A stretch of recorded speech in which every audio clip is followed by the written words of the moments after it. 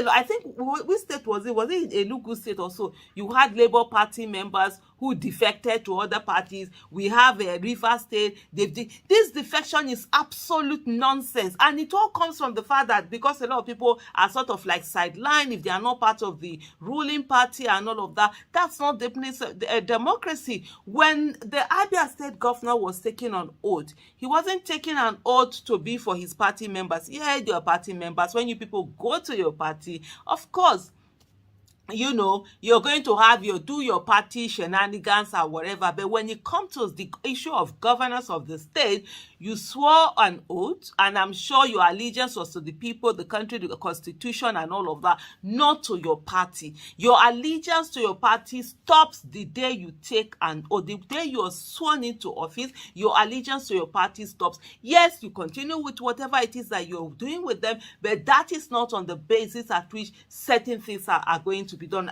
For me, this is all shade of wrong. I mean, we need to go beyond this kind of politics. It's such an annoying form of policy that everybody has to be, is it genuflecting they call it, has to be doing rankadede, dobale, kneeling down for someone because it's ruling party. So if I'm not a ruling party, I cannot get the same thing I'm getting. That's the message it's sending. I cannot hold my own. No, whatever party you are in, as long as you get in there, you stay in there. It's crazy. So this whole thing along the way, you know what it means is that as parties are growing, if even when you're building parties, you're getting people in, when they get into office, they will jump and enter, the ruling party, and then begin to do anyhow if it's a kind of party that is doing anyhow. For me, this is a no-no. This leaves a bad taste in the mouth. It's the same thing like what the River State House of Assembly members have done, where they defected from PDP to APC, and a lot of people are calling, and the law,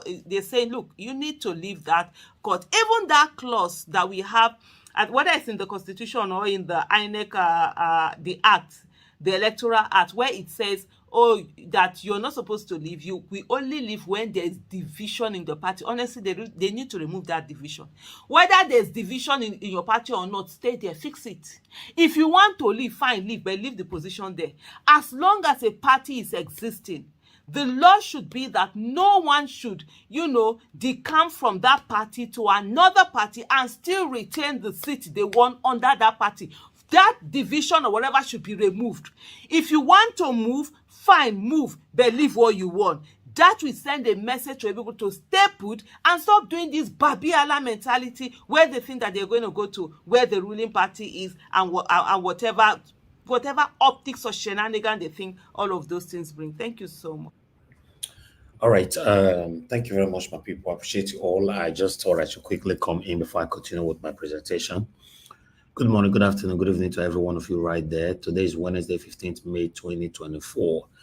I appreciate you all, my wonderful people. Mother of all Mommy Diaspora, good evening to you, Mommy. Thank you very much for all you do. I appreciate you always.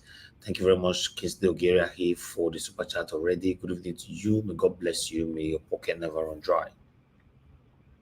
Thank you very much, Chidima Shidu. Good evening to you. Evie Jack, thank you very much. I appreciate you. I appreciate every one of you right there. Do like watch. Thank you very much, my brother. I appreciate you.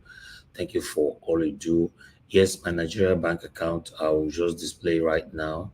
I saw you wrote it there. Yes, sometimes we don't remember to do this. That is it right there. While I acknowledge people, I'll remove it shortly. CXL, Wisdom Lucky, Mavi Samoy say, Patience, Demudia, God bless you. God bless every one of you, my wonderful people. Jude King, thank you. Messi Murigil, Love Maduka, thank you. Sabuvo Kwarai, my brother Ben, thank you very much, my people. Promise to do visit. Peggy Modi, good evening to you, madam. Thanks for joining us as usual. Jim Taiwo, Bamawo, thank you very much. God bless you. Good evening to you. Luciano, thank you. Sarah Daddy, Mr. Johnson Emmanuel, thank you very much, sir, for joining us as usual. Christopher, I can see you right there. Thank you. Good evening to you, Mike Akambari. He's also said, thank you. I appreciate you all, my people. Washington Morige, Kinsdale Geraki once more, and many others. Oga Abu Azi, thank you very much, sir, for all you do. I appreciate you. Good evening to you. Thank you very much, Olabipe Soyemi. Thank you. Godwin, God's time. All right, I'd like us to move on, my people. Thank you very much For those of you that want to support us on the Naira, is right there. It was requested, so I put it right there on the screen. Guys, please press on the like, press on the help us to share, and press on the dollar sign as well. Support what we're doing here. Samota Bright, my brother, I can see you just coming in. Good evening to you. You see, I would like to support our sister Aisha Yusuf on this video. For me, I like people who say things how it is. Yes, regardless of you supporting anybody. I think I mentioned similar thing yesterday, or I've always mentioned similar thing or the same thing on this platform.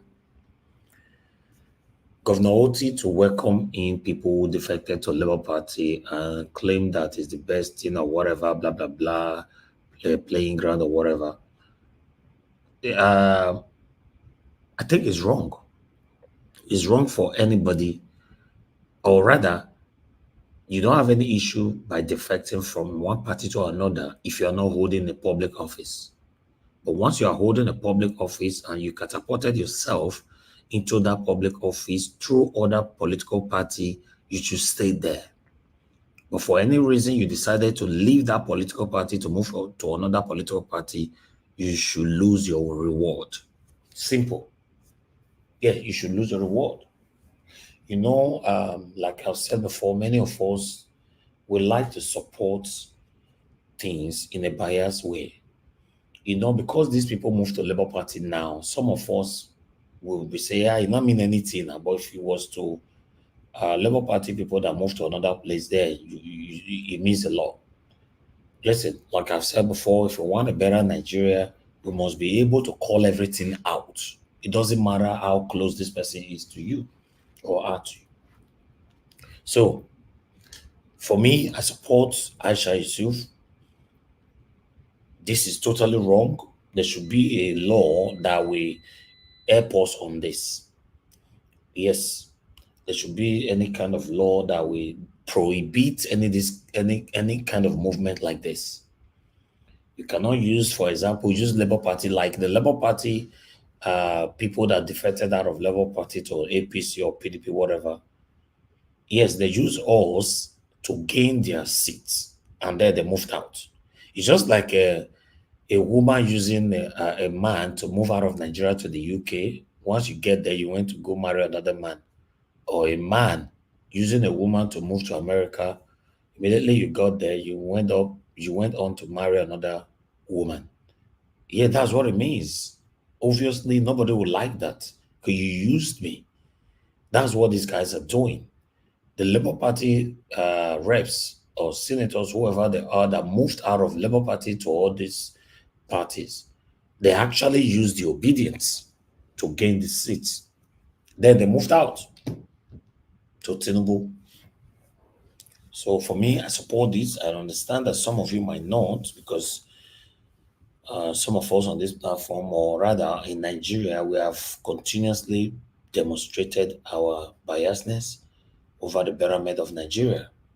We are very, very selective on the kind of things we want to talk about, you know, but when it's against you, oh yeah, or someone else that you are against, I don't know how to put it on, then you're happy. Then we can't have a better country like that. I thought I should say that, but we need to move on right now because I have other stuff to showcase to you guys. Good morning, good afternoon, good evening to every one of you, my people. I appreciate you all. A lady actually cried out in Delta states that her building were demolished and many others. You know, not just in Lagos, this is happening. Like I said before, it happened in Edo State in the past. It's currently going on in Lagos. And someone has just cried out. According to them, they said she's an actress, but I don't really know her, but that's what they said. But I'd like to play this video for you guys to see. Ebuka Janoga, it's good to have you on the show. Pachai Nofema, the sister, it's good to have you on the show. Good evening to every one of you. Thank you very much, my people. Annie Shama, thank you very much for joining us. God bless you. Manapachata Mujime, good evening to you, man. Thanks for joining us. I appreciate every one of you right there. Do your part, please. Always do your part. Press on that like. Press on that like. I don't want it to become a music or a chorus.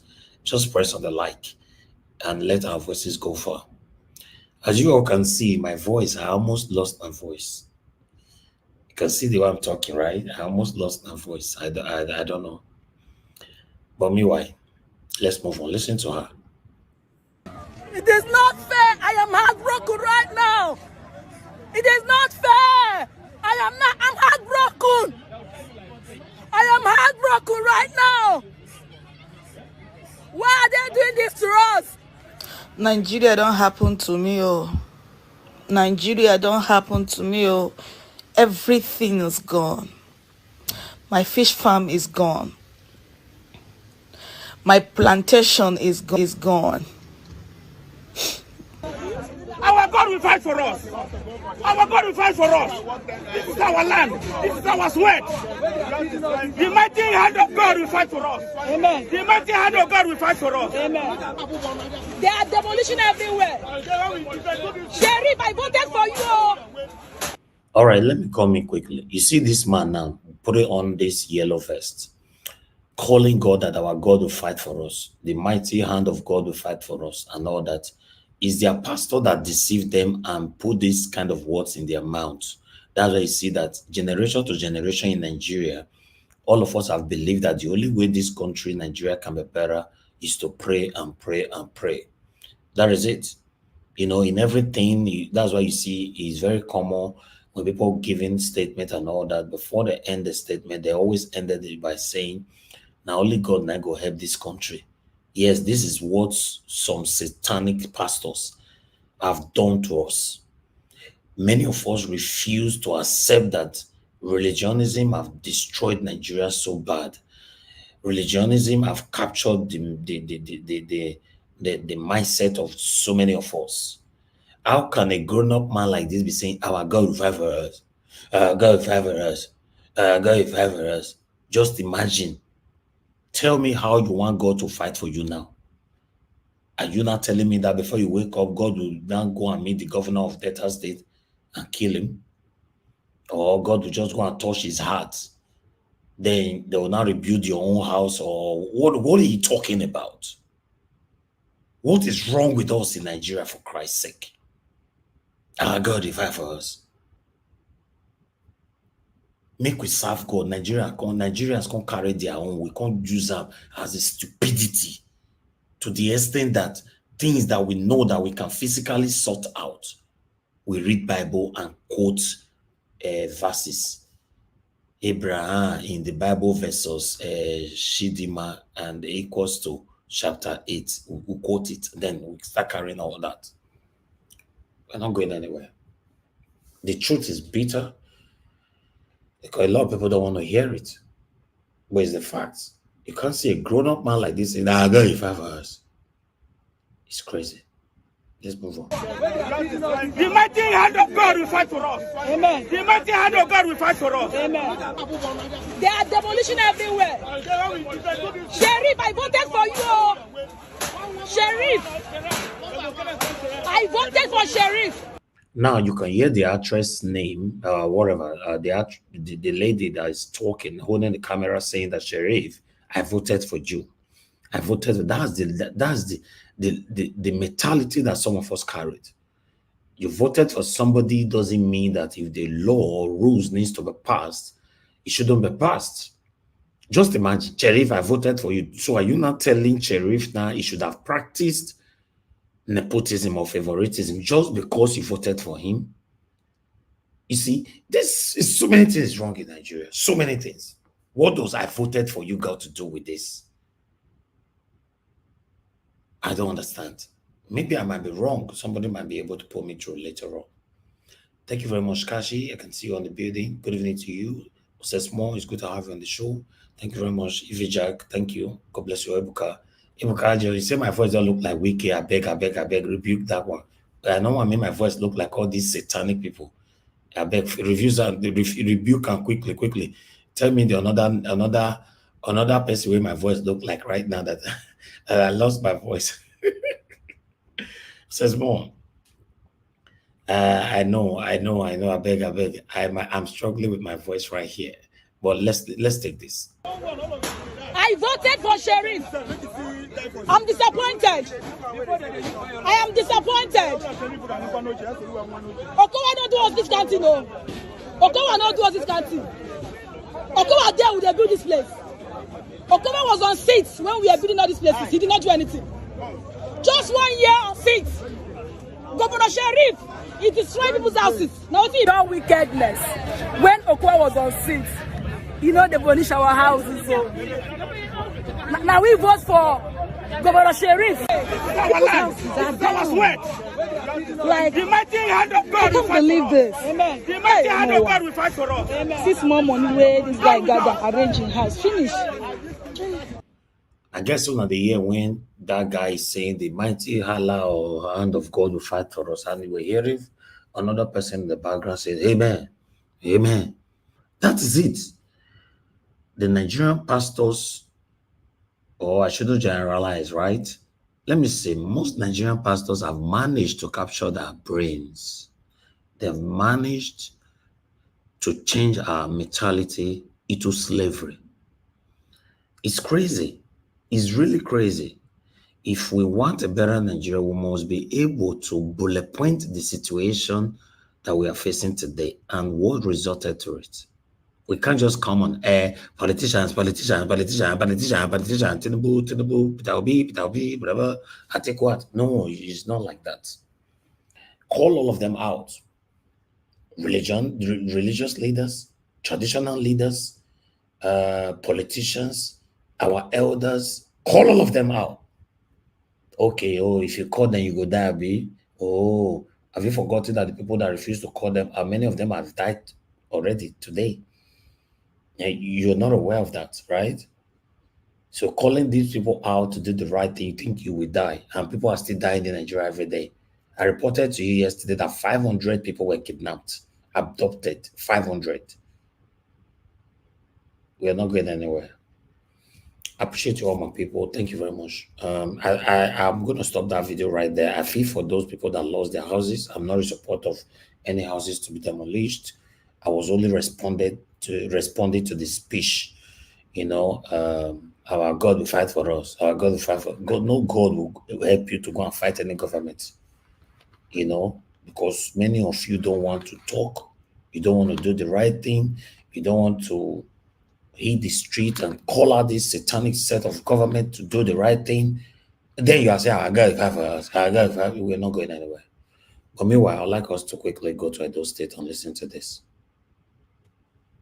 Welcome back. Nigeria's next presidential election is 3 years away. But major political figures are positioning themselves in Sorry, not Edo State. About Peter Obi coalition. Let me correct that. preparation for those polls. Yeah. Yesterday, 2 candidates whose combined votes in the 2023 election would have relegated the eventual winner, Nigeria's current president, Bola Ahmed Tinubu, to a losing position. They met officially for the first time since those elections. Peter Gregory, then presidential candidate of the Labour Party.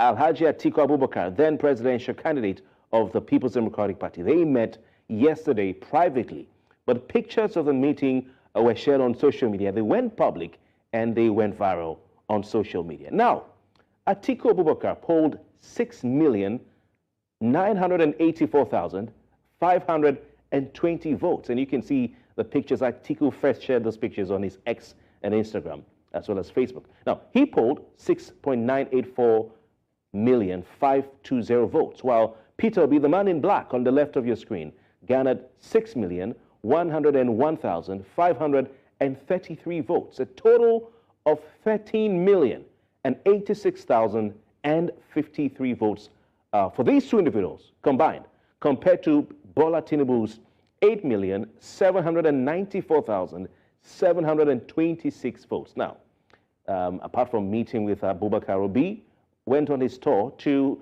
former president of the Nigerian Senate and former governor of Kwara State, Bukola Saraki, who has had some presidential ambitions. He also met with Alhaji Sule Lamido, former governor of Jigawa State. He's, apart from being former governor of Jigawa State, he's a key political figure in northern Nigeria. And his presidential ambition, like Saraki, has not been hidden. Now, while the politicians themselves haven't made public the reason for their meeting, Obi's media aide, Yunusa Tanko, said, quote, the state of the nation and the plight of the poor inspired their meetings. However, Some Nigerians, I would even dare say many Nigerians, believe that the meetings are intended to lead to the formation of a political coalition to wrest power from the ruling All Progressives Congress in 2027. Now, how feasible and how possible will this be? Our guest tonight on The Conversation, Zari Yusuf, is a spokesperson for the Big Tent. Remember them? Big Tent from 2023 elections. It's good to have you. Dixon Uregbu is a public affairs analyst. Gentlemen, it's good to have you. They're both joining us via video link from Abuja. We have Nelson Ekujimi, who is a public affairs analyst. He joins us virtually from Lagos. Gentlemen, good evening. Political atmosphere in Nigeria. There was no way that it would just end with, stating that the state of the nation is terrible and all of that. Okay, after it, what next? There was no way that meeting would have ended without, of course, discussing politics. We all agree, or we all have observed, that the 2027 political engagement has already begun. So that is part of it. Peter Obi is the only available hope for Nigeria now.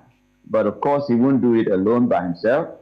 There was no way he would win the seat of power in Nigeria without forming alliances.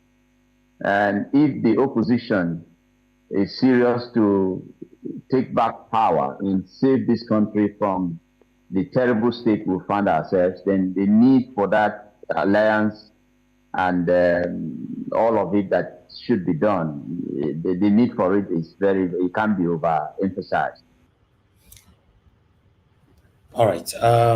I like that part. I like that part where the only available hope right now for Nigeria is Peter Obi. Wow. I like that. My bellets with me while I hear that part. The only available hope. Can somebody type that out on the comment section? The only available hope right now for Nigeria is Peter Obi. Available. The only available that we know, that we can hold, that we can touch, that we can discuss. If you are satanic, please tell us another hope if you have any, because because some of you can argue anything. You can argue with your ancestors. So tell us. So, in case you're not aware, not be Nigeria was talking that one now. Now, see, rich Peter Obi is biased. I'm not a biased person. Another person talking. The only available hope right now in Nigeria is Peter Obi. Thank you very much, Mr. Ben. See, the only available hope for Nigerians is Peter Obi. I like that. I like that. That is beautiful. That is beautiful. You know. See, whether they tell us, say, leave a good footprint. Not the year. Not the year. Everybody want to make money. Everybody want to rush. You want to run under your shadow. Just imagine saying that your name that they mention like this, say the only available hope now for your community. Not even Nigeria now, they'll say for your community. They'll say Naju. How would you feel? Isn't that beautiful? They'll say your community. Just like for our state now, for example, they'll say the only available hope now for Igwebe, for Edo State. Mr. Ben. That one only beautiful. Leave a good footprint. Not the year. Not the year. But let's move on. I appreciate you all. Good morning to you viewers. Let's begin what's trending. The governor of Rivers State, Sim Fubara, has accused the minister of the Federal Capital Territory, Nyesom Wike, of financial misappropriation in the handling of state projects, stating that most of the projects during his administration were not fully funded. The latest accusation follows the governor's pronouncement to set up a judicial panel of inquiry to investigate the management of the state's resources under past administrations. Sim Fubara, during the inauguration of a road in Eleme local government area of the state on Monday, revealed that his administration was left with huge debt owed to several contractors who handled different projects for Nyesom Wike. If there's one problem this administration has, is debt. Most of the projects that are being commissioned, they are coming for their balance payment, and it's running in millions and billions. I've said I don't want to talk. I don't want to talk because I am part of that system. But when you keep pushing me to talk, I will say it so that they will see the nyash of the fowl. All right, let me say this before we move on. One and not vessel, and not say today now why they struggle with my voice. Some of now can say, and I can't talk past. One and not verse. You see, you hear that word? I've been struggling because I don't want to talk. But when I talk, I don't want to talk. Let me tell you, in case you don't understand what that means. This is the reason why you see that any governor leaving the office, they want to bring their own person to cover their satanic acts. Yes, because if opposition comes in, only though, if that opposition doesn't have any affiliation with the outgoing governor, they always expose them. They always expose them. So that's why you see that we handpicked somebody to come cover, their rubbish, their criminality and everything. So this one, we the CCC, they told say, I don't want to talk. So it was part of the criminality. Yes, because they don't push and say, I don't want to talk because I'm part of the system, I'm part of the talk. You see, I say, we can go still say, you share for his side. Now me and you share them. In case you guys are not aware, when Governor Obaseki threatened Oshomole, when he came in second term in office, he said, I'm going to probe Oshomole for 30 billion naira water storm project. He said it once, and we deliberated on it on this platform. Then, about a couple of months later on, he mentioned it. Then we deliberated on it again in this platform. Guess what? Oshomole now responded by saying that part of that money, Obaseki ate from it. You see, since that time, our panel can't talk again. Obaseki, till today, till this minutes, our your mute. All we can hear say the day we back on talk now, they say Pado build one building, can't go name after Oshomola. Say, Wahala, what a country. Nigeria, this country. Anyway, even me myself, I don't want to talk. Because if I talk, now say I talk, so I don't want to talk. Make we carry the go. Make none of us talk. Thank you. But when you keep pushing me to talk, I will say it so that they will see the nyash of the fowl.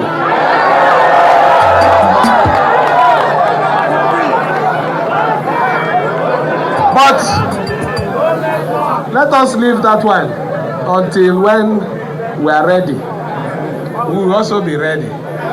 The small one we are doing now, they are not sleeping. I wonder what will happen when we do the big one. I heard somebody saying, when we came on board, we were fighting federal government. Federal government did not use any instrument in your state to frustrate you. Our scenarios are quite different. If we are fighting federal government, it's a different matter. We're talking about federal government that is giving us support, but the rat in the house that is eating the bag of curry. So you can imagine such situation. But we have already said the Otapia words, the finish. Rufai is cracking up plenty words. Otapia, Nyash, and all of that.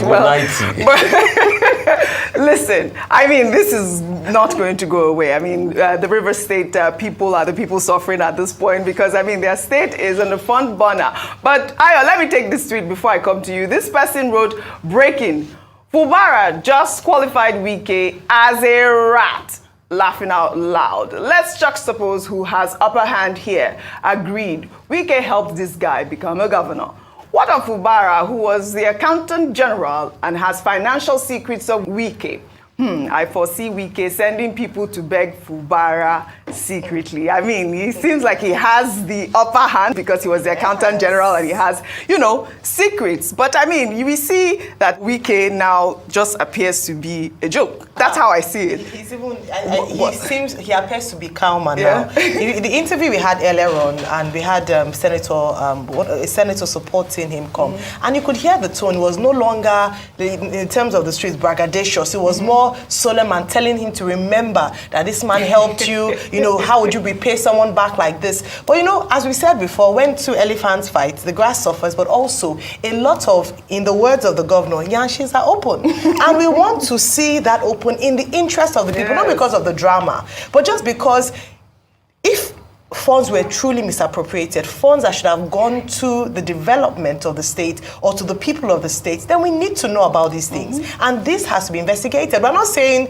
Minister Wike is guilty or not guilty. That's not for us to determine. It's for the investigative authorities to determine, and after a proper probe has been done. So are we up for, am I in support of a probe? Absolutely, yes. And anyone who has a question to answer, including the governor himself, let him remember that government being his position is not permanent. He will also leave office, and he will also be probed if he's misappropriated any funds or misused, you know, state funds. So I think this is a very important thing to note, but also very important. Can we do away with the drama? Can we listen to the projects that this governor is doing in Rivers State and what the people of Rivers State are enjoying as a result of his administration? EFCC, over to you. You have a case on ground before now. The scenarios are different. In that scenario, one had immunity, the other one didn't have immunity. The scenarios have changed now. One has immunity, the one you were chasing that time has immunity, the other one doesn't have immunity. So EFCC, over to you. Just revisit that case again, 40-something billion, and everybody involved. Let's start with that probe first. Absolutely. Let the investigations begin. Dr. Abata. Well, all right. Let's head over now to Delta State, where the state's task force on recovery of government lands on Monday began the demolition of illegal structures built on lands belonging to Dennis Osadebe University in Asaba. The demolition exercise has been condemned by students living in the area and property owners who claim that government did not notify them before conducting the exercise. One of the property owners in this now viral video said he has spent over 100 million naira on a structure which he erected in November. This is my house. I've spent over 100 million plus. Not even this land alone. Not even this place alone. I have lands here. And now the government just came to demolish it. This house is, I remember this house, November, look at this house. I did not stop. And fact of man, it never have one sympathy. Even call the government, you come and call the house to the people who own the house. Now, the few who are fighting for this, we can do something like this. Right, I reached out to the Delta State government. Of course, you know that it's my state. I have to find out what's going on. But they said, Mukwata. But, you know, they said that, you know, these property owners built on government land and that Dennis Osadebe University. But I thought it was important to highlight, especially this man's video, and also an actress who claimed that she was not notified. So that, you know, that's the actress who claimed that she was not notified. She has lost a lot of her property, and, you know, this demolition exercise they claim was illegal. So we need more responses from the Delta State government and the task force as well on this story. All right, I'm going to stop it right there. Thank you very much, my people, for your time with us today. Good morning, good afternoon, good evening to every one of you. That is the end of all the videos that I have for you guys. I only have just 2 articles today to read, then we can get going with today's broadcast. Thank you very much for those of you that are just coming in now. Now God bless you. Now, please do your part. Press on the like button. Press on the $sign. Help us to share. Let our voices go far. I'm going to post out a link right now for those of you that want to join us. Please click on the link and join us here. And let's talk about the things affecting you and I. Madam Luke, I can see you on the comment section. Good evening to you, madam. Thanks very much for all you do. Thank you very much, Michael Okata. Thanks for joining us. Willie, I can see you as well. Good evening to you. Ray Alba in the building, Master Fried, thank you, UC Andrew, Winners, thank you, Didi Anthony, Brastrasa, and many more. Georgia Fosa, Benedion, and God bless you, my people. So a link I will post there, click on it, join us here. I'd like to quickly take this article here then we can just start talking. And God bless all my people. Yes, hold on. I'll pick a call shortly. Please just bear with me. Let me quickly take this. Emefiele again. Emefiele arranged for printing 684 million naira note with 18.96 billion. Plead not guilty. So he appeared in court today. He said he's not guilty. So Tinubu government is still they drag this one, they go there. Not be small. But meanwhile, the last article that I have for you guys today, I'd like us to really take it here so that I can pick some calls now. Okay, this is the shocking one, right? It's part of the title that we put out there for you. As you can see, it's a breaking news though. Tinubu government direct federal airport to start collecting tolls from Nigerians at airport gates. That one, Nigerians have responded to this. I'm going to take their response shortly. FEC approved that all users of federal airports all over the country must now pay toll at the gates. No one is excluded. Okay, I'll let that one go while I take responses from people. Because a lot of people responded to this bitterly. But let's start from here. This person posted this picture. As you can see, the bull, that's his name. Peter Obi will never be president of Nigeria. I am not sure if this person was being sarcastic or if he was being realistic. But then someone else posted it again. Celeb uncovered. He said, good move. The government should also start taxing the betting industry as billions of naira are being spent on betting companies daily. If the government can tax bettors before betting, after losing, and after winning, it will significantly increase our IGRO, internally generated revenue. Like I said before, I'm not sure what these guys are standing for the picture they posted. But meanwhile, we have Obiora Otu.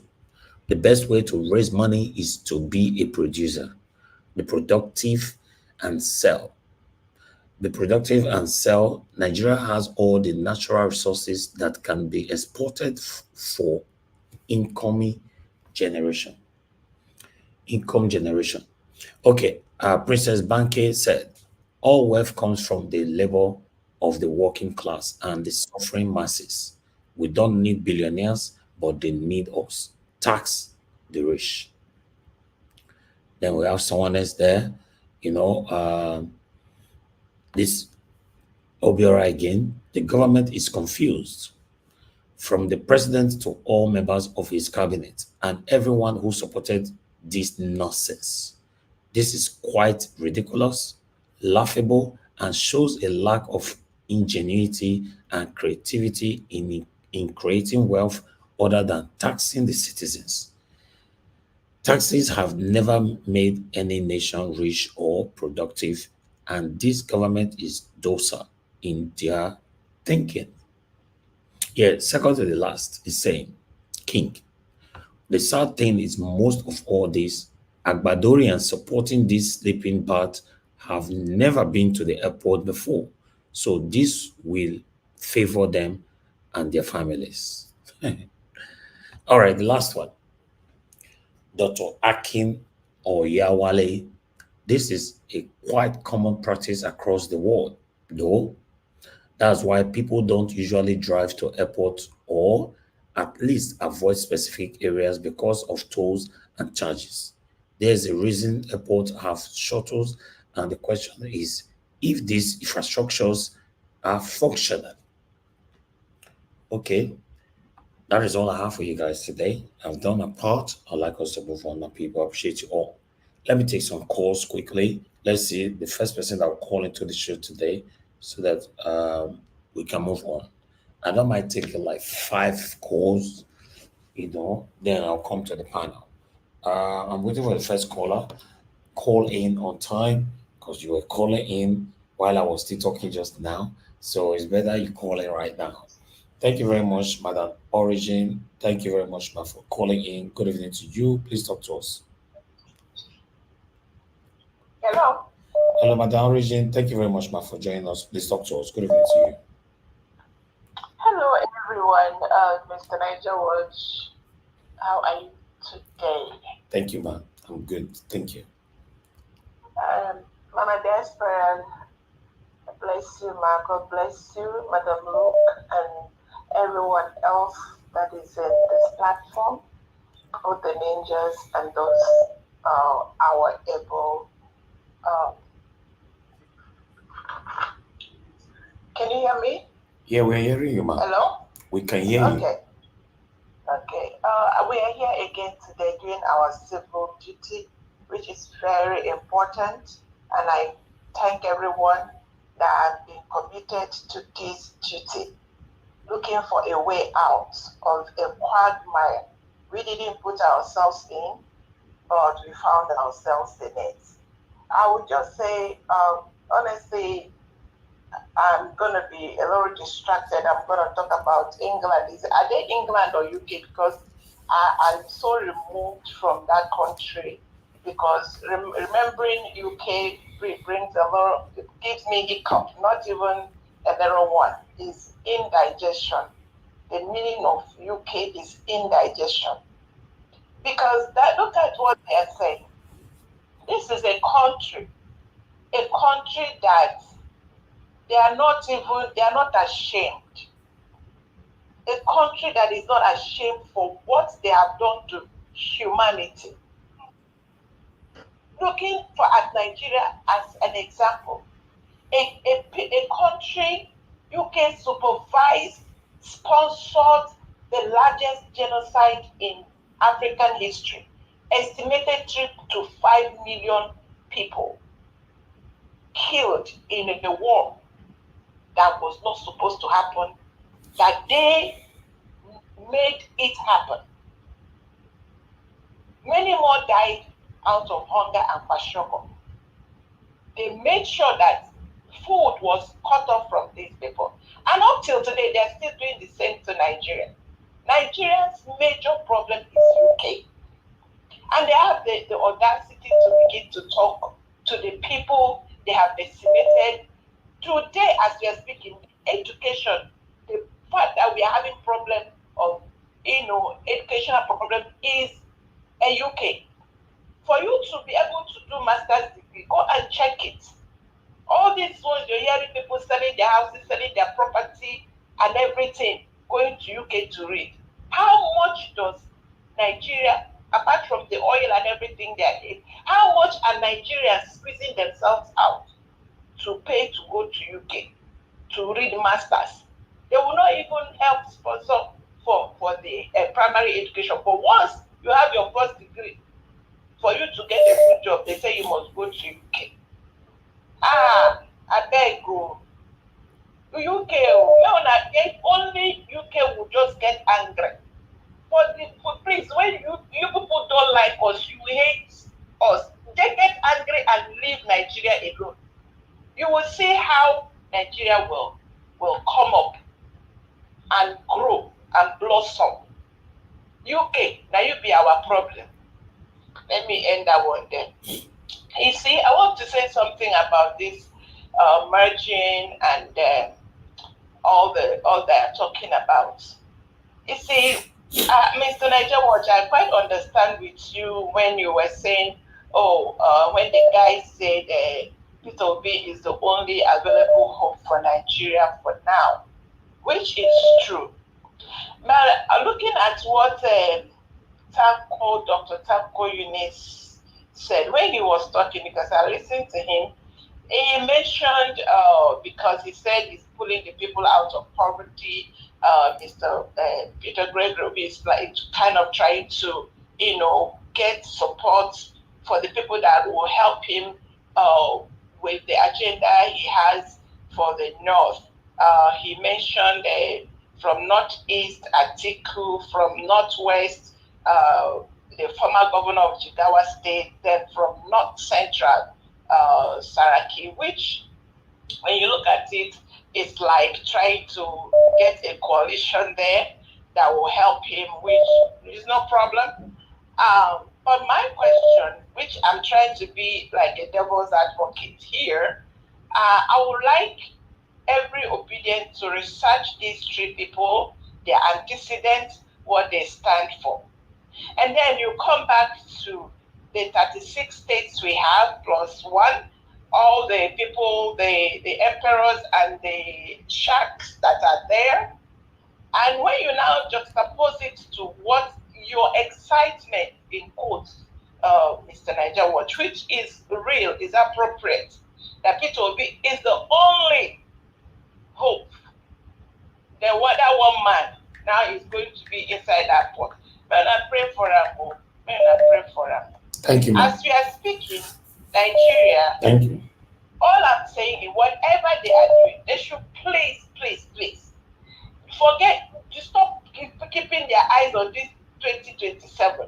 Begin to think of what to do for this 75% of Nigerians, the youth of Nigeria. All right, thank How you. can you move them forward? How can they be helped? How can the people in the village be helped with the farmers? Can someone begin to think about, please focus on that? Thank you, God bless you. I think my time is finished, right? Yes, you've even talked more than your time, madam. I beg, we're not vex. So, all right, thank you. You'll be talking now for the past how many days? Thank you, man. God bless you. All right. All right. Love of God is my strength. Thank you very much, ma, for calling in. Good evening to you. Please talk to us. Darling brother. Thank you, ma. Talk to us. Thank you, my darling. Did you hear me? Yes, ma. We can hear you. Thank you very much. I didn't watch it from beginning. I think I came on a little bit when you just finished about the weekend. Good evening, everyone on the comment section and on the platform. Good evening, and everyone. Mommy, that's what I say hello to you, ma. You know, I just came in and there was a little bit on Wiki and Fubara about money, something, I don't know. I don't saw something on him whether he should go to court or so. For me, you see Wiki and Fubara, I'm not really interested in what they are dealing with themselves. Our problem that we had during the election for the Labour Party, for the two of them, they collided together and they gave us what we got. So whatever happened to Fubara, I don't care. If they like, they deal with him. If they like, they do anything. The evil that men do, live after them. It's what he has planted that is attacking him. And for the two of them in this country, Nigeria as a country, they are going to see their end. I'll leave that. I'll quickly go to, I'm not going to speak too long. I'll quickly go to Meghan and Harry. You see, when I see Nigerians in the UK here, when they are bashing Harry and Meghan, I am so surprised. I am so surprised. And every time I ask them, what are you people saying? What are you people talking about? I'm not saying that I will support any mistake of a black man. No, or anything. Because Meghan is half black and half white. No. But what I'm saying is that what happened during the murder of Harry and what happened when Meghan came into the house, into the Buckingham Palace, everything that she went through, it was in our eyes. And you see some of our people, our Nigeria especially, friends, family, bashing Meghan and Harry because they disobeyed the queen. Why did they say like that? And I asked them that you people, you don't know what you are talking about. Let me tell you, since yesterday, the papers in the UK, every paper, even ITV, Channel 4, all of them are attacking these people. Why? They did not expect what Harry and Meg got from Nigeria, the respect, the accolade that they got. They were angry. They are not happy about it. They wanted to render these two people that people will not recognize them. But I will tell them, I always say, where a man has blessed, nobody can curse them. And I will say, Nigerians, let us know our rights. Let us not throw our rights away because of a pot of soup, because of one thing that because you came to the UK, they are doing something for you. We were in our country before they come and invade us. So whatever we are doing, we do it standing on our right. That we are not going to go against the law, but but we know our rights. Nigeria is a great country. If not for our what would I call it, our leaders who have put us where we are, where is the best place to be? It's Nigeria. Where is the best place to be? It's in Africa. And I thank God for one thing. Megan put it in their eye and say, I've gone to check my DNA and it shows that I'm in Nigeria. So I want to tell the people of the UK, the journalists, all of them, and Piers Morgan, there's shame on all of them. Megan and Harry, they enjoy Nigeria, and we did it. We make it happen for them. Shame on them. Thank you. Thank you, ma'am. Thank you very much. God bless you. All right. Just one more call and I'm done. Only one. If you have to call in, please make it quick. Okay, we got Madam Olabia called earlier on. I'll return your call shortly. Ogashimize, please talk to us. Ogashimize, are you there? Thank you, sir. Good evening to you. Good evening, good afternoon. Thank you, sir. I greet everyone. God bless us in Jesus' name, amen. Yeah, Nigeria Watch, I love your submission, the ending of your submission yesterday. I was so touched, that your submission, last submission yesterday, when you are talking about the politics, where you belong or where you go, or I love it. Thank you so much for that. I keep saying it. In fact, sometimes when you do your submission, it could my heart go with you. So it's good. Thank you, sir. Now, I don't want to talk about UK or UK, British. Today, it's British that the one that keep us the way we are in Nigeria today.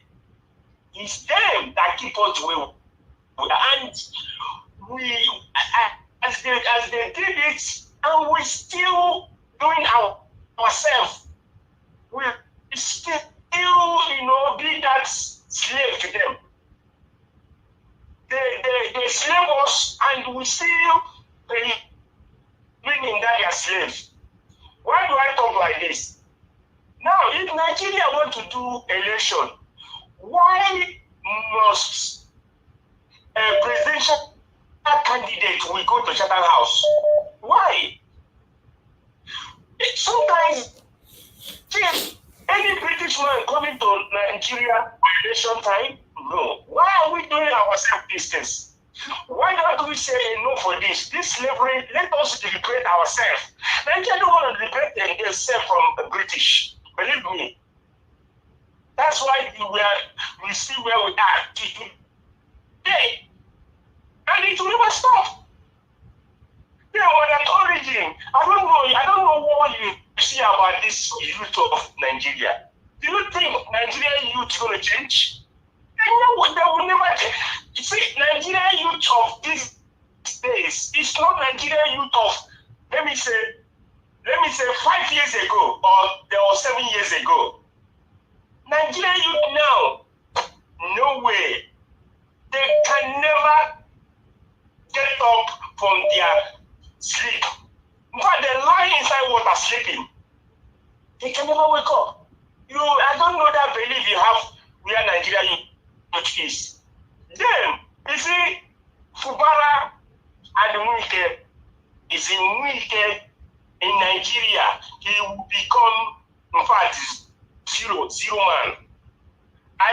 In fact, Nigeria Watch, he said something about he's a general accountant or so, I think so. So now, if Fubara hand is clean, he won't. If his hand is clean, if his hand is dirty, he won't come on the television saying what he said. That if he talk, you see that Jagaba use if I talk. But what I see, if his hand is dirty, he won't say what he say that in that video.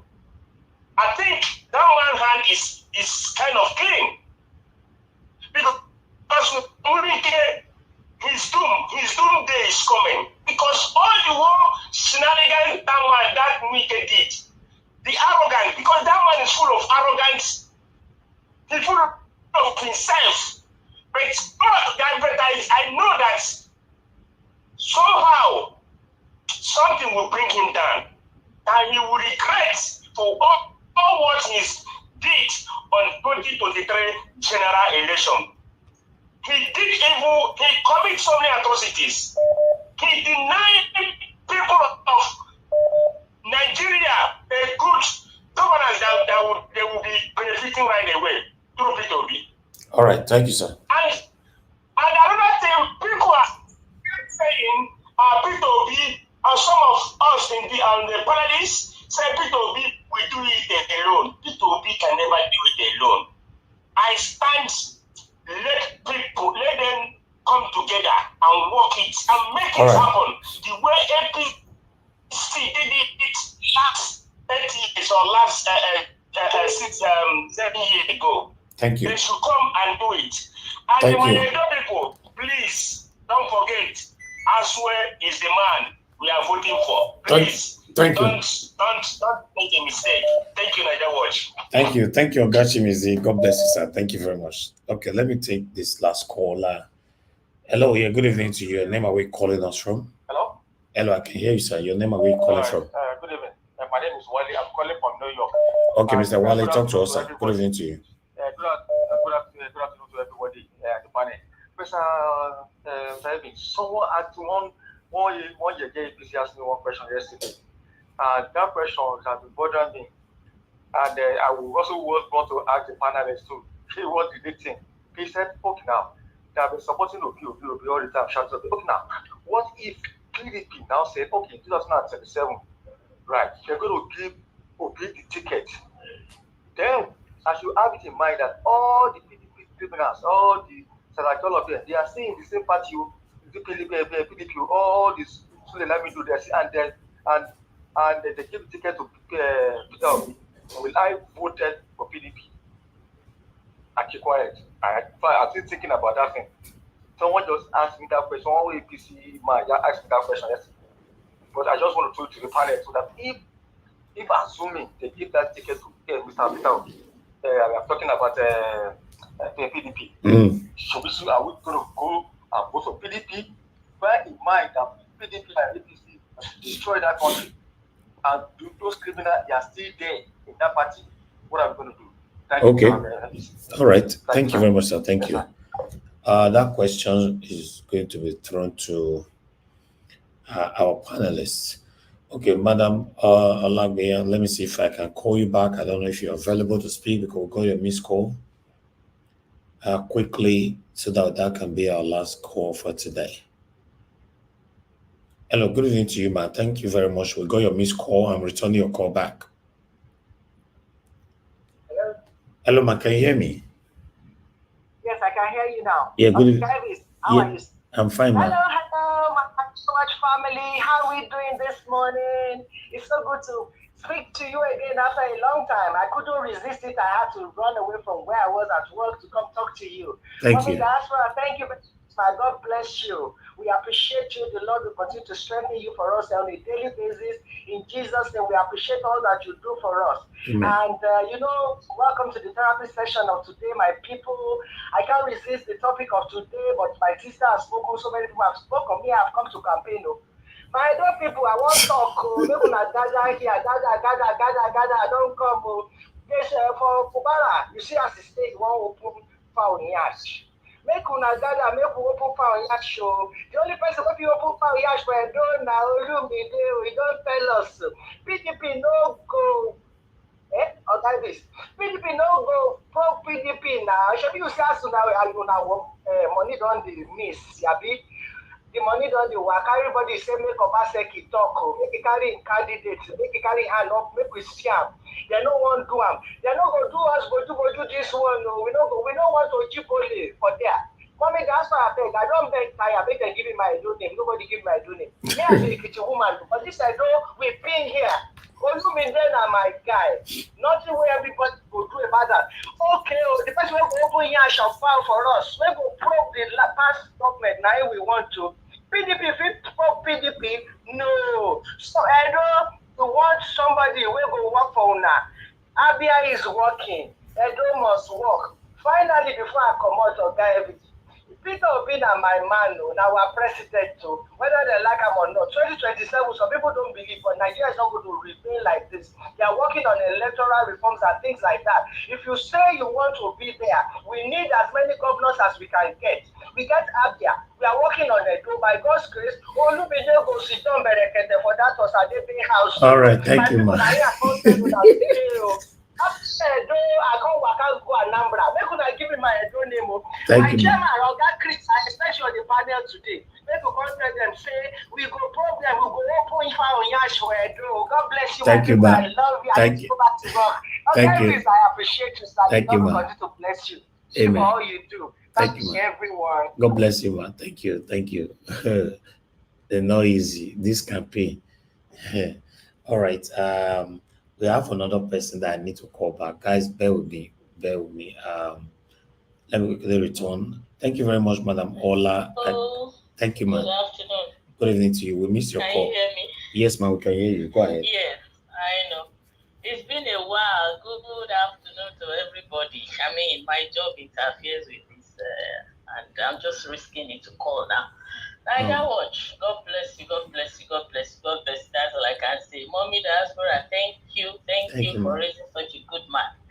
We thank God, though. Well, I want to really focus on the Fubara and Wike. I'm so interested in it because this godfatherism thing has been going on for years, and this will teach people a lesson that even though Wike is saying that he put Fubara there, he did this, he did that. Everybody will now be distrusting each other. They won't trust each other to know that even if I put you there, you can turn around to do something. Fubara invited Oti to come and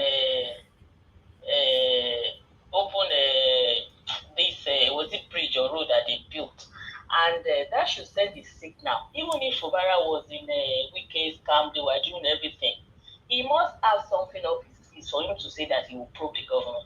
He was the accountant general there, and people like Rufai was saying on Arise TV that is he going to subject himself to probe, but he has immunity against that right now. But for him to say that he will probe them, I hope he knows what he's doing, and it's not that he thinks because he has immunity they will not expose him.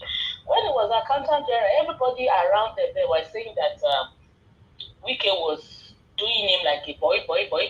Maybe he tried to, go against certain things, and Wike did not allow him. Just like this woman that came out to expose Abure then from Labour Party. She said she wrote several letters that was ignored, and maybe the case is the same with Fubara and Wike, and now he's ready because the man does not want to continue what he was doing to him when he was under him. So this is good for Nigeria. Me, I'm not interested in Godfather and son, what they are doing, but it's good for Nigeria so that everybody will be careful. They'll be careful when they get there. It doesn't mean that because you put me, I can't probe you if my hands are clean. This is what I am interested in as long as it is good for Nigeria. But I have to make a mention of Edo. And I'm not from Edo State, but Olumide it is. Anything that has been, anybody or anything that has been tainted by the past old bags, we don't want them. We don't want them.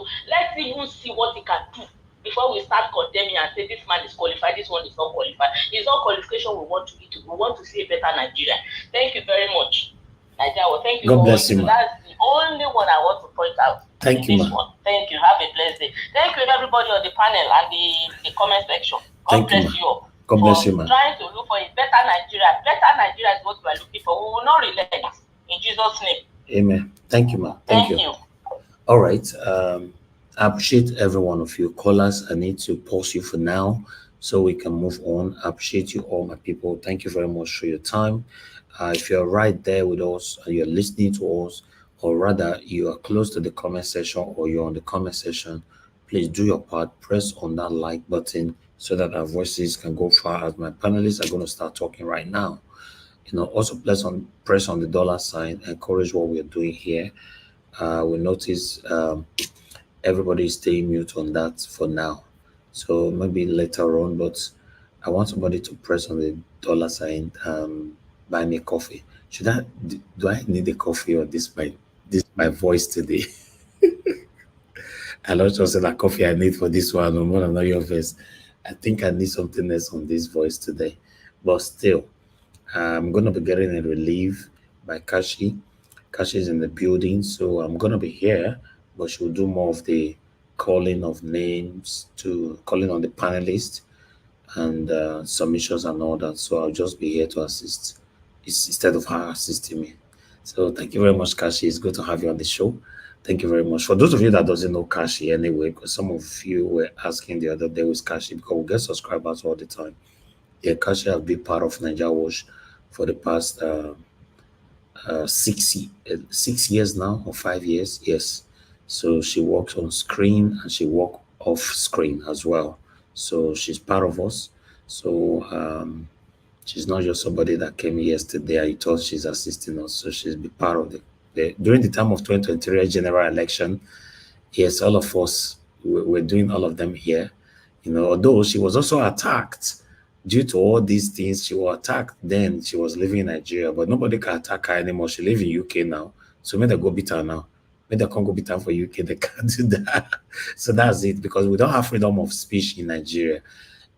People attacked her by saying that, oh, you and your Peter Obi, and all that, blah, blah, blah. Yes, that is it. That's a short introduction about Kashi. Thank you very much, my people. God bless you all. Kashi, you are... Nigeria Watch. Yes, sir. Madam Kashi. You don't still come again. How you call two names at the same time? Chineke, Kashi, you are looking more beautiful. Jesus Christ. Whoa, more grace, madam. Today is the day I saw your face, so Chineke. No, Black Panther. She not fair fine before. Oh, this one at times Pro Max. You see what I did now? Pro Max with this now. Because she not there your country again now. Now, if you did my country, go be Pro Max 3. All right, thank you. Kashi, you are welcome. We love you. Thank you so much, Mr. Black Panther. Thank you very much. Mr. Nigeria Watch, I beg you. I beg nobody come beat me. I just go beg una. Thank you very much. They're not fair beat you for Lagos. They're not beat you. They beat me, Shege Banza. Good evening, everybody. Good morning, good afternoon, and good evening. Thank you guys for joining us once again today, the 15th day of May 2024. Progressive NG, thank you. As I just talk like this, you just super chat. I beg all of you now, make una follow this energy where Progressive NG just do now. This super chat, it means a lot to us. Thank you, Progressive NG. God bless you. May your pocket never run dry. Thank you guys for doing this with us again today. We sincerely do appreciate every one of you. Do not hesitate to like and share this broadcast. Doing that simply means that you want our voices to go far. Thank you as you do so. So before I start calling on the panelists, I want to say a very big shout out to everybody on the comment section, our viewers at home, and also our wonderful panelists we have here. Thank you guys so much. Now God now go bless you now for this one that they do. Jeku obedience. Thank you so much, sir. God bless you for doing this. I beg, make una follow up with this energy. As they drop, make una just they do. I beg. Thank you so much, guys. So before I start calling on the panelists, I just want to quickly address one or two things that some of the callers talked about. And first will be one of the callers who talked about UK government do this or UK do that. UK, they hold Nigeria in captivity, blah, blah, blah, and all that. No, but today we don't hear that one. We've been hearing about it for a very long time. The question is, your government, what did they do? Or what are they benefiting where they go agree for such a thing to keep happening after how many years? Nigerian government, what are they doing? Is it that they are gaining something? Because I see no reason why person go to beat you. You go drop your body, say, may they continue to they beat you. So this blame game should just stop. Every time we they blame diaspora, every time we're blaming the Westerners. What's the Nigerian government? What are they doing about it? Are they enjoying it? What are they doing about it? So this blame game should just stop. I am tired of hearing it every time. Yet, I'm sure say that person where they talk, no, they Nigeria. That person where they talk, I sure say that person no, they Nigeria, they are abroad. Yet, now that same people you go, they blame. Say, wait, why are they holding Nigeria in captivity? They tie us rope. They tie the government rope. If they don't like what they do, they should speak up. If not be greed and selfishness where they make them keep quiet, they should speak up. If they are not getting something, why would they allow such a thing to keep happening? If una feel saying that them they hold us in captivity, I keep saying it and I will keep saying it. Nigeria has everything any country needs to succeed.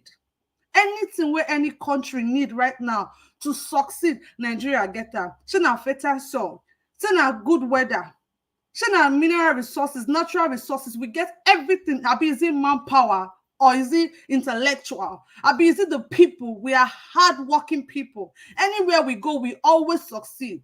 We're not asking for too much. So anything where country need to succeed, Nigeria get them. We just have people that are wicked at the ends of our affair who do not give 2 cents about the common man out there. So please, to whoever that caller is, no disrespect, but I beg, this blame game should just stop. It should stop, please. So, secondly, I'm going to go to the person who was blaming Nigerian youth, saying that the Nigerian youth is the problem. Nigerian youth are too weak, and the youth of the other generation, and they were not this weak. Sorry, sir, please come. I be waiting. They say, waiting be come for Bini. I won't say come now. I want to come for Bini. Waiting be come for Bini. Larry, is it Larry? Okay. So why would you say that the youth of now, of this generation, they are weak? Why would you say such a thing? So the youth of before, what did they do? What did they do differently? What did they do differently? I want to know. Please, guys, tell me in the comment section. What did they do differently that the youth of today are not doing or are not trying to do? If not be the mess where they do that time, we will not be in this mess. Since where they bomb it till now, so it is where I don't hear. What did they do differently? It's so easy to apportion blames to people. Like I said, talk is cheap. It's easy to just open your mouth and just speak. Talk is very, very cheap. I beg, let's all get involved. I beg. Thank you very much and God bless you. Make una not forget to like and share this broadcast, okay? Now God and God bless you. Now to everybody in the comment section, sweet mommy diaspora, thank you so much, mommy, for all you do. We sincerely do appreciate you. God bless you. A big shout out to Mr. Onwonsu Destiny. Give us our mandate. Jonathan Kinsley, Alex, Black Panther, Abdul Malik, and Patricia. Thank you so much, guys, for doing this with us once again. Oh yeah, let's go there. Olabimpe Shoyemi, thank you. Now God now go bless you for this super chat. Your hand no go dry or your pocket no go dry. Thank you. People when they ask me for a comment section, where is Kachi from? Kachi is Igbo that just loves and adores the Edo culture. I'm Igbo and I'm from Ebonyi State. Thank you so much. I hope I've been able to answer your question. Okay, now let's go straight to the next person on the panel today, and that will be Umosu Destiny. Please talk to us. Thank you. Thank you, Mrs. Cartier, and I greet everybody on the panelists and the commenter and the followers also. My own issue is that I will start from like the visit to Atiku by Obi, because yesterday I listened to many people was shouting because she already put some tweets out. I could remember when we are small then, if you are going out with some kind of people, your dad or your mom will say this person is bad. You have some, mostly when you are stubborn in your area, your dad will not ever allow you or your mom to go close to those people. And any day they see you or they hear that you go close to those kind of people, you are in trouble. And sometimes if you want to go close to all those people, always do it secretly, so that your dad or your mom will not know about it. And some of us here, I don't even wonder, not only here, each of Nigeria general, we will come and condemn that, this person is bad. this person is not good, this person is a thief, as a politician or whatever. But when somebody that we love get close to that person, we say that you just went to visit him. Just went to, and some of us here cannot even go close to some people when we know that they say this person is bad. In this country that we are living, if they say this person used to say some things, we hardly go to their house because we will be afraid that whenever we go there, we don't know if black and black will come there. So that in case the day of Balebe will come, they will not see us with this social person. Or we don't know whether they will come and invade that house. We always like to go away from that place so that the person will not rob us with his own bad blood. Because if anybody hear it outside that, they saw you in this person's house, that was right Balebe arrest you, all this, we always try to get away from it. But because we love someone, and I remember many times in this program, many people always condemn PDP and APC that they don't like them, and they will not have anything to do with PDP and APC. But now I'm seeing that because somebody that they love much is getting close to PDP now, some kind of changing of mind is coming in. So that's why sometimes I always say that we are the problem of ourselves in that country, that we can never, even people that is even saying it, that even if this person go to PDP, like that, if you go to PDP, they will even vote for him. They are still here condemning that in those states, why they did not like Dr. Aswer is because he's from PDP. But they are here telling us, yes, they are listening from the beginning to the end, that they are not supporting Aswer, whether he's okay or not, but he's from PDP. That the governor is not doing well. But that's not my problem. I mean, any politician in Nigeria, if we just want to check how politicians are working in this developed country that we are, none of them is doing well. But in the country of Nigeria, also all those roads that I forgot this man name. They always show things on Facebook, and you always show different roads, different offices that the governor is renovating, because they say that if you are in the government, it's continuity. That the man is trying to build, making everything okay, doing everything possible, and the man is bringing different areas, not one place. Even the governorship candidate of Labour Party went to a shopping mall that the man built. We are still condemning that man, although I'm not supporting any one of them, because I don't even have interest in any one of them. But we are still condemning them. But we are here now adopting the same PDP in federal. That it's okay if the one I would love went to PDP. So how are we going to make things change? I remember when they said something yesterday that why is it that Showore did not call Peter Obi to ask him the kind of meeting? If somebody like us now, like let me just say, because Nigeria Watch have this platform, we saw him somewhere. If really he want us to know what goes on, he's supposed to come out to explain, to let us know that this is what happened. I went there, or I did not went there. The picture they are bringing out was old video. Please, you guys, to disregard those pictures. I did not go to this man's house. Okay, sorry, thank you very much. Is my time off? Yes, sir. Yes, sir. All Thank right. you very much, Mr. Wons to Destiny. We're going to come back to you shortly, okay? Thank you. We're going to go straight to the next person we have here, and that will be Mr. Joseph Oji. Thank you so much for the super chat. Now, God and God bless you for your continuous support. We really do appreciate you. So let's go straight to the next person here, and that will be Give Us Our Mandates. Give us our mandate. Please talk to us. Thank you.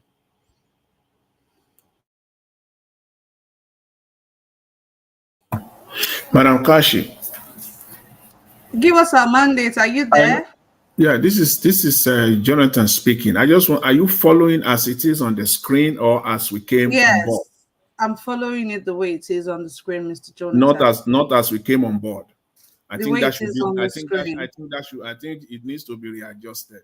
Okay, You no don't expect problems. someone We'll that do that. came first thing then to speak 3 hours or 2.5 hours later. I don't think that We'll is. do, sorry, we'll check that. I'm just doing it So, based on how it is on the screen. Mr. Jonathan, at the moment, the first person on the panel is Destiny, who wants to followed by Give Us a Mandate before Yeah. you. So exactly the original style. So I think we are on the right track. So since Give Us a Mandate is not right there now, so we can go to Mr. Jonathan. All right, no problems. Thank you. And before we do that, I want to say a big shout out to Dr. Happy Life. Thank you so much, sir, for this super chat. Now, God will bless you, at least for representing the Igbos in the comment section, because the Edos, they don't take over this place. Thank you very much, sir. God bless you for the super chat. May your hands never run dry. May God bless you. Thank you so much. Thank you. God bless you. Okay, Mr. Joseph, please talk to us. Mr. Jonathan, sorry, Mr. Jonathan. All right. Thank you very much, Madam Kashi. I greet you, Mr. Elvis. Thank you very much. Thanks for the work you're doing. I greet all the panelists and all those that are on the comment section. I greet everyone. Those that are listening. Please, everyone, please try to like this broadcast and possibly subscribe to the channel. Thank you very much. Thanks to everyone. See, I want to start on this topic of Madam Aisha Yusufu. Well, that's how she pronounced her name, her last name, Yusufu, and she emphasized that that's how she wants her last name to be pronounced. So, Madam Aisha Yusufu, she talked about the defection of members of YPP YPP members, House members to Labour Party, and I want to agree with her because yesterday, Mr. Elvis presented the video of Patutomi. Patutomi was on Arise TV yesterday, and he said something. He said, "What is the most important thing we need in Nigeria is values, especially for politicians.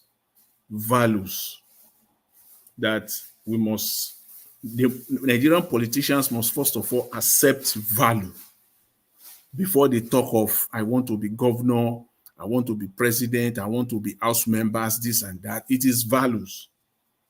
These politicians, they don't have values at all. Especially this one, another example, this one that just deflected now from YPP to Labour Party. It does not matter whether they move to Labour Party.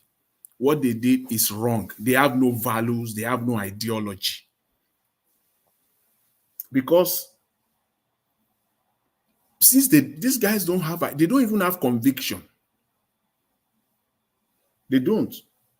The question here is that what is it in the ideology, ideology of the political party, YPP, that they hold so dear?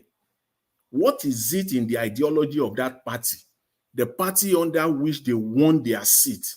What is it that has changed in the ideology of that party? What specific thing has changed? What is it in their own personal convictions and belief system that has also changed, that made them to move from YPP to Labour Party? So you can see that these people have that's just it. They have no integrity at all. They are just playing political gamesmanship, just looking for where they will get, thinking in their head where they will get the best opportunity to steal, period. Where they will have the best chances of they can get contracts, they can be part of the system. That's just it. It's not about the good of the people. Because I don't know what has changed between last year, the ideology of your party that you hold so dear, and the party had to nominate you to be their candidate, and you ran under the flagship of that party, and you won. You are sworn in. You believe the party so much. You believe in the ideology of the party, if there is any.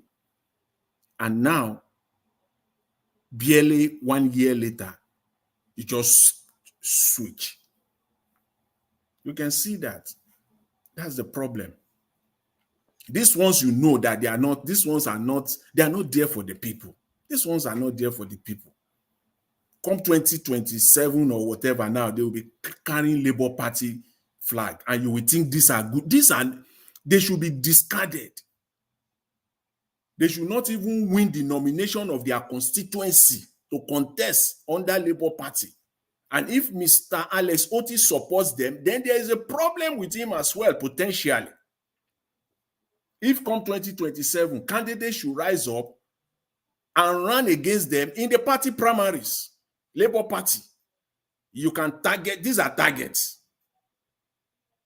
Those primary candidates that will go after them, that will contest against them, should get ready. Fix your eyes now, wherever you are, in Nigeria, whether you are in the diaspora or you are in Abia State, target these people, their constituency, and go after them and contest against them and flush them out of the system. They should not be near any political or public office in Nigeria, not even a councillorship office. Talk less of being a house member. They have the power to make laws that could change the lives of people overnight.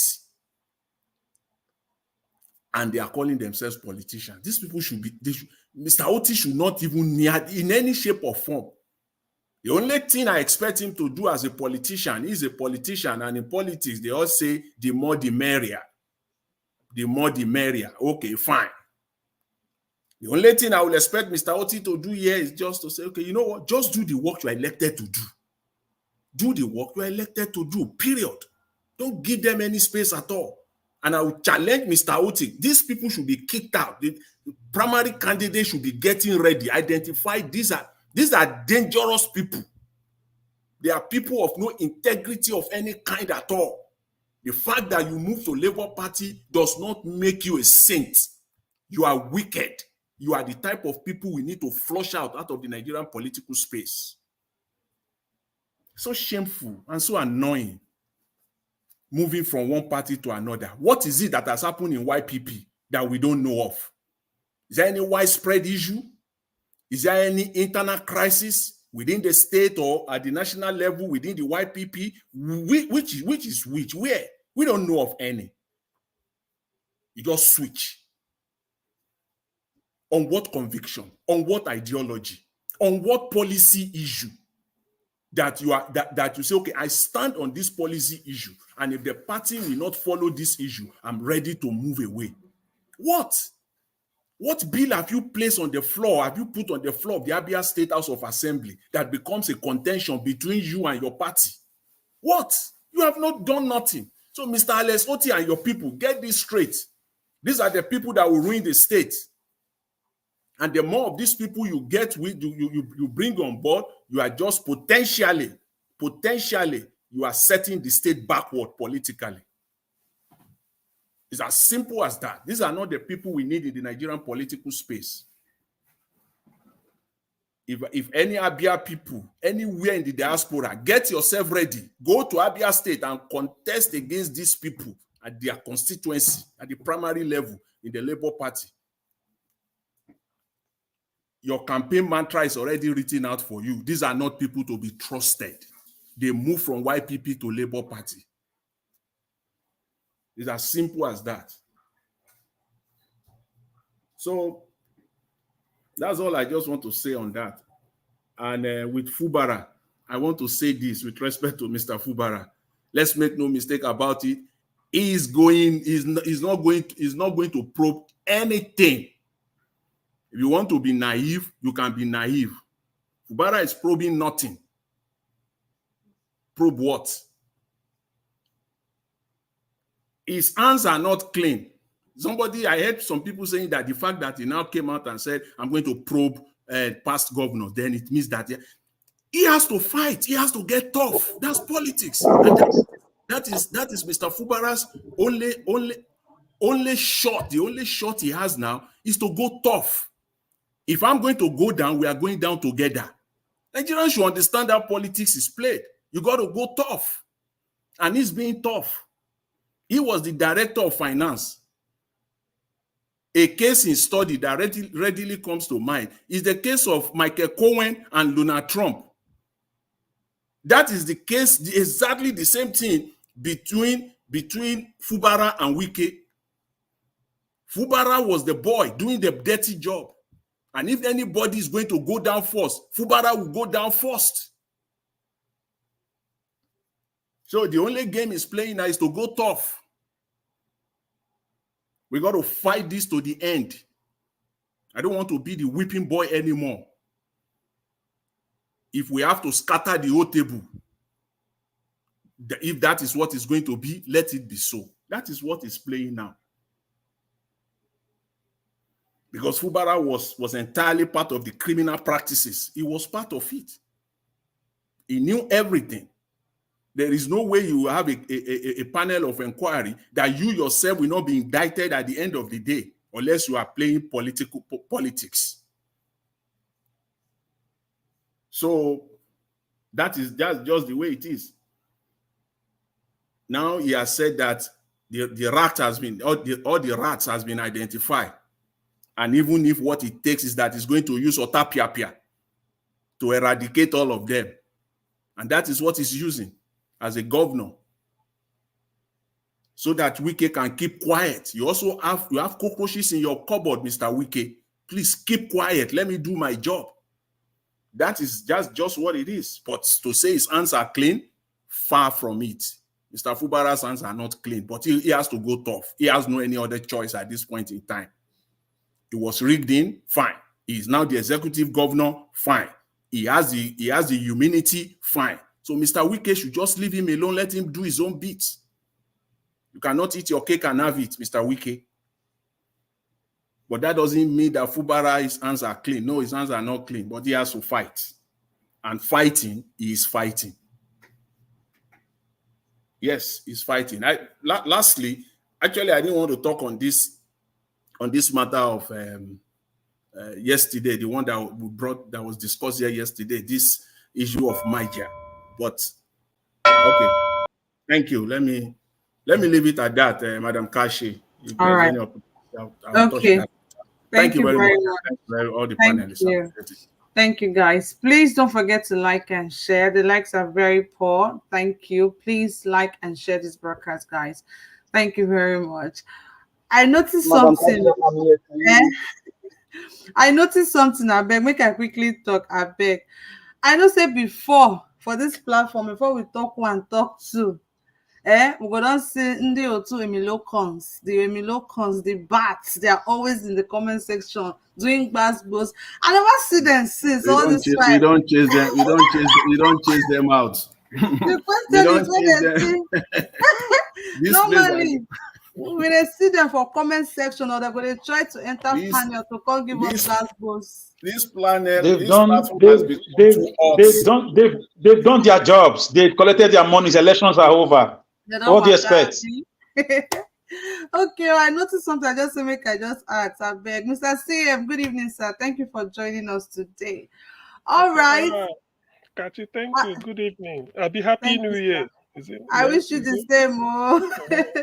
Thank happy you, sir. Welcome back. Thank you, sir.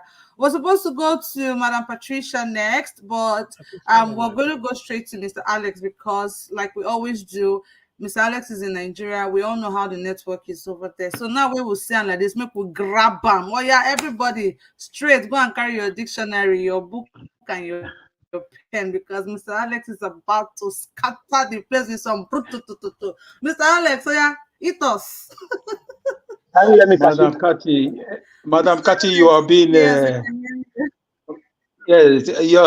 please, you have to break it down, Jare, according to Fela and Nicola Pokuti. You have to bring it down because GCK, my dear sister, UK is very good on you. That is so. Thank you, sir. UK is very good on you, Kachi. You look good, and thank you for the good work you do. Mr. Najawa, thank you for the opportunity. Thank you for being our Zimbabwean Harare, for lending us your platform or your social media vuvuzela for us to verbalize and verbose our verbosity. First of all, I want to address the United Kingdom, first of all. By the grace of God, I always like to put it out there that when I speak sometimes, most times, I speak as a specialist. So you may not get it sometimes, and I don't blame you. Why is Nnamdi Kanu still in jail today? Who facilitated Nnamdi Kanu? You will not believe it. It's beyond what you're saying. It's powers beyond Nigerian government. And I tell you, any political party, any political administration that releases Nnamdi Kanu will not have a second tenure. They will do it. So why are they going to UK or Chatham House anytime they have elections? Have you not asked yourself questions?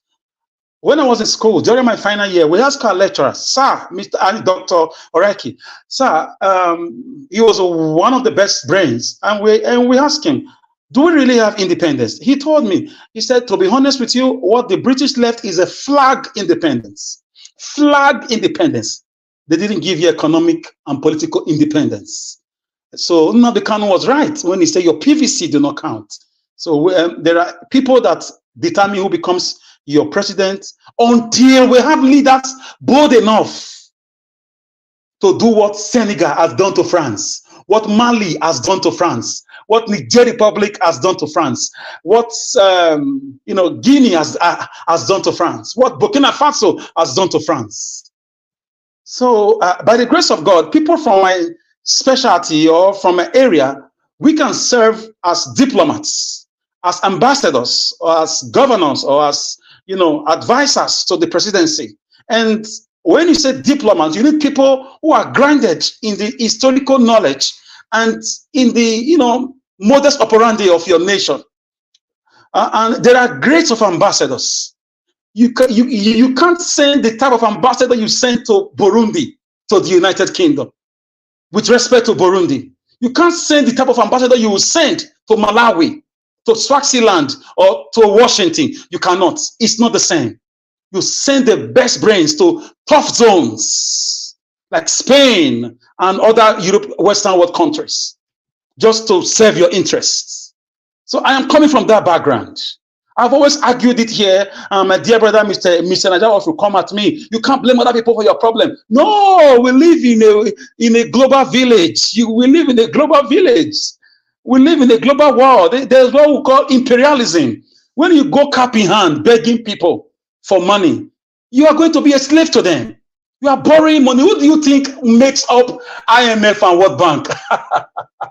What do you think makes up the Paris Club? You think it's my village people? No, these are the British, the Spaniards, the Italians, the Norwegians, the Western world, the United States, Canadians, Australians. These are the people that make a bulk of the people that gives you money to borrow. And they are going to tell you how things have to go in your country until you have radicals. Radicals. It took ideological radicals to liberate Nigeria, the likes of Anthony Enaro, Obafemi Awolowo, Nnamdi Azikiwe, and at that, they didn't give them full independence. They didn't give them full independence. They just gave them flag independence. So they keep meddling into your affairs. They keep inviting you. They keep, sending people to you one way or the other, and you don't know what these guys discuss with your president. You don't know what they discuss behind closed doors. When they go cap in hand, borrowing money, and monies that they will still do, you don't know the conditions. There are conditions that we don't even know about. So when you see Chinese taking over airports in Zambia or in some African countries, there are conditions that you put your signature to as a nation. So I'm not surprised the British are talking like this. That journalists had the audacity. I like the way if I addressed him. But if I was the one talking like that, I would say, "Oh, Alex, you hate Britain. Oh, Alex, you're always like that. Oh, Alex, you are too harsh." No, you need people who are grounded, people who knows history, who knows their rights, who knows themselves, who love the land to address things like this. I don't blame them. Why will I blame them when Britain know how many politicians have money, stolen money in British bank? They know. They know how elections are being manipulated. They know. Did you see them complain about the Lekki toll gate massacre? Do you know where that phone call came from? Have you heard about the 1929 about women riots? How our women were murdered because they stood against double taxation. You cannot tax my husband and tax me because we are from the same family. These women were murdered in cold blood. Have you heard about invasion 1897? How Britain, took other European forces and invaded Great Benin Kingdom? These are some of the atrocities by these people. And we have leaders who are not radical enough to break the chains, the economic slavery and political slavery. This is what Duku wanted to do with his tribesmen because they were targeted at different parts of the country. He succeeded at some point. He lost it due to sabotage. So we must have that in our subconsciousness. This is why they order your people who go to borrow money from them to remove history from their curriculum so that the children will not know what is going on. But some of us already ran away, snatched this knowledge, and we are imparting it here on Nigeria, who has given us his platform so that people will know that no matter how you want to argue with me, England, Buckingham Palace still has a way of controlling Nigerian politics. And they partially are responsible for the underdevelopment you see in Nigeria. They are partially responsible for a drug baron becoming a Nigerian president. Why are they always in France and England? England and France, they are cousins and they work together with Washington. So we need leaders who are going to wake up like people are waking up in Burkina Faso, in Mali. People are waking up in Senegal. We need young, hot-blooded, historically grounded individuals who are going to take the helm of affairs and say it's enough. It's enough. And it's you and I. We are going to do it. I know it may sound utopia. It may sound out of excitement. I'm not a psychic. I'm telling you how things have been done in other countries. Nobody ever imagined a 43-year-old emerging as a president in Senegal. Nobody ever imagined it 5, 10, 15, 20 years ago. Or a group of young people taking over government in Mali and telling France to go, taking away French as the official language, changing their own national anthem and flag and everything is being altered. Breaking away from colonialism and imperialism.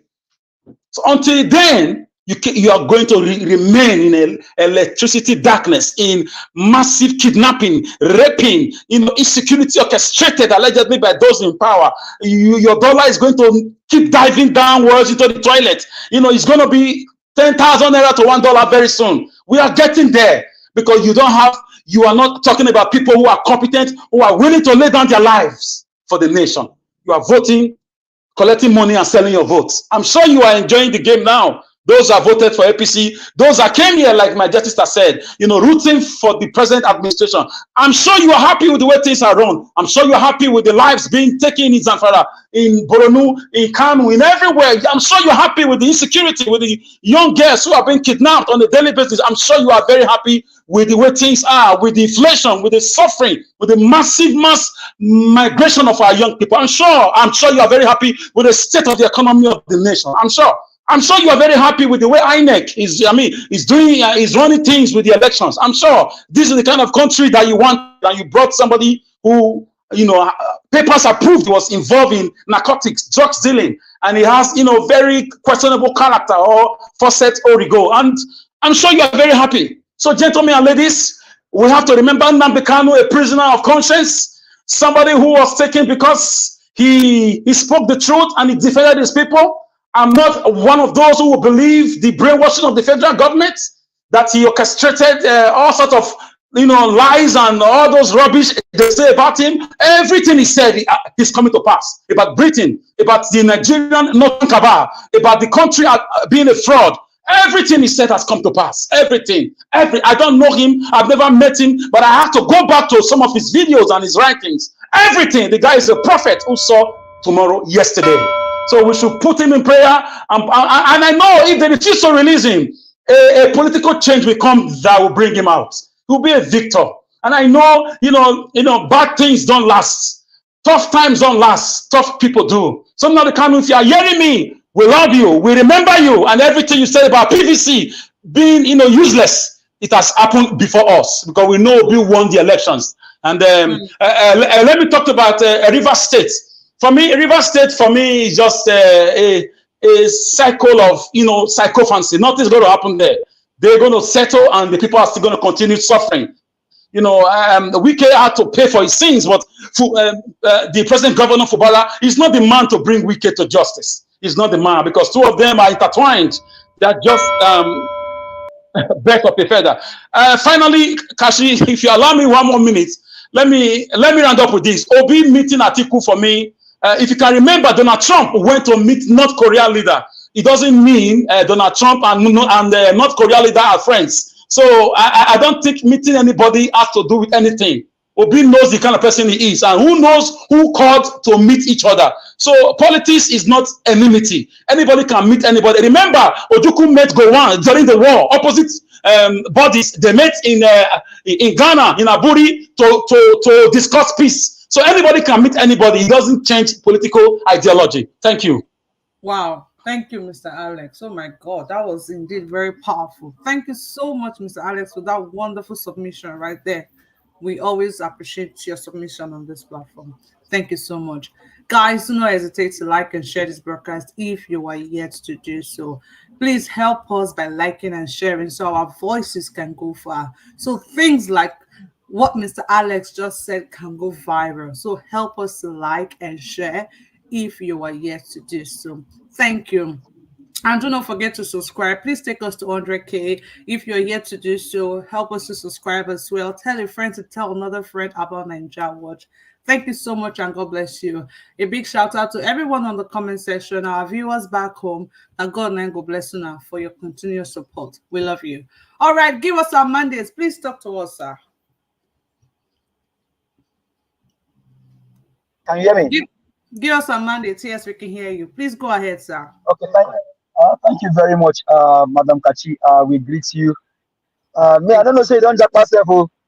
Well, this will be the stuff. And I can make you quickly on Japa. Amen.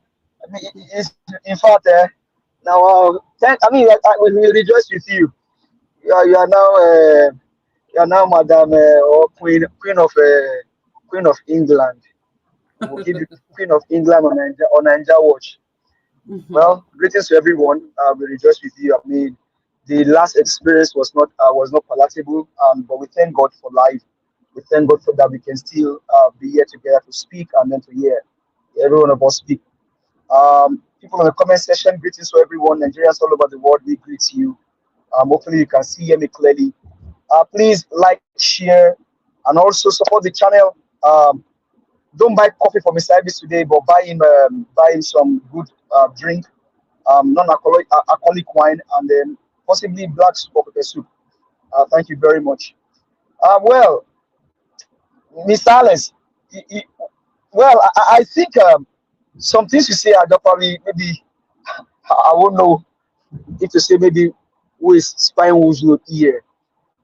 Like you said, for me, I will not blame the British government. I will not blame the UK. I'll blame the criminals that we have as politicians today. I blame the politicians. I blame the criminals that we have in power. These guys are there just for being their sake. They are not ready to solve the issue of the country.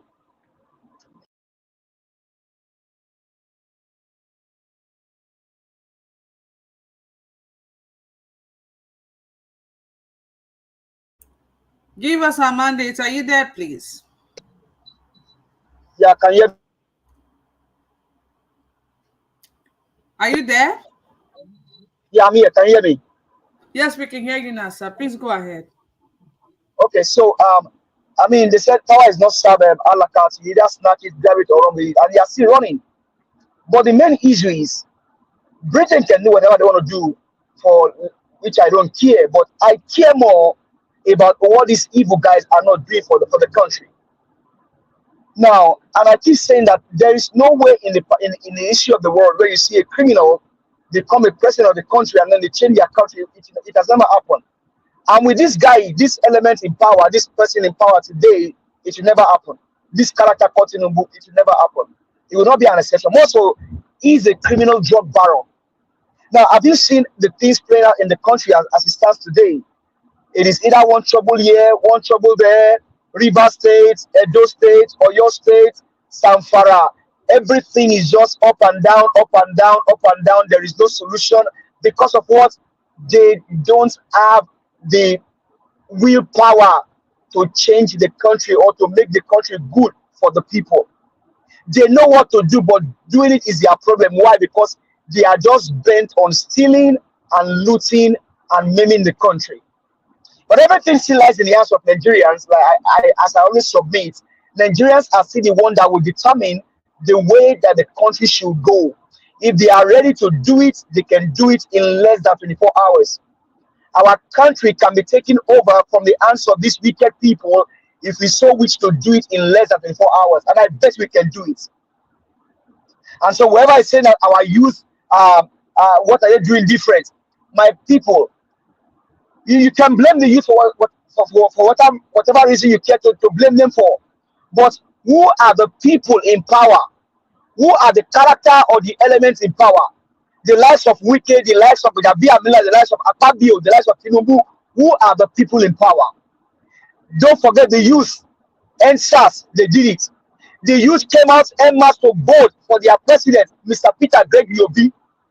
From the north, the south, the east, and the west, everybody voted for Mr. Peter Gregory Obi, only for these evil people to change the will of the people.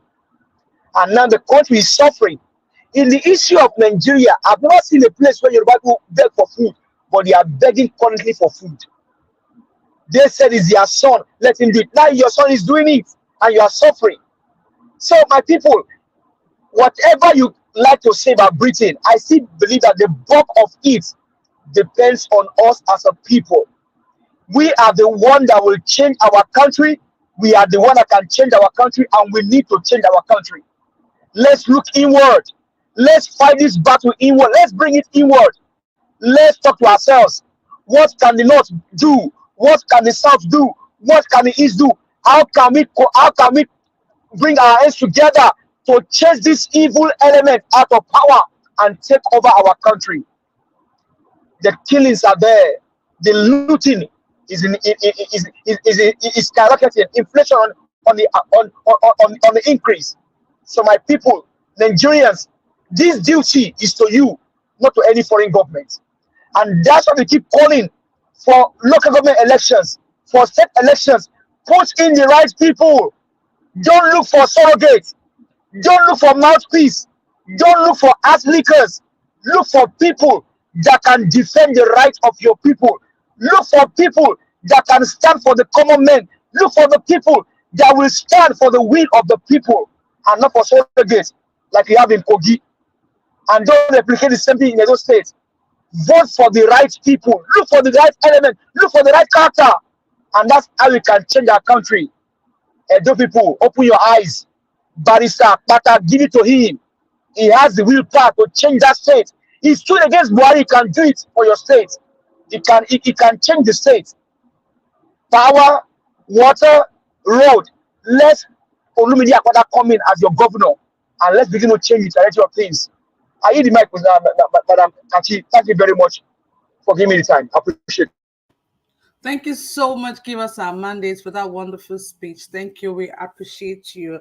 Guys, once again, I'm appealing to you all. Please like and share the broadcast if you are yet to do so. The likes are not encouraging at all. Please like and share. And do not forget to support us by using the $ to the right on the comment section to support what we do here.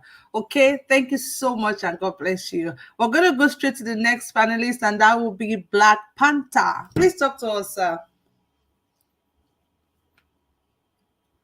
Hey, Madam Kashi. Our new mama on board. I love to see your face, You are such a you're beautiful, but when the struggle is that beauty, you don't put aside, then go ahead with the struggle. That's the kind of woman you are. I love that. Thank you, sir. I love that. You love Nigeria and you want it to work. That is why you are here then talking, and you have faced it, you have faced the evil, and you came out and you are still forging ahead. I want to thank you, and may God bless you and make you more fruitful. I want to thank everybody that has spoken. Dr. CM, welcome back from, I think you went to lose some faculty issues, Abby. No problem. You are welcome, sir. I want to thank everybody. Give us a Monday. That was a beautiful speech. Mr. Jonathan, thank you. Mr. Alex, oh, you are on board all the time. Mr. Abdul Malik, I came in. Abdul Malik, no problem. Chiobala, thank you. Onsu Destiny, thank you.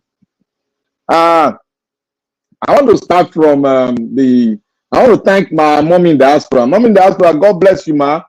Thank you for always opening the door for us, despite everything, always close it. I want to thank all our mothers out there. I want to thank all the viewers. Please hook on to Nigeria Watch. Subscribe. Press on the like button so that we can get far. That like button is one thing that is very prominent, that we need it, so that as we speak here, our voices will go far, far, far, far. And tell your neighbor to come out there and subscribe so that we can get to a mark whereby YouTube will recognize us, and we're going to celebrate that thing with everyone, because every one of us are part and parcel of it all. I want to bless everyone. I want to thank you all for, subscribing and sitting down there to listen to us. And today's topic is very fine, and we are not going to run away from, neither are we going to shy away from Nigeria issues. Today is in Nigeria economy, the government. I expect everything that is happening, because the government on board now have nothing to offer Nigeria. You know what the man said at the beginning? I will just recap your mind back. He said, we are going to reduce the buying powers of every Nigerian. How do you reduce it? We are going to tax you more. And that is the same thing he did in Lagos State. He virtually did nothing in Lagos State. He did nothing in Lagos State. I am a Lagosian. Despite I come from Benin, I'm a Lagosian. I've lived there for a long time.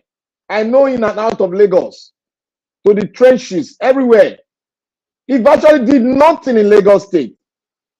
He just paint washing everything. Everything you see there. Lagos State is owing huge loan that even Nigeria will not want to even owe. Lagos State is next to Nigeria when it comes to loan. So what he has done now is just making the country, they don't have anything, and that's why I go against anybody that will come here and tax a developing nation and bank on tax. Countries don't develop by taxing. What develop a nation is by producing. Look inward and produce. The more you produce, the more you open up, the more you are employed, and the wider your taxation. Because tax is not put on a citizen to make them poor. Tax is just they tax you so that the government will have more money to use in developing and improving on the social amenities that you guys are paying tax on. That is the purpose of tax. No country uses tax to pay debt. What they are doing now, they are using your tax to pay debt. Remember, Mr. Jonathan said they have calculated it. Every Nigeria is going to pay so amount of money in this debt they are putting in their pocket. So we are indirectly paying for the looted money back to where they have collected the money from. That is what is going on. We are just marooned under a circle, going around, merry-go-round the circle, like the earth is going around the sun. That is what we are doing. A nation cannot be economically sound when it does not produce. You have to produce to widen and reduce the poverty rate. When you produce, the amenities are there, then everybody that have mindset of production, they will start inventing things, because the social amenities are there. The platform is open for them to not do what? To not play and be a part and parcel of the nation building. That is it. And by then you can make little, you can give little, you can take little tax from them. So what we are seeing now is a dumb economic, economic idea they are putting forward. If they don't have any idea, they don't want to go into production, because where they took the loan, they want to impoverish Africa. They want to impoverish Nigeria, because Nigeria has the capacity to be a superpower in the world. Nigeria has the capacity. They know. That is why they give them the loan, so that they can kill your currency. Thereby you cannot produce, because they know that we cannot produce, because there's crisis everywhere. They employ all these gangsters that come from the Sahel, and they are making sure that there's no way we can produce. Farmer cannot go to farm. That is the whole purpose. The more we are impoverished, the more the Western world are enriched, and thereby enriching these so-called vampires that is scattering around the countries that know nothing about the country. I must tell you, most of these people ruling Nigeria, they don't know the history of the country itself. That is it, they don't know the history of the country. Like I said, during the World War, the Western people said they are going to make Africa the farmland. What are we having now? They are sucking Africa. Everything out of Africa, they are sucking it. So that is what they are doing. And I want to, you see what he's trying to do? When we brought down the taxes in airports, that the taxes that have been taken in international airport is well enough, they should stop it. Now he's going back to it. Why? Because of the loan he's going to take. Because of the loan he's going to take again, he's preparing himself. And on Wike River State, please, everything that's going in River State now, don't go and dabble into their war.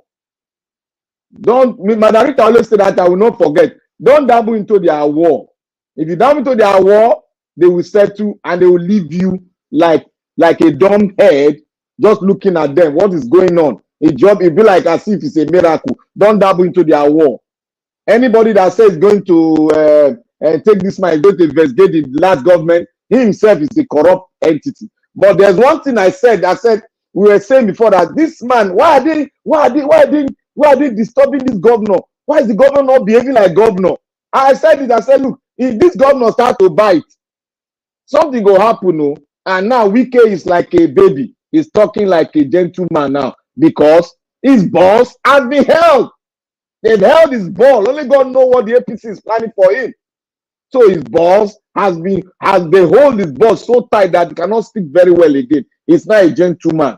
So we should leave that. And the British man that was saying we are Nazis, is just that is Britain for you. That is white supremacy for you. So I want to ask him a question. What does Britain give to the world? What do they give to the world? What is the new innovative thing they have given to the world? If he can answer that, let's see him let him answer it. And you see, Britain, I want to even say something here. Do Britain have any natural resources? But they will say the economy is very buoyant. How do they ponder on that economy? How do that economy become buoyant without no resources? What are they giving to the world? Nobody have asked the question. What are the British giving to the world? Apart from what we are seeing now. They are just like a parasite. They feed on the host.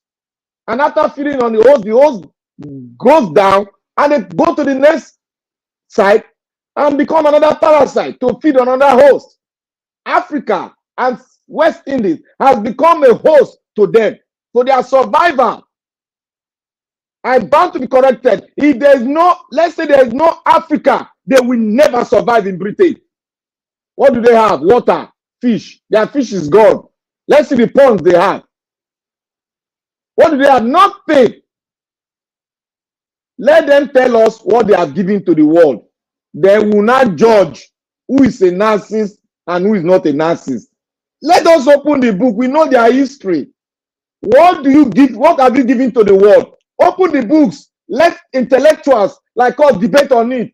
Come to the channel. Let's debate on it. What have you given to the world? If not what you have called the African state called the greatest black nation on earth, Nigeria. We have been your host for a long time, and we are going to take ourselves out of that situation. And you are going to cry, baby. You are going to preach it. You are going to cry. Thank you. Oh, thank you, sir. So you're gonna cry, baby. Thank you very much. Thank you. Please, guys, again, I'm begging, like and share. And what did they happen now? You guys are not pressing on the $sign. Please press on the $sign to the right on the comment section to support what we do here, okay? Thank you very much. Before I move on to the next person, I just want to give a quick shout out to those on the comment section. I can see that they are having a lot of fun right there. I see CO right there. Chris Rebeth, thank you for joining. Abo Azi, thank you, sir, for doing this with us. Ray Abua, Tracy Jacobin, Tony Africa DPT, thanks for joining us today. We appreciate you. Thanks to everyone on the comment section. I sincerely do appreciate every one of you. Make sure don't forget to like and share the broadcast if you're yet to do so. I can see Bright Strasser right there. Thank you, Bright Jeku Obedient, Dr. Happy Life. Thank you for joining. Make sure like and share. Stella Afini, thank you for joining. Delka Etos, thanks for joining us. Thank you, guys. Oh yeah, now let's move straight to the next person we have there, and that will be Abdul Malik. Abdul, please talk to us, sir. Yeah, good evening. Good evening, sir. Yeah, good evening, everybody in the channel. I don't have too much to say. Let me just come with this Nnamdi Kanu issue. You see, Nnamdi Kanu is a citizen of Nigeria and a British. I see no reason why British they don't go after him. They are not that is they don't even care as the guy is there because he's the citizen of British and Nigerian too. That shows you that they are behind what happened. How can somebody they went to go and kidnap somebody in Kenya? There is something behind there, understand? I don't blame them too much because I blame our people. I only blame those Western wolves. Out of 100%, I will blame them 10% of it. Other 90% is our people. Why is this that most all the region in Nigeria we have sabotage. There is sabotage, and we have to feed those people out so that everywhere will be clear. We have to clear them out of the country. There are people selling us, understand? There are some people selling us in that country. All the region in Nigeria, both the west, the southwest, everywhere, north, east, not everywhere, there are people selling us. Those are the people that they are saboteurs, understand? The problem is this, is that Nigeria, I always say this, you see how the country is going now. You guys should not wait for anything. Stand up and take your country back. Look at now, some of you guys cannot feed. Some of you, even 3 square meat, you can't have it a day. What are you doing there for? You are waiting for what? Stand up and take your country back. Because Nigeria government did not mean well for you. They don't mean well for their children, their parents, their family. After stealing our money, they will take the money to abroad to go and keep them in Western world. And those people, they are engineering them to steal the money, to take the money there. Imagine, you say you are the one that could rely somebody, and there are some people stealing money, government money to go and keep in your country. You accept them. Probably you are a criminal too. And look at what they are doing. If you look at those big media like BBC, Al Jazeera, CNN, they can never show anywhere good in Africa. If you take a look, anywhere they will show is where get to. They always show get to. They believe that Africa is not good because they are the cause of. You say? Mr. Abdul, can you hear me, sir? I'm hearing you. Please, sorry to cut you, right? The question is, what is your government, what is the Nigerian government doing about it? Because like I stated earlier, I said it's so easy to apportion blames. It's very easy, right? Now, the last person that just spoke has literally said everything. What is the British offering to the world? We all know what Nigeria has to offer. We all know that Nigeria is blessed with natural resources.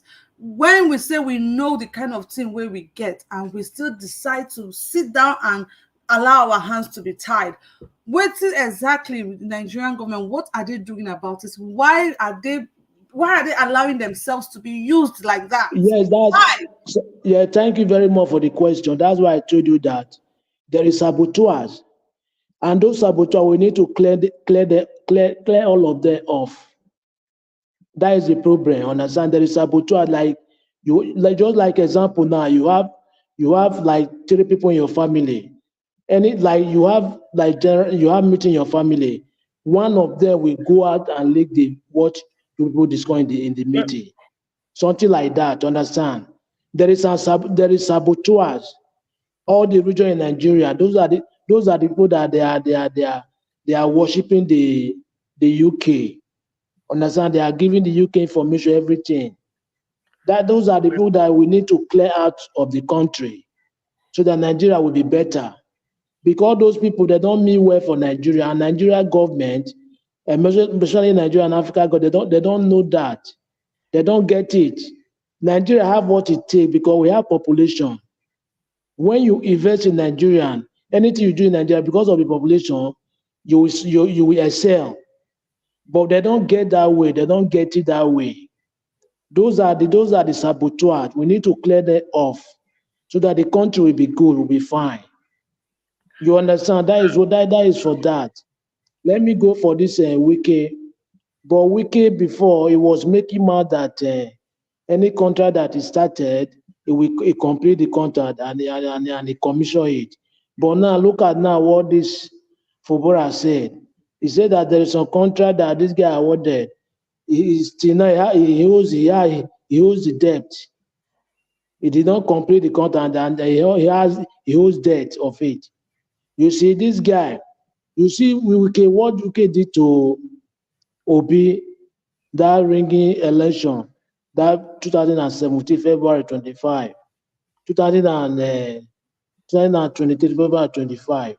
What he did to Obi, karma. You see karma. You know what is karma? Karma will go back to that guy. You see, just go and record this thing I told you now. That guy, you will see karma that will come to him. Because he betrayed Obi. Yes, he betrayed him. And you will see, and now you see Rivers State people, they don't agree with him. Everybody is angry with him for now.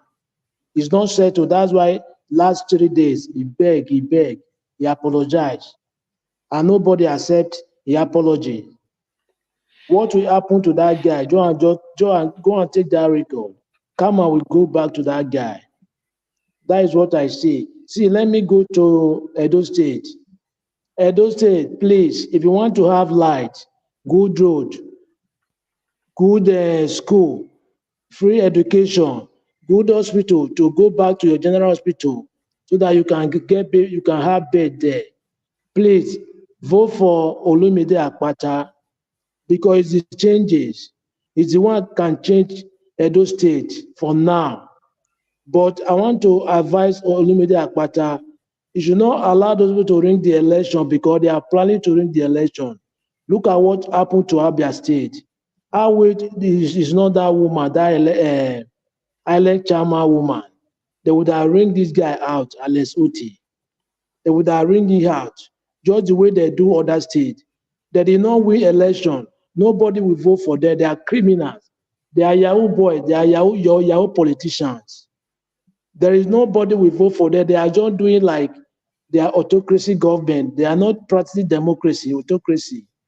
They are using force to take everything from people, which is time will come. They will pay for it. Understand? It's not now, but that time will come. It's very soon. It's not far more. Soon it will come. They will pay for all those things they are doing. You see what I told you, because there are how many of them? They are not up to 5 million, almost 200 and something million. You are matching them like say they don't know what they are doing. Like you are in military regime, and we are in civilian regime. Even military, they did not maltreat Nigerian people like this. Look at what they are. Nigeria now, they are suffering like beggars. Nigeria now, they are begging. Imagine, you cannot go to your farm to produce food that you can eat yourself. No light. You can go. You must go and buy fuel to put for your generator to charge your phone or to watch television. What type of shame is this? Why are you government? There is nothing your citizens benefit from you. You say you are government. Why are you government? No road, no light, nothing.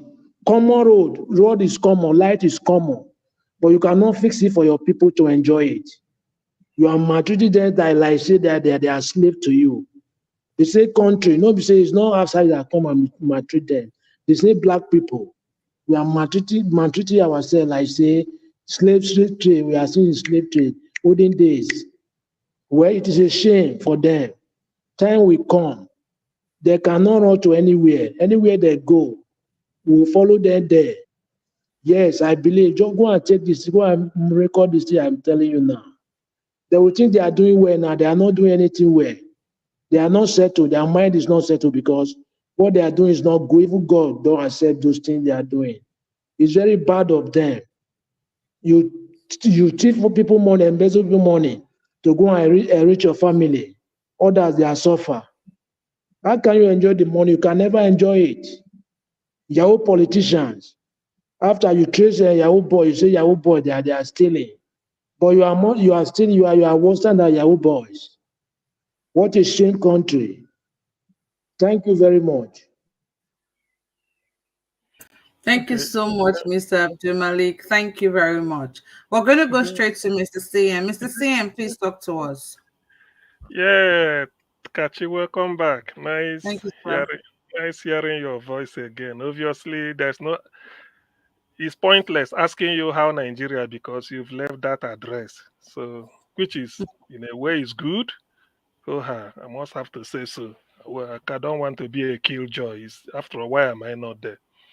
So Nigeria, to be honest with you, is heading for the graves. Putting everything together, what is happening, there are just a lot. So, in fact, let me even sound this. I don't blame anybody who maybe out of frustration, you give up.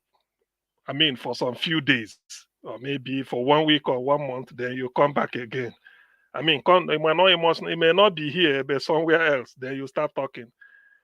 The thing is so depressing. But the question I want to ask is this: everything considered, I'm convinced that if the opportunity presents itself again, people will still tell you Tinubu is good. See, that is the problem with Nigeria. Clearly, this man knows he doesn't know what to do. He has no plan. Because at this point, you should have executed what is in your plan. Now you are telling Federal Airport to collect tax, collect this. A government that can suspended a student loan is what you have to pay back, 5 billion. Yet, that same government is embarking on a highway to fraud, telling you he's building a Lagos, what is it called? Lagos Calabar Highway. It's a waste of time. The thing is, I believe Nigerians, sometimes when I look at everything, I feel that Nigerians maybe they've not suffered enough. I still believe so. Yes. Somebody might say, what do I mean? How long do I want them to? I mean, I don't think they've suffered enough. I don't think so. Probably more will still come on the way. Not that I'm wishing it, but something must just have to jolt Nigerians from their slumber. Granted that an average Nigerian's capacity to absorb poverty and then all those shock is quite high.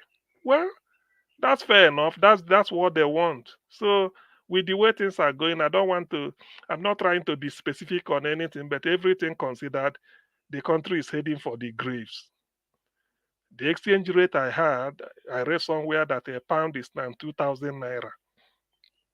A dollar may be approaching 1,500, 1,600 naira. Emefiele is being charged for printing, I don't know how many million naira with how many billion naira. Can you imagine? Yes, Emefiele pleaded not guilty. Yes, for a reason, because I find it difficult, or that some Nigerians do not believe. Emefiele cannot print, cannot do anything as central bank governor without a higher authority from Aso Rock giving him the go-ahead to do so.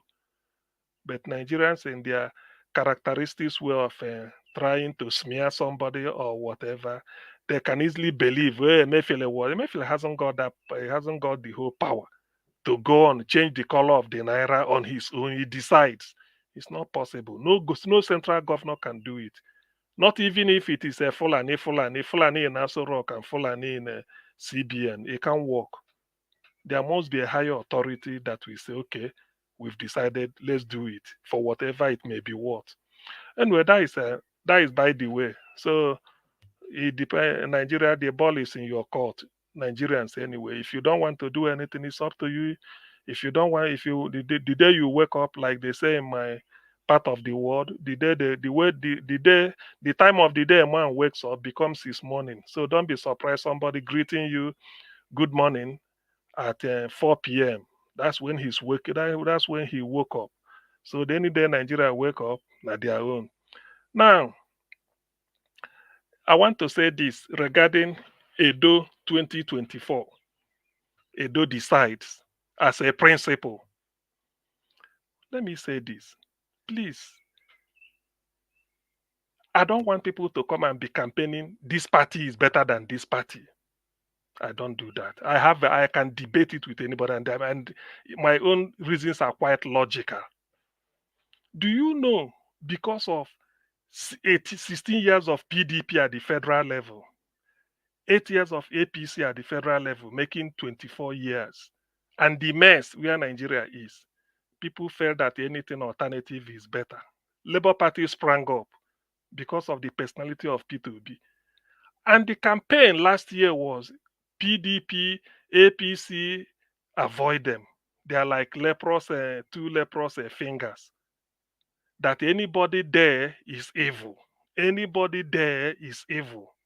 We were saying this, me, myself included. It so happened that those evil realized that if they continue to be in PDP and APC, they will miss their meal ticket. So what did they do? They trooped over to Labour Party. They wrote to their different House of Assemblies, House of Senate houses, what is it called? Everywhere on the wing of Labour Party.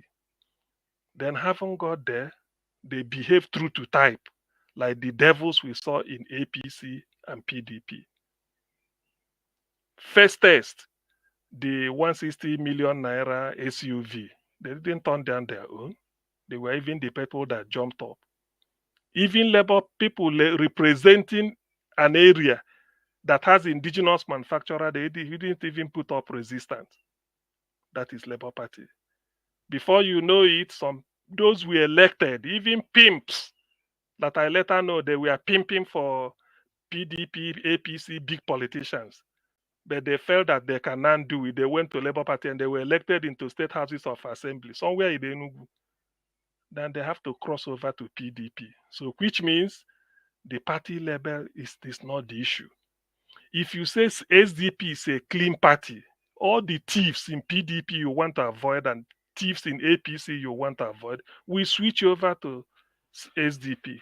When they get elected, they cross over. Or they even behave true to type if they should be there. Part of this behavior, you know, when people were talking of labor, nobody cared to know who the APC. Nah, maybe was it not the time of Oshomole as party leader? Who the PDP na Abure? So I mean, who the labor? So because Abure is in labor, nobody want to know who is really this Abure. Before you know it, look at where Abure put Labour Party now. Do you see it? So you see, that's why if you want to run on the tag of party, CN, yes, please. If you want can to I run 30 seconds? Yeah. The trajectory you are going through now, you are trying to tell us that we should go the way of Agado. No, I'm coming. No. It's like you jump. Because That's that's the why way Agado went. No. Listen. So what I want to say is this: do not say party, but take the individual. Which brings me to my second point. That is, Peter Obi started his politics with PDP in Anambra State. They showed him Shege in 1999 to 2003. He left for APGA. Ojukwu was there. So he used that guy to win. They rigged him out. Later, he went to the court and the court restored him. So he performed whatever he did under APGA. When he finished, because they want to penetrate APGA and discredit him, he left APGA for them. That's what he said. He called the wife of Ojukwu, Bianca, said, look, I'm leaving because their husband is no longer with us. Otherwise, I promise him. But the way it's going, the corruption went, I don't want to stay my name. He tried. Part of the corruption was they want him to approve about 500 million naira to organize a congress. Peter Obi said no. Then they carried campaign of calumny. He left. Jonathan called him, said, come and join me at the federal. He went back to PDP. Under that PDP, look at where he is. They dribbled him again. He went to Labour. So, in other words, even if Peter Obi goes to APC, he cannot be stained. That is the man. That is the character. That is him. So I would like people, particularly in Edo, I don't care where the party, just bring out the candidate. Look at him very well. What you should ask yourself is, this candidate is in party A. What if he leaves and goes to party Z? Can I be able to follow him based on his character? You say, yes, please vote for such a person. Because eventually the person will deliver. Character matters. They said, when you lose money, you've not lost anything. Because your friends can gather together or you cry, they do crowdfunding, they give you back the money. I remember somebody entering Danfo in Lagos in those days, public transport. There were this pickpocket, they snatched his purse and then over 100 naira in those days. People gathered and said, look, don't worry, have it. Eventually, the man didn't lose anything. If you lose your health, you've lost something. You've lost something. Because maybe you can't go back to the normal health you used to be. Maybe you are now on a wheelchair forever because of your spinal cord injury. Though you are living, or maybe they have to amputate one of your legs, but you are still living, or maybe one of the eye is lost. You've lost something. But if you lose your character, you've lost everything. If you lose your character, you've lost. That's what keeps people. That's why people are listening to Peter Obi. He has been to party, he has journeyed through the parties. Alex Otti of Abia is performing not because he's in Labour. Alex Otti won PDP gubernatorial election 2015. He was rigged out openly. People shouted. Later, he left PDP. 2019, he went to APGA and won again because the people of Abia, they know him. He was rigged out. 2023, he went to Labour. If not for, what is the name? Professor Nenoti, Vice Chancellor of FUTA, Federal University of Technology, Owerri, FUTO, that said no as the returning officer that I can't take bribe, I will follow my conscience. We all saw it. Now look at what the man is doing. So if Alex Otti should go to SDP, he will still perform because that character, he doesn't want to steal money. Imagine a governor coming and stopping a pension for former governors. It means that he himself will not collect pension. That is the meaning. That is the meaning. Imagine telling somebody refund 10 billion for airport you didn't build. It means that with that same what is the how is this said in Julius Caesar? I killed my best friend. Mark Antony was saying to friends, Romans, countrymen, lend me your ears. I've come to bury Caesar, not to praise him. The good and all those things. He said that I killed my best friend for the good of Rome. I still have that dagger to myself when it shall please my country people to have my death. So that is exactly what Alex Otti is demonstrating. He is probing, saying he doesn't want this. It means that he's already telling you, the day I will leave, come and check me. So that is character. what we want is start now to study the candidates. The party doesn't matter. Because that character, even if they want to influence you, we say no. Peter Obi was impeached twice. His character, despite the fact that he's the only APGA, he's the executive is APGA, while the House of Assembly is PDP, 30 of them. But he told them, I'm not going to. People said, why not bribe them and then you, so that you do. He said, let them impeach me. I will be the person, the first governor to be impeached for saving money and all those things. Eventually, he won them over. It is that 2 times, but he was still voted the best governor from 1999 to 2019. 20 years of democracy, they voted Peter Obi the best governor in Nigeria. Without borrowing shishi, he was able to save 75 billion and keep, and built so many things from the scratch. Every senior prefect in the Anambra State school system, senior prefect, you must have Peter Obi's phone number. Anything happening in the school, they tell the senior prefect, send me a text, doesn't listen to the principal. So these are the enemies he created, but eventually, because of his character, you can't shake him. He did all he did. Every school principal, secondary schools in Anambra State, every school principal, brand new 504, 604, brand new from PAN. He gave all of them because Innocent wasn't in session then, or maybe hasn't fully established. So why can't the schools work? Most of the school principals, it took them to Singapore to go and understudy what they are doing in education. So why can't Anambra be number one? So what I'm trying to say is that it's the character. Because this party has dribbled us. When you say Labour Party is okay, because we projected Labour Party as the alternative, all the criminals from APC, PDP, and the parties, they joined. Now look at the way. All of them, they've gotten their ticket, they are changing party, or they are still behaving. So eventually, they are like the rest. So that's why I want people to start now. It's September. Let's start digging into their past and be asking them, if you encounter them, forget about party. Can you do this? Can you do this? Let us see it. Just commitment, even if they may change something, but let us not make it at, oh, this party ain't good, this party ain't bad. No. If you do it, you do your. If you don't do if you can't do the analysis very well, you will fall into the gutter because it's the same thing. So, forthcoming, I want people to de-emphasize party. Let's be talking about the character of the person. First, you itemize all the problems facing Edo State. I don't care whether they are mountainous or not. Then you start to see which character can be able to solve this and how are you going to do it. I will do this. You go and cost it. How much does Edo earn? Okay, Edo is earning maybe 500 billion naira every month, IGR. How are you going to increase it to 1 trillion? You say, how? Tell us. Who is going to pay it? Tell us. Because we have to be sensitive. You don't just have to bandy about figure. We want to know how. If you can't convince me, even if you can quote anything, I said, no, it doesn't add up. Though you are saying, but it doesn't add up. You are not sure. You just want to bamboozle us. It is better you say, look, this thing is at 15 billion a month.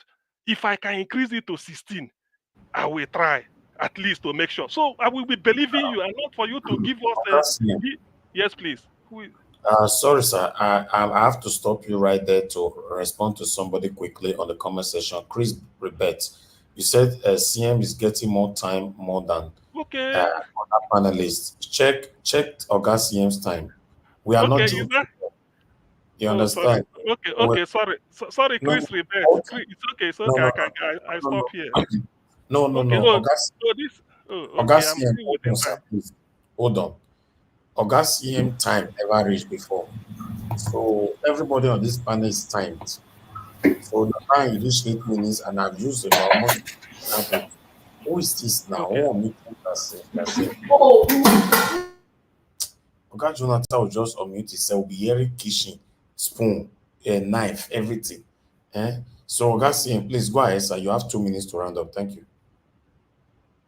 So, Chris Rebet, thank you for pointing that out, but be patient with me anyway. It's okay. We don't do corruption here. Not even the way, even if the day I'm officiating or moderating, I time people with my stopwatch. So what I'm saying is this, I want people to be guided. I really want, because we've seen, it's like something has happened to us. We don't want it. Nobody can come and fool us again. What we want is the person. We want the character. Let us know you. If we are not, we have to dig deeper. Everything. Let's know.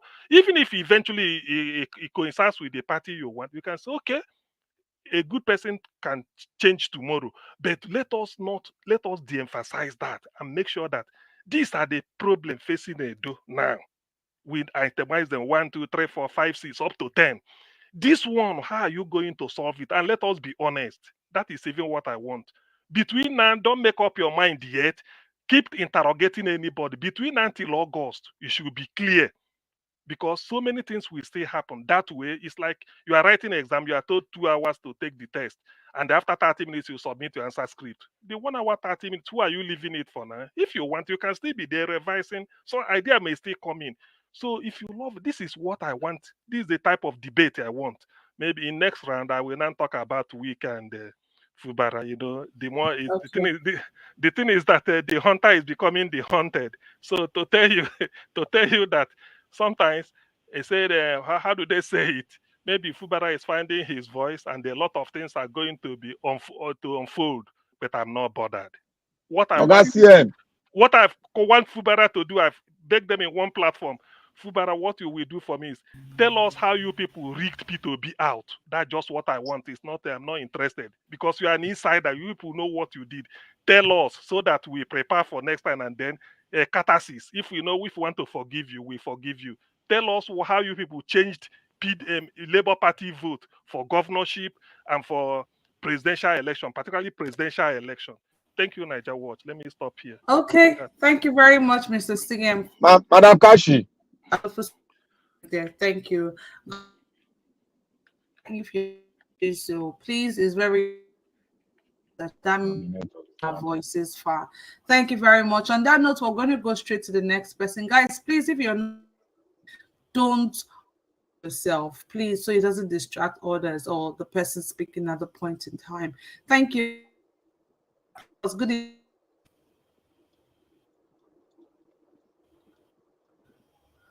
Mr. Theo, are you there, please? Yeah, thank you. I thought, is it my network or your own? I don't know. It's kind of okay. Good evening, sir. Please speak to us. Okay. First of all, can you hear me clearly?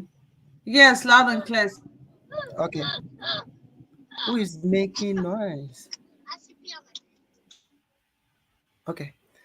Thank you so much for that. It's been a while, Madam Kachi. You know, you left us. It's okay. Good to see you again. Yes, so let me start. Let me continue from where Mr. CM, Dr. CM, you are really a doctor, you know, from where you stop. I believe Nigerians need, as in millions of you, to be able to think intellectually. In continuation, I also remember that in I can't remember specific year, Peter Obi was the one who, based on recommendation, brought in Obianu to Anambra. And what happened? The same party where Peter Obi did well, Obianu came, stole their money. But in other way, also did something, like I always say, you know. But you now find out that the party where Mr. Obi did well, Obianu came, stole money. As I speak with you today, EFCC is still, his name is on the EFCC list. So that also take me to some persons, like currently now, you are talking about Menja. Even before I even go there, the person of Barrister Lumide Akpata is a good man. He was a member of a PDP. August last year, knowing fully well he was not going to get the ticket of a PDP, he decamped to Labour Party just for him to get the ticket. So at the end of the day, they found out that all these political parties, being PDP, APC, Labour, they are all the same. Like you said, we need to scrutinize individual. Then we also need to look at their track record. What have you done in the past? Is there anything of association around you in terms of negativity? Then with that one, we'll be able to know, okay, if you enter power, are you going to be there for your cronies and all of that? I think it's very important we start looking inward. It's very important we start looking inward. Because going, in short, in all the states in Nigeria, in everything we do, we must apply the level of competency. I respect so much what Jonathan said regarding people decamping from one party to the other, especially in Abia State or even all the parts of the country. you find out that most of those political parties, they don't have ideology. There are some members of PDP today that was in APC.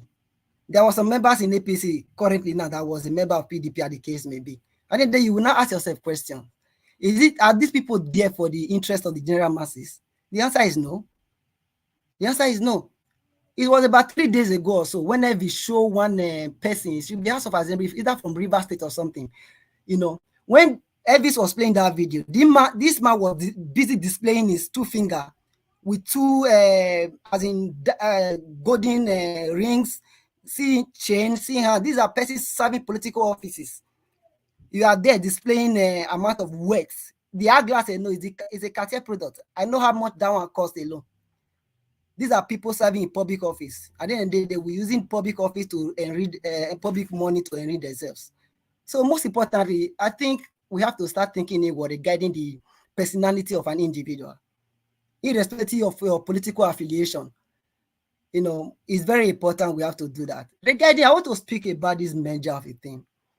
That's why I also want to urge each and every one of us. We should not take enmity in political parties. We should not take enmity regarding campaigning for any candidate. You know, now most of us are just glued to Labour Party. Because of that, we are insulting PDP, insulting APC, and all of that. Fine, we have the right to be angry. Me myself, I'm angry because these people, whether we like it or not, for years, where PDP and APC have been ruling Nigeria, they destroyed the country. You know, they destroyed the country. They could not even afford to give us like 24 hours. But now, what do? There are still some individuals who can do well for the country, but they have not been able to get access to power over the years. That's what has been the problem we have been facing in the country, whereby they give power to those mediocre. You'll see persons out below, just like what APC is doing in Edo State currently. Sorry to say. You know, at least there are people who are viable enough, irrespective of where you are from. That does not mean who knows how to speak English is the best person to rule. No, I'm not going toward that direction. But there are some things, there are some character, there are some traits, there are some qualities you need to be able to study. Okay, this is what the kind of person that's supposed to rule, supposed to lead. But what do I know? So now talking about this merger of a thing, Peter Obi met with Saraki. He met with Atiku. He met with I don't know, most of those northern core leaders. I began to ask myself questions. Some people were just playing political talk yesterday, like this and that he can visit anybody. He can visit this or that person. This person can visit other person. My whole point is that why meeting all those core leaders in APC, especially in the northern part of the country? Why? Because he wants to build that bridges. Why? Because he wants to form that alliance. You know, because if it persists, if the problem we are facing today persists, continue till 2027, if we don't build these bridges, there will be a problem. Why? The electoral reform, which is one of the major problems we are facing in the country, have not yet been discussed. Then if we believe that we, the masses, are going to go back to that the same polling booth and say you want to cast your vote, and then you expect your vote to be counted, you are just wasting your time. It's supposed to be as you are pressing your fingerprint, it's being recorded at the INES central database. Everybody is seeing it displaying on the screen, knowing the numbers is increasing and all of that. Then you can have confidence in the electoral system. If that is not done, there's no way we can believe the system that the people will be the one to choose their leader. It's going to be difficult. Yeah, my brother, please, can I interject you for 10 seconds, please, sir? No. I just want to align with you. I wanted to align with you on what you just said, just for 10 seconds, please, as is the custom here. Yeah, what you just said, I will not blame Mr. Peter Obi at all, because Abure, the National Party chairman of Labour Party, with all the saga up till now, has not resigned. So I really don't blame Obi for. I'm not saying he has done anything yet, but having a deep thoughts. Come on, no sensible presidential candidates looking at what Abure has dragged Labour Party to do over the last 3-4 months will not seek solutions. I'm just being, very pragmatic here, in spite of sentiment. Thank you. All right, thank you so much. Like, with all those crises and all the things you mentioned, you find out there is a big problem of the Labour Party part. And that one alone is not dragging most of those people as who believe they have money to buy power, to buy tickets, gaining access maybe in senatorial position, in House of Assembly, as the case may be. So I don't know. I think it's hard time we start talking about this individual of a thing. And regarding this, what's it called? These measures of a thing. As in, I think, yes, it's good to build these bridges and all of that, because if there is not a good electoral system, whereby we have real-time voting system, you know, it's going to be difficult for we, like I myself, maybe 2027, it's going to be sending money again because I believe the person Peter will be no. It's not going to be easy for me. I don't think many Nigerians would like to do that again because they lost hope based on what happened in 2023. People believe because of the massive failure of Buhari, okay, it's time for us to, you know, go into this election with all our full heart. People send their money. We all sat down here 247 every day campaigning for the person of Peter Obi. Those could have also used it for that beneficiary thing that benefit our life. But we decided to come and, you know, at the end of the day, we all disappointed. Most of us gave up as we speak right now. So at the end of the day, in 2027, you expect me to continue in that same manner when you know that the electoral system that ring this current president in, you know, is going to be, is not yet amended. So building bridges, for me, there is nothing wrong with it. The only thing I'm just concerned about is the fact that people just see, like, people, as in, you should not create enmity because of party. Whatever candidate want to campaign for, whether being a do or any election, please look at the individual. And again, like I said before, I like the candidacy of Olumide Akpata. He's a good man. But a vote, in my own opinion, a vote for Olumide Akpata is a pathway to APC entry into Osadebe Avenue in Edo State. It's a pathway. Can I interject you? Can I interject you? Please. We interject you. You are painting a man that is not APC to the APC. That is wrong of you. You are wrong, or you are wrong, my brother. You are wrong. What is wrong You with are wrong, or you are wrong. Mr. Chobala, you are very wrong on that, sir. This is what you're talking about. Someone is No, that's not what you are talking about. You are wrong, sir. Please allow me to finish. My own opinion. Please allow me. Blackmailing. It's not an opinion. You are blackmailing. We didn't say vote for Iceman Igodalo is a pathway for APC. Why are you saying that to us?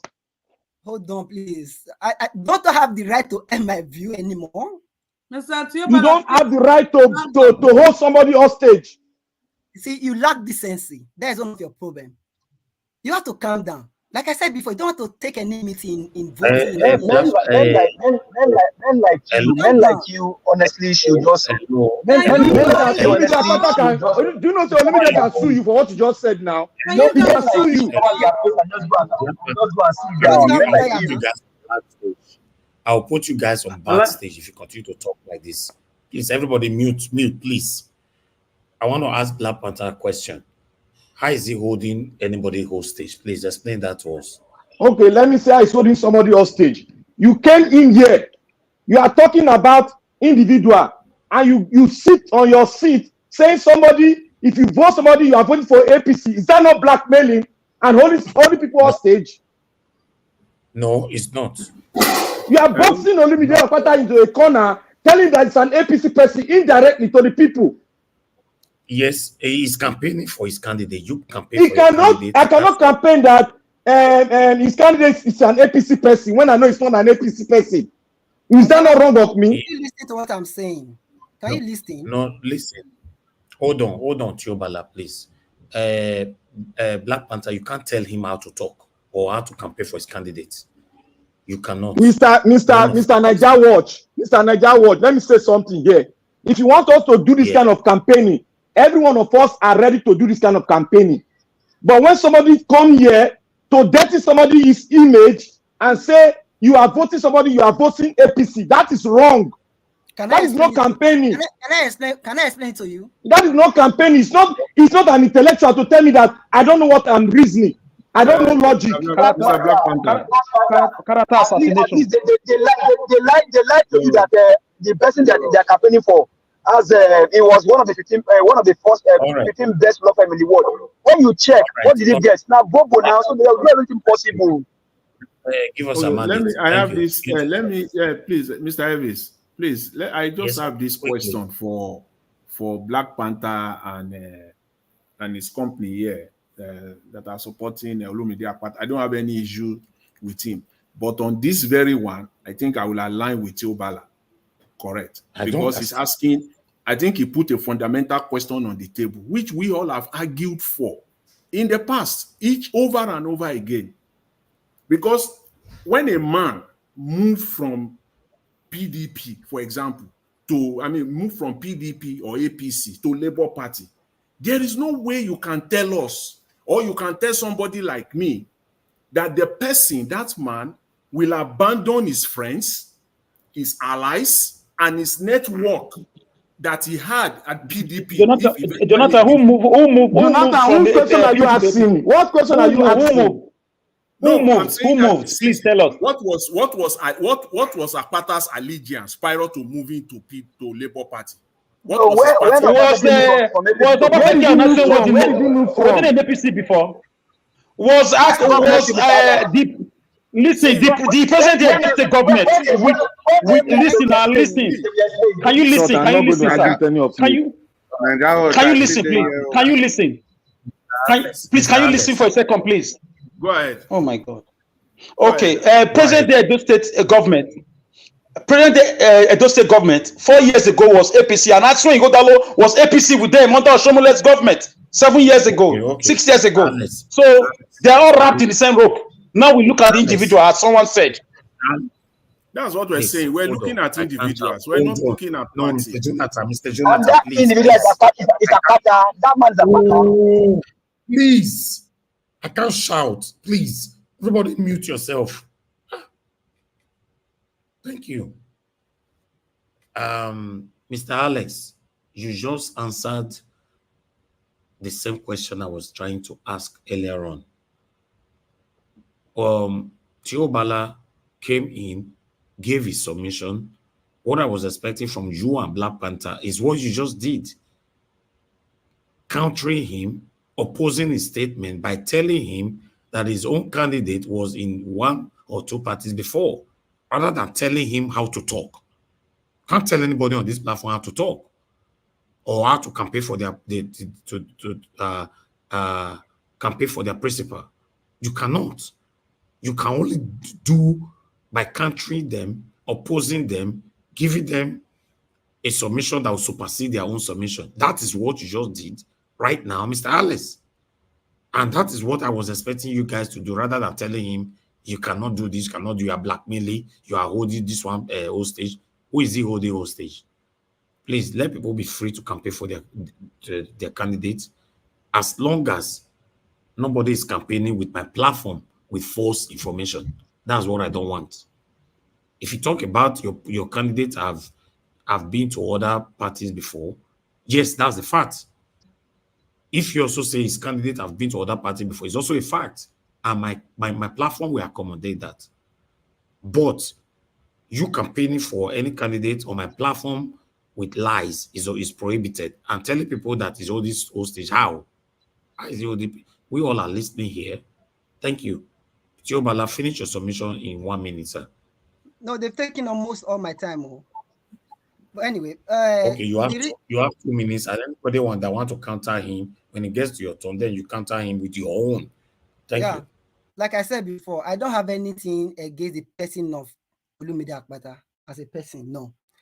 The meaning for my statement is this: you find out that Peter Obi currently now is meeting with the top leaders of the PDP.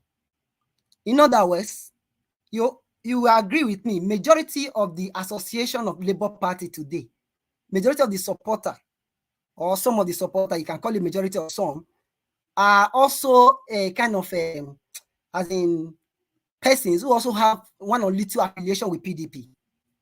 So this takes me back to general election in 2023. If there was no division between Labour Party and PDP, even in APC, like they do manipulation or whatever, you find out that it will be a massive vote against the APC. Because Labour Party, they went on their way. PDP, they were doing it on their own. NAPP, which is also part of that same PDP, they went on their own. You find out that those votes splits give pathway to APC winning the general election, despite the fact that they do one or two manipulation. That manipulation would have been possible if there was a massive gap. So coming to those states, based on research I have done, I found out that some of the supporters of a Labour Party currently today, they were all sympathizers of PDP in the past, majority of them. So you find out that Labour Party, one way or the other, will be taking a vote from a PDP.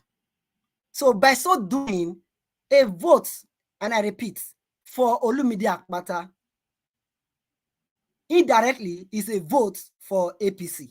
And if, for instance, you say you don't want APC to come into power in those states, then you have to think far. Or if you say you don't want PDP to come into power, whatever, you have to think well. But in all I'm saying here, in essence, is that I did not see pathway, in my own opinion. You know, I did not see pathway, in my own opinion, for the Labour Party. Why? Because I've done my own calculation. And by so doing, you find out that it's giving APC a free ride to Osadebe Avenue. But I don't, like I said before, if God say Okpebholo is the person that will take those to the best, to the good place or whatever, so be it. We shouldn't take any meeting over it. My whole point is that I feel that Aswa Ighodalo is the best candidate in terms of character, competence, and capacity to deliver. He has it. He has done it in the past. So I give it to him. Then I want to talk about this toge of 18 and all of that. I think, like what I've read recently, is mainly targeted. There are some. Bala, you said you have done it in the past. I was answering Ighodalo be in government before. Where did you do it before? No. What I mean in terms of as in, how will I put it? Like individual track record. Like what Mr. CM raised. Yeah, make it clear. When you say you have done it in the past, we need to be sure. Yeah. Like in his own law firm, even before he set that law, set it up, and many other places like that. The point I'm trying to make here in essence is that when you use crooked way to make money, then you not come into governance. Definitely, whether you like it or not, that same character will still be embedded in you. Come into governance, you are still going to use that same part. So that is the point I'm making. So, thank you. Yeah. All in all, I think we should be talking about innovative solution. Nigeria, we all need it today. In regard to our own educational system, governance system, and in terms of our healthcare, to be able to better the lives and the citizens of the country. Okay. That's just what I want to say. Thank you. Thank you. Kashi, over back to you. Thank you very much. Okay, thank you very much, Mr. Nainjawat. Guys, please, let's take it easy. I understand that there's a lot of tension right now, but please, let's take it easy, okay? Thank you very much. Let's move straight to Mr. Chris. Mr. Chris, please talk to us. Thank you. Yeah, well, good evening, Kachi. Can you hear me? Yes, sir, we can hear you loud and clear.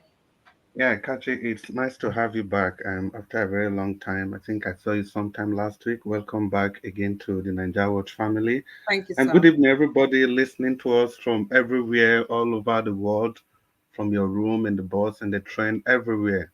The guys in the comment section, you are doing excellently well. Thank you all. Mommy Diaspora, special greetings to you. And Mr. Nainjawat, thank you for giving us the opportunity to be able to express our views on exactly how we feel about the policy, everything going on in our country. Thank you very much. I'll just go straight into the issue, and I think I'll just start with Tiubala. Tiubala, you see, it's quite funny that after you have spent 4 minutes telling us that party does not matter, eventually you ended up by saying that a vote for Olumide will culminate to a vote for the APC. So, if party doesn't matter, so why are you talking about the APC in the first place? Now, if you are talking about that between Olumide and your candidate, Aswa Ighodalo, which one of them is more linked to the APC and the PDP? If that's the yardstick you want to use. Well, I'll just move on to the meeting that Obi had. I think feelers, like I said yesterday, that it was too early in the days for any person to and for we to get into the discussion of what the meeting was actually about. And the feelers had that the reason why those guys were meeting is that they want to see They want to come together as a force to ensure that there are changes to the electoral laws before the next election. I mean, issues of transmission of result, the use of beavers, all the challenges, all the gray areas that we had in the last election. And moreover, there are still speculations. Yeah, there are still speculations that there is the likelihood of forming a new party, and a party that would not be called Labour Party. The party will not be PDP, a new party altogether to try and wrestle power from the APC, because the direction that the APC is going is only going to lead the nation into nowhere but into the Atlantic Ocean. I'll just move straight to Fubara. Like I've always maintained in this panel, when it comes to issues like this, I don't see anything that Fubara is doing as something that is even commendable. It staggers my imagination that people try to give credence to Fubara, that he's fighting, he's okay, he wants to prove. No, Fubara is not probing anything. He's just trying to assert his political power and his political influence. How can we forget so soon that when this fight started earlier, everybody supported Fubara in the first time the fight just started. We supported Fubara and no, Wike. And after the meeting with Agbado, then the same Fubara came out and he started telling the whole world that there was actually no problem between him and Wike, that it was just a father and a son relationship. It was a misunderstanding between a father and a son. That same Fubara, it's been less than 90 days. He's already calling Wike rats. He wants to probe Wike. Now, am I trying to make a case for Wike? Absolutely no. They are all birds of the same feather. They flock together. So they should be seen in the same kaleidoscope. There's no need trying to draw a dichotomy between. In short, Fubara is even worse for me. He's even more dangerous because Wike we know. We know the antics. We know what Wike is capable of doing. But this Fubara, we've still not understood him. We have still not understood him in full. So if he wants to probe Wike, which is very fine. Now, corruption, if Fubara's agents are listening or people that take a hiking to Fubara, corruption is not only about funds, you steal funds. I want Fubara to also probe the people that stole the election, the votes in Rivers State, the Labour Party's votes. I want him to also probe, because as dear as the funds of Rivers State to him, that is also how dear those votes are to us. A Fubara must come with equity. First of all, he has to tell us the process that brought him. He has to resign and leave that place if he's truly as pure as he claims to be. The votes that brought you to power were stolen. So then you are calling another person a thief. Both of you are as thick as thieves. So I don't see any reason clapping for Fubara while trying to malalign Wike. They are both thieves. They are both from the pit of hell, and that is where they belong to. Then I'll go straight to Britain. You see, Abdul Malik, again, I salute you for your brilliant submission. You just called it the way it ought to be. You made a statement, and I quote, you said, if you want to blame the problem in Nigeria, you put 90% on Nigerians themselves and 10% on the UK. That is exactly how it should be. Because at the time we try to say who is at fault, when we try to just say this one is at fault, this one is not at fault, we miss the whole point. Because the majority of the problem is still actually from us. The reasons are obvious. It's not only Nigeria that the UK colonized. The UK colonized a lot of countries. Singapore is one of them, Malaysia.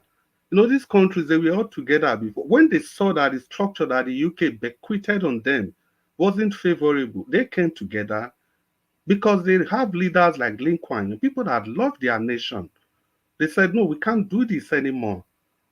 And they had to go their separate way. And in that direction, UK ceases to have any grip on whatever is happening in those countries. What about India, Pakistan, and Bangladesh? They were all the same country before. But when they couldn't do it, they said it's time we have to go our separate ways. They sat down, they had a discussion, and they went their ways.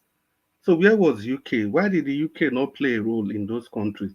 See, it is what your leaders present to the UK government. That is how they will relate with you.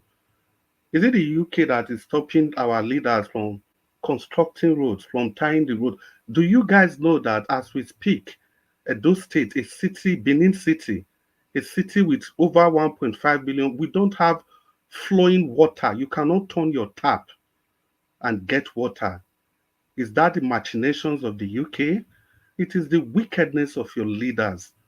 Everywhere in Benin City is borehole. And the same applies across the continent of Africa, not just only in Nigeria, especially continent of the Black World. Something fundamentally is wrong with us, and that is we don't have leaders who love the people more than themselves.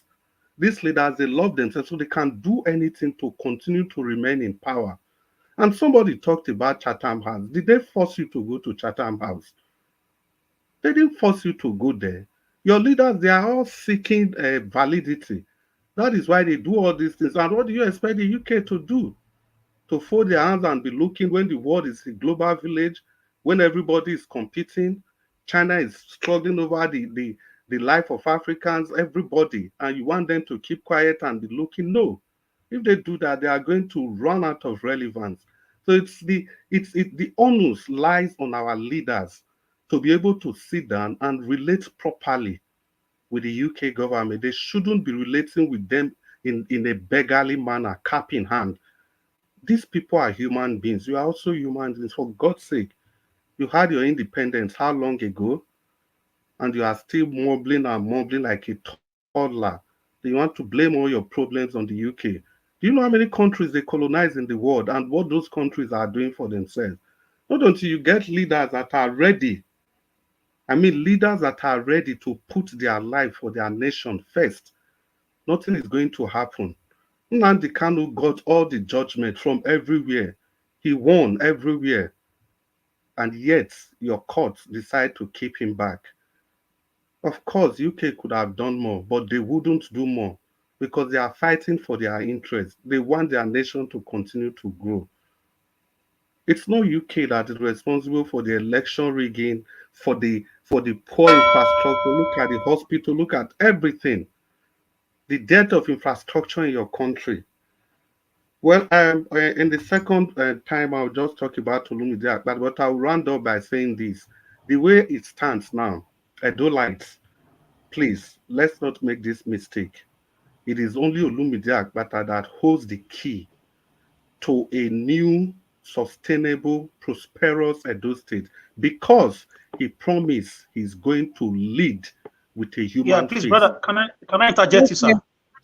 No, Mr. Please. Alex, please let him finish, please. Thank you. Because I wanted to ask him a question. Olumide Akpata promised that he was going to lead with a human face. And that is what our leaders have been lacking. All of them. Thank you very much. Mr. Alex. Thank you very much, Mr. Chris. Mr. Alex, please go ahead.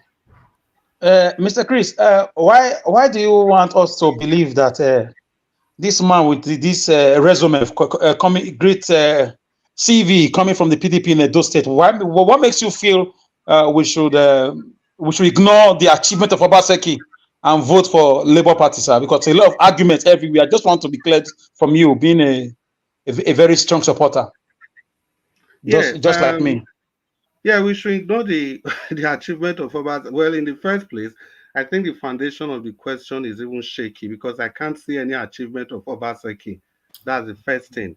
Now, if you want me to look at the CV of the man in isolation, well, listen, the way politics is done, that man can never be in isolation. He's going to do the biddings of the PDP. That's number one. And number two, he has also declared with his own mouth that is going to continue from where Obaseki stopped. Where did Obaseki stop? Those are the questions. Those are the pertinent questions that needs to be asked. And like I keep saying, you cannot. Okay, maybe in the second round, yeah. Let me just obey the rules of the platform. Well, all right. Kathy, the mic is yours. Continue. Thank you very Mr. much. Chris. Yes, thank you very much for that. Frank Ono and Jejelaye, thank you guys. I see you right there in the comment section. Thank you, Frank Ono and Jejelaye. Thank you, Mr. Chris, for that wonderful submission. Guys, do not forget to like and share if you're yet to do so. You all know that it's very important to us that you do that. And also, don't hesitate to use the $ to the right on the comment section to support what we do here, okay? Thank you guys so much, and God bless you. On that note, we're going to be taking our final submission, guys. Please get your facts straight. Anything you want to talk about, just let us know, or just get it ready, and let's dive into it. Thank you very much once again, guys. God bless you. Okay, so we're going to be going around for our final submission now, and we're going to be starting from the top to the bottom. Okay, from the top to the bottom, and we're going to be starting with Mr. Jonathan. Mr. Jonathan, please talk to us. Thank you. Thank you very much, Madam Kashi. Thanks to everyone there, all the panelists. Sorry, is it Mr. Jonathan? Yes, Mr. Jonathan, please go ahead. Oh, Mr. Nwosu Destiny. Mr. Nwosu. I thought I was enjoying some immunity, but it's okay. Go on, Mr. Jonathan. Mr. Nwosu left and came back. So, oh, Mr. okay. Jonathan, please, so you moved up. Yeah. Mr. Jonathan, I thought I was enjoying some immunity. Okay, you want to go carry ahead? Carry on. Don't worry, ahead. Carry on. No, carry on, my brother. After Mr. Jonathan, we call Mr. Destiny also.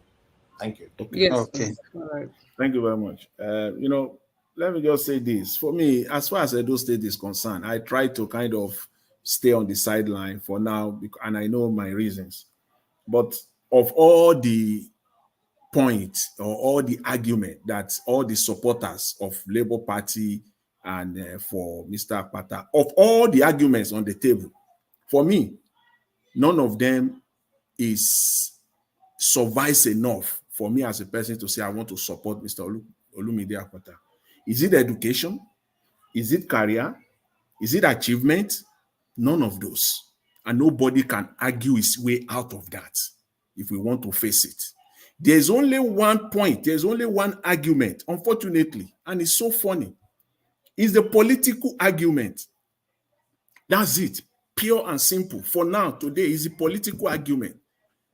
Political argument as per the 2027 election, which is that who will be in charge of Edo State come 2027. That argument is the strongest, is the most potent argument.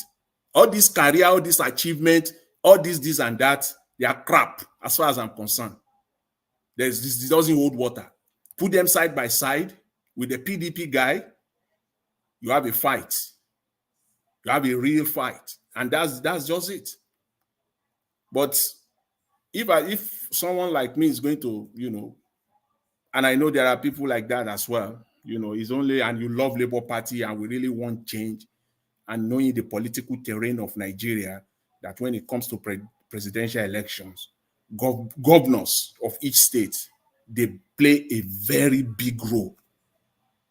They play a fundamental role as to who will win that state.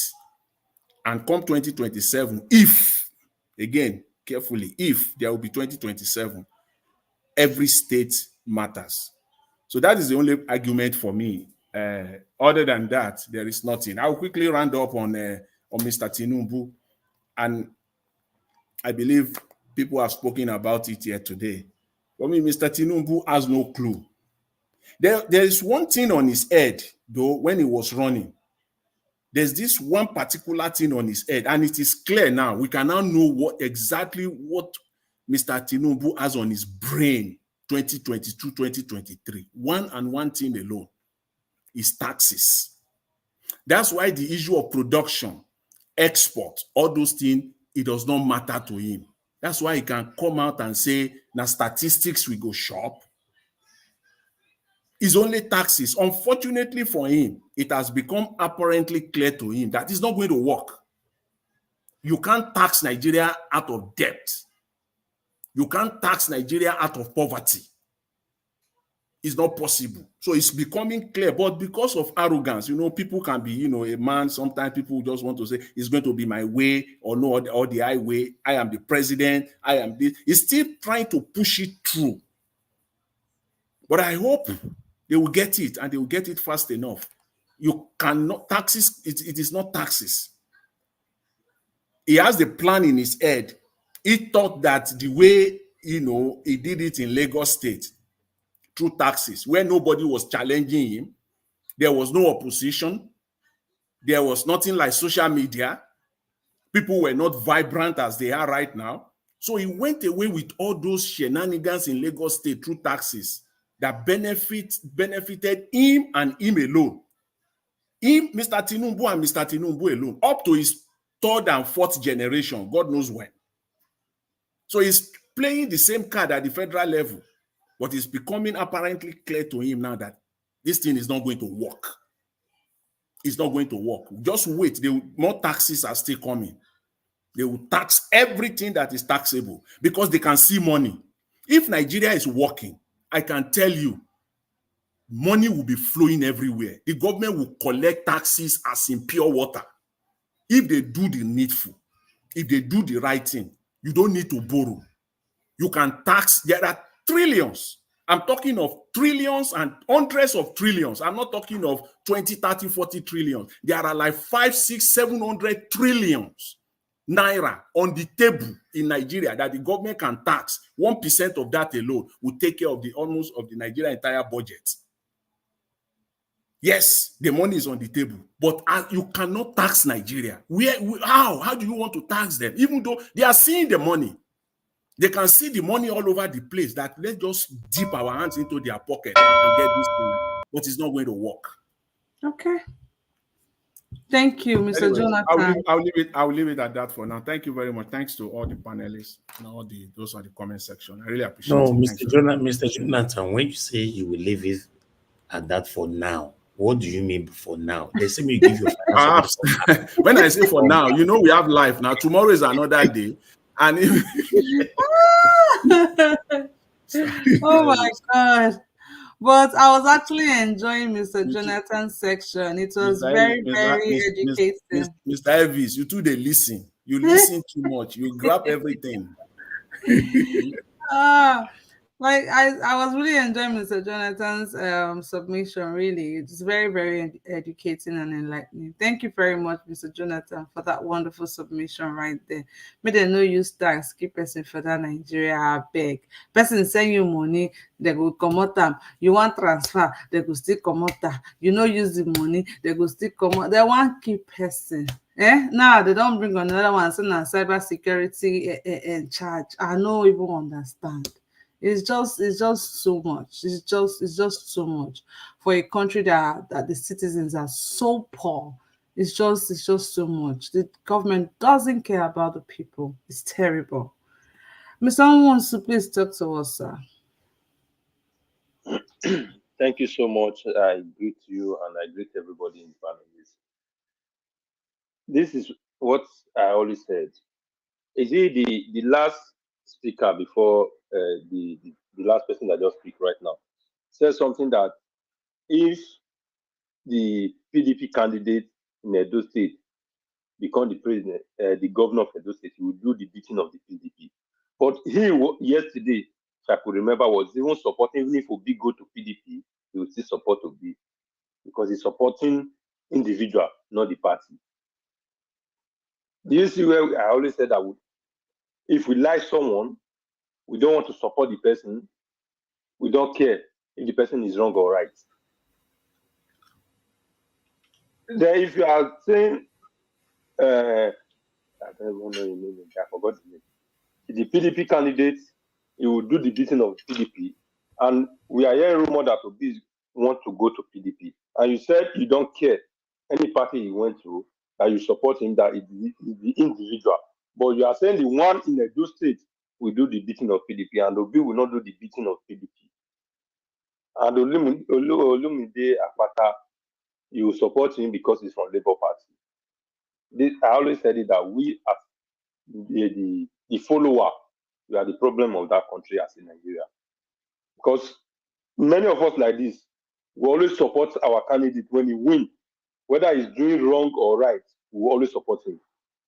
Because I've seen many, I said this in this program several times, that Many of us that always condemn Obaseki have never praised Obaseki once in any area that he has done wrong, right.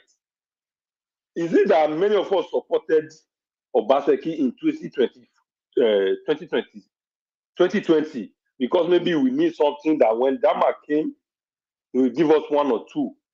That's why we are condemning him every time because he did not get to us. Because, like Olumide Agbada was in one shop, right? I said it the first time. He went there when one of those his follower was open his shop there.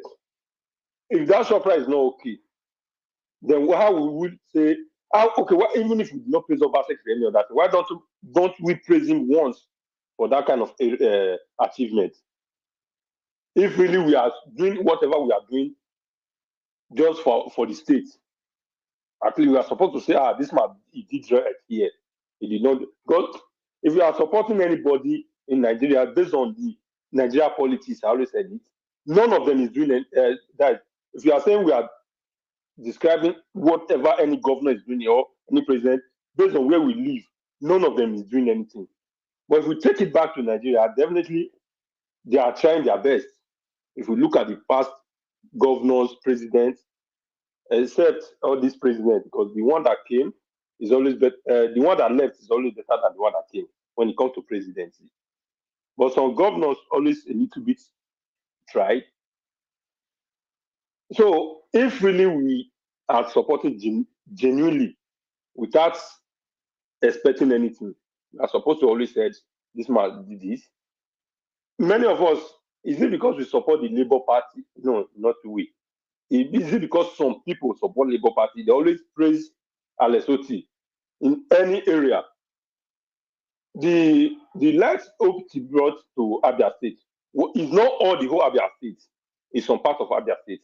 Obaseki brought light to Edo State. It's not the whole Edo State. It's some part of Edo State. But we condemn whatever that man did. But we praise Alex Oti that brought some parts to Abia State. And we condemn Obaseki that brought some light to the Edo State. So what are we saying? If we want to really say something, we always say it the way it is. If this man did right in this aspect, let's say he did right. If he did not do right, he did not do right. Like yes, everybody was condemning Joe. The other one said he did not call Obi. If, like Mr. Naja Watch, somebody that he said he is not going to meet, that we know that he is not going to meet that person, we always condemn the person somehow. If he went to meet that person, he's supposed to first explain. Maybe when we are condemning the incident or some people was arguing this, he's supposed to come out and say, this is what happened. This is the reason why I went there. I did not go, or this is what happened. This is what did not happen. Till now, I'm not sure that kind of thing have ever happened. But we are still defending because we love the person. Condemning people that is saying, why is it like this? And majority of us here, Alex said something that the president of United States went to visit. No, not Putin, and I forgot the man. The president he went to visit. Donald Trump. When he went there, is it? He went to visit North Korea.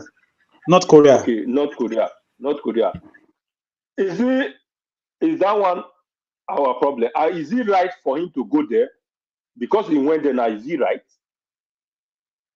So we will see something that is not right. Let's say that is not right, no matter whether we like the person or not. Not because we love the person, we will appreciate the person. What is this? No, there's no problem. But I wish, okay, if somebody like Jagaba that went to visit Atiku, many of us here will condemn it. Or if it's Atiku that went to visit Jagaba, many of us will condemn it. That see, they are criminals together, all of them. Even all right, thank you.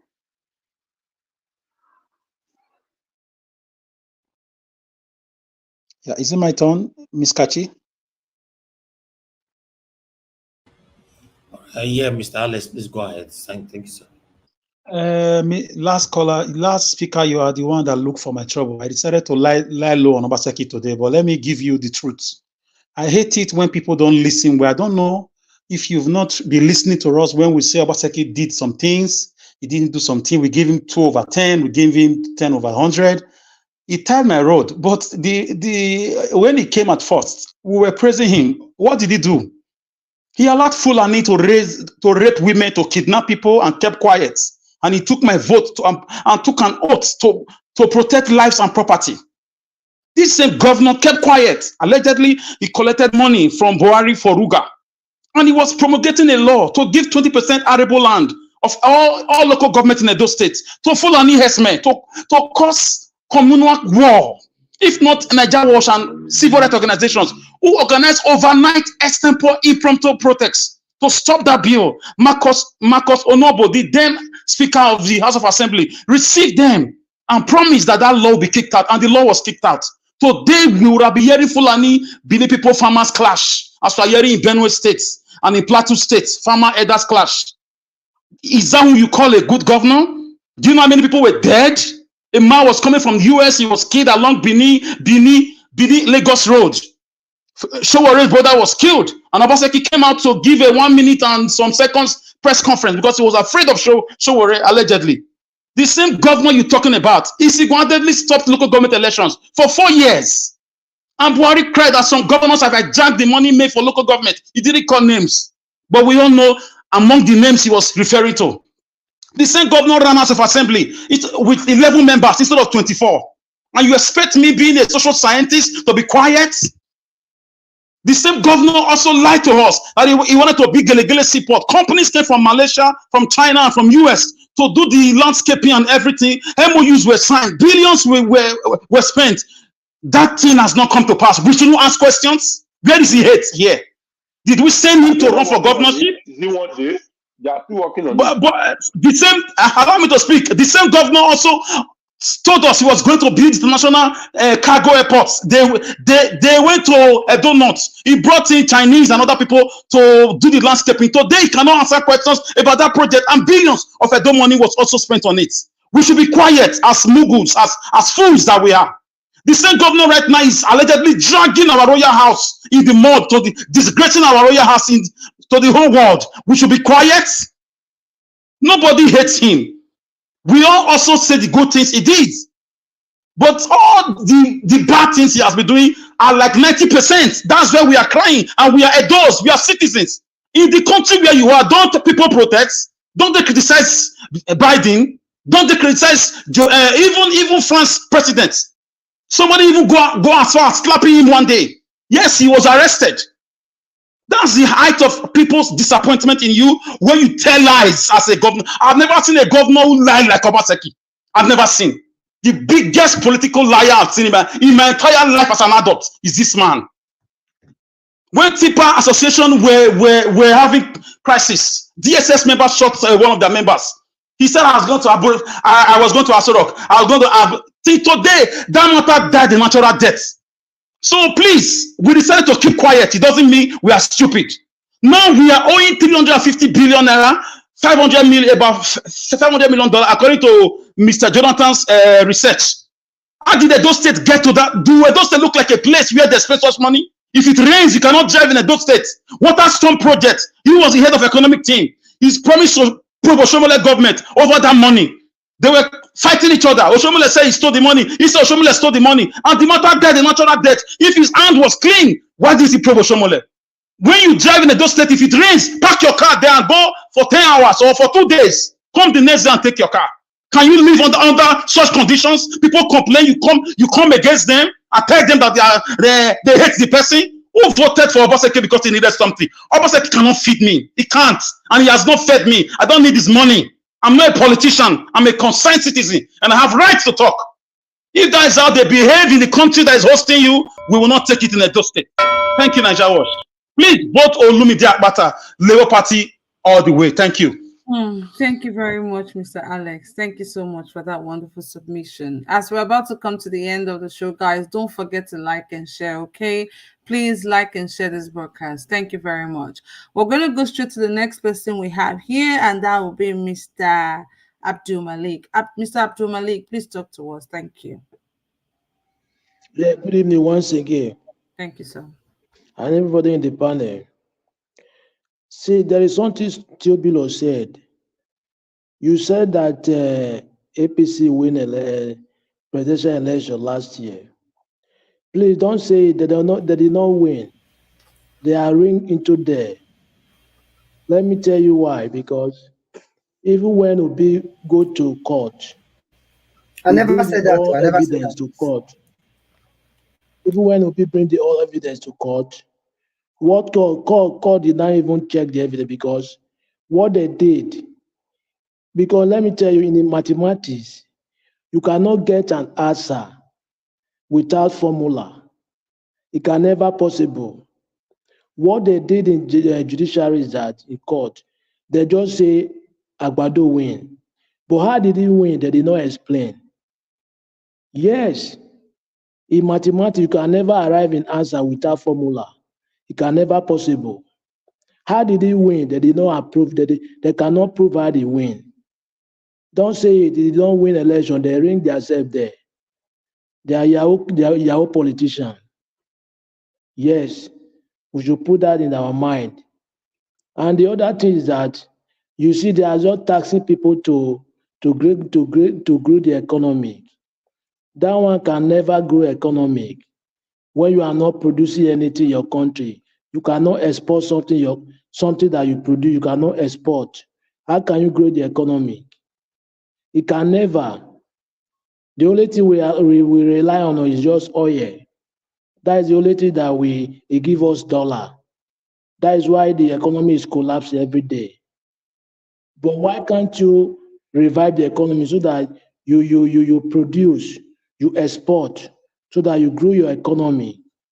Because more you produce and export, more foreigners come and invest in your country, more they buy your product, more your economy grow. They don't have idea to grow that country. They are the saboteurs. We need to clear those people out of that country so that the country will be okay. Without that, it can never be okay. I'm telling you the truth. That is what we need to do. We need to clear them out all so that the country will be okay. They are everywhere in the state. All the state, they are there, saboteurs. We need to clear them out all so that the country will be fine. They are selling us out of the country. That is their plan. After 63 years, 6 months, we cannot boast of road, electricity, and the water. Imagine shame.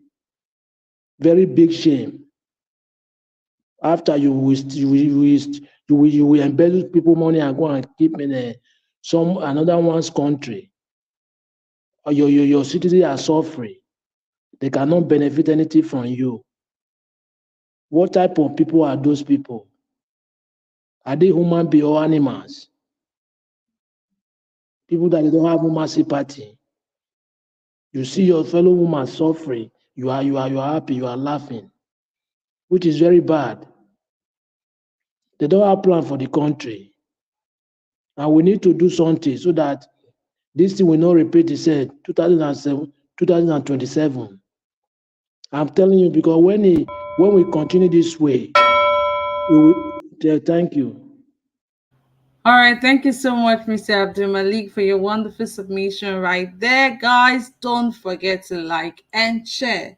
Thank you very much. Give us our mandates. Are you there with us, sir, please? Okay, I believe give us our mandates not available, and we're going to go straight to Black Panther. Black Panther, sir, please talk to us. Yeah, thank you, our great woman. May God bless you. I want to say right here. You see, I said one thing. If they cannot, if your candidate you cannot sell it, it is best for you to even talk on Nigerian politics than to logically turn around, go around the globe, the circle, then not tax somebody, and you expect me to keep quiet. I've been playing politics for a long time. And Mr. Jonathan, You are good in economics. You are good in analyzing issues. But when it comes to politics, you cannot get 100%. Neither can you get a standard. You have to create your own pool, whereby if anybody falls into that pool, you can now give them and pick the best out of the pool you created. We cannot stand on the trajectory of saying, oh, I have not seen anybody that do this. They are still. We have to focus and ask questions and grade them according to how they have answered the first round. When they come in again, we'll grade them and run a conclusion if you have not made up your mind from the first one. But when it comes to when you explain, when I'm supporting my candidate, you now start robbing, going left. Say it directly. I love being direct. Don't rob around. Tell me that I don't know any standard or I don't know what Yobala is saying. Somebody came here and gave us the CD of someone and he lied. And everybody, you went and researched on it. They went for how many years? They came back. And now, what are they doing? Okay, we are not going to play party politics as if Nigeria have a constitution that allows single person to come in and play politics and participate without the party. We are dealing with party, and parties are going to be on the ballot.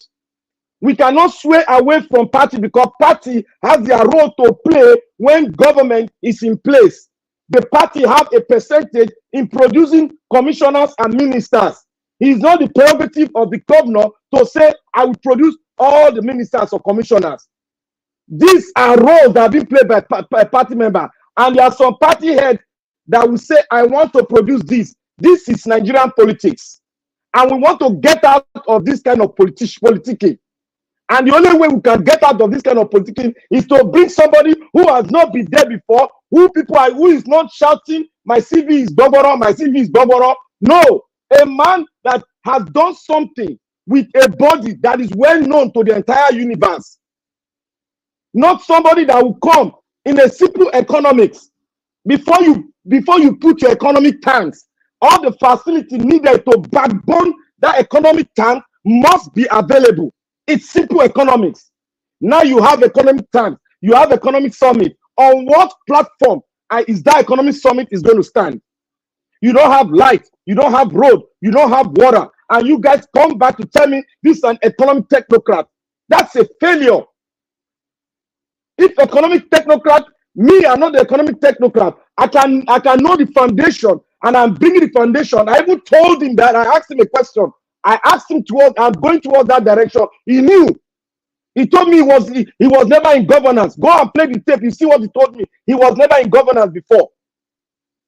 That is what he told me. And now you people say he was the chairman, the economic summit in Edo State. So who are we going to believe? How are we going to separate parties from individuals? He was Chairman Alagodaro. Chairman Alagodaro. Thank you. Mr. CY. He came to paint what Agbado said when he was coming to power. Vote for me, don't vote APC. But I am the one, I'm different from Buhari. That is it. Everybody should notice this. This is the dimension because he has said it, and we did not notice the gimmick behind what Agbado said. Everybody's not buying it. That, oh, let's look at the individual. It is good. What about the party? Can individual participate in an election without the party? Let's not practice what is not on the book. Let's practice what is on the book. I am tired of all this. How can somebody tell me that I should look at individual and it's coming from a satanic party? I shouldn't look at the party, that the party won't play a role in its governance. That's absolute lie. In politics, that's never done. Even in political scientists, they know what I'm saying. It's never done. Let's look at the political party. Let's look at the person they are bringing, and let's vet them. That is what we are doing in those states. And those states cannot be found. Many times. APC and PDP, they should all fly away from Nigeria. We don't need them again. They are baggage of rubbish. Thank you. Thank you very much. Please, Madam Kashi, can I say something, please, on the Black Panther submission? Please. Okay, please, you have 30 seconds. Yeah. Thank you. Mr. Black Panther, I'm happy that you mentioned that you talked about the pool they talk about the party that is people choose from the pool. Both candidates, both the PDP and the Labour Party, they play politics. You said the other candidate from the PDP gave you a political response that he has never been in government. You also will agree then that it is a political response for a candidate to tell you that I don't know who is going to work with me? It has a political response. I agree with you. I don't think anybody is naive that yes, politicians will work with their political party. Their political party will second candidate. Individuals will be seconded to him and he will have to work. But he himself will have his own people. It is not 100%. And he cannot tell you today the people that will work with him. That's a big problem. That's why I challenge everyone to go and read Alex Otti manifesto. Alex Otti identified the people that will work with him. Alex Otti tell the people that he is obligated. Alex Otti said, I enter into a covenant with the people. Mr. Jonathan, moderator, I beg, give me 30 seconds. Mr. Jonathan, hold on. You see, when you want to send your message out, look at them sitting down. They cannot sell their candidate very well. They will use what you are saying to plug in their candidate and sell it out there, and they will make it Jonathan parable. They will bring it out. That is what they are doing. That is what all of them are doing. Look at what Madam Rita said that day. The other honorable came and sit on that platform and sell it. They don't have anything to But the same man was debunked, and he never said that again. He was that idea that he was using one of the lines. It's a good salesman. Says a salesman. He used it for about 3-4 days in a row. The day I countered him, he stopped. He stopped using that. And that was the end of it. Thank you. Thank you very much. Thank you very much for your submission. I believe Give Us Our Mandate is not available right now. And Mr. Alex, have you spoken already? Yes. You want to give me another time? I know, Rono. Nigeria was worried. Yes. Alex, you want sneaking again, Alex? Nigeria just come. Yes. You know they sleep. Sleep fire. Okay, Mr. Okay, and Mr. Tiobala is not available right now. And in the absence of... are you calling me? I don't call you before now. Alex was speaking now. No, I don't call you before. Okay, please go ahead, Mr. Tiobala. Okay, thank you so much, everyone. I really want to start by saying that I love Peter Obi. Peter Obi does not believe in all this shenanigans. Most of all these people are saying in different platforms, like some of us are saying here. That is the reason is forming an alliance with the PDP, because he believes in bridges. Like I said before, Malik, I never said that Labour Party did not win election. My whole point is the fact I was saying in essence that it would not be easy for APC to do that manipulation if there was a massive gap. That is the reason I made that statement. Regarding the Edo State election and another thing that is coming up. First of all, I would like to start with the achievement of Governor Godwin Obaseki. The most important thing here is the fact that we are not supposed to praise any governors or whatever, because it's their primary responsibility for them to do the needful. But when you see some persons capitalizing more on the negative side without saying the positive part of it, it brought to my attention to talk more about the positive side as well. That is the more reason, like I said before, Edo State is the first state in Nigeria that built independent power, which is the Oshomo and Azura power plants. Completed. Today is in use. In Edo State, we have what we call these ethanol plants. These are used for this chemical, reagent, and many other things you can even make out of those things. In Edo State, we talk about in regard to human capital development. Edo State is one of the leading innovation states in Nigeria. That's why we have the what's it called? The healthcare system in Edo State that is working and is, you know, having technological innovation that attached to it. We have the primary healthcare system in across the 18 local governments of the state, though some of them are still under construction. But this is an laudable achievement of the governor. Is it enough? No. Edo State is the only state who come up with the idea of emergency response system by providing a number you can call, just the same way we do it here in abroad anywhere, whereby you can call a number 119 whatever, then they can have a response to you. Edo State came up with that innovation. Today they have a ambulance, though it's not enough in my own opinion. They need to do more, you know, whereby you can call, they respond to you, come and rescue you in any location. You know, they have a geolocation system they use, and they have a command center whereby they route all these calls to. Now let's talk about our healthcare system, like I've mentioned before, like a College of Nursing. I just see the need that today healthcare system is going down in Nigeria. They came up with healthcare innovation system whereby they built College of Nursing in Edo State. Today is leading. Talking about what's it called? The ICT center where they train software engineers. You know, today we have people in Nigeria working for home with different countries in the world. Obaseki did all of that. Then we talk about the DuPont refinery. Is it the one in Ologbo, the petrochemical company that Obaseki built? Is it the what's it called? The John DJ Oyegu, where we train all the civil servants? Because we need the civil servants to be trained in order for them to deliver and present a good education system for our children coming up. All this stuff. In addition, just to round up, the most I said it time without number that what they need is person that have love, a governor that love their people. He keep on saying it. Aswain love his people. That is the reason why he came. I say he want to vie for the position. So let's give him the chance. Like I said before, he's the best man for the job. So why not? Let's give him the chance. Madam Kachi, please, can I have 30 seconds, please? You always Please, have 30 seconds. Always have 30 seconds. Must you respond to every second? Please, please, ma, just 30 seconds, please, ma, please. Mr. Alex, 30 seconds, please go ahead. I beg you, anybody on this platform that your family members have used the so-called emergency number, please let us know, because this emergency number only exists with these people. Drop the mic.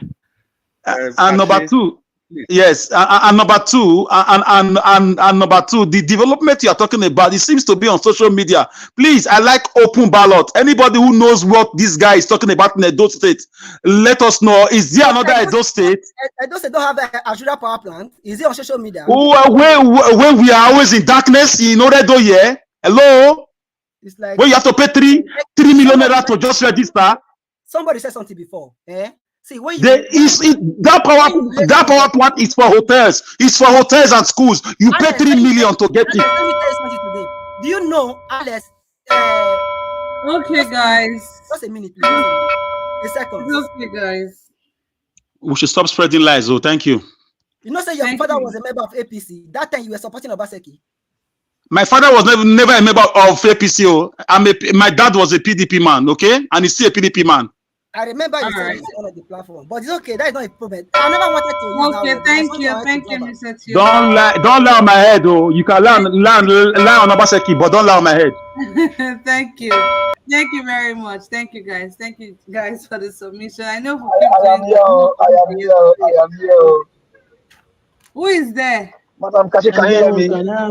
Yes, I know. Give us our mandate. Yes, I know. I've called you before, but you were not available. So if you're available now, please talk to us. Thank you. Please give us your financial. Thank you very much. Thank you very much. Thank you for your patience. Thank you for all that you do. That's why we call you the Queen of England on Nigeria Watch. Thank you very much.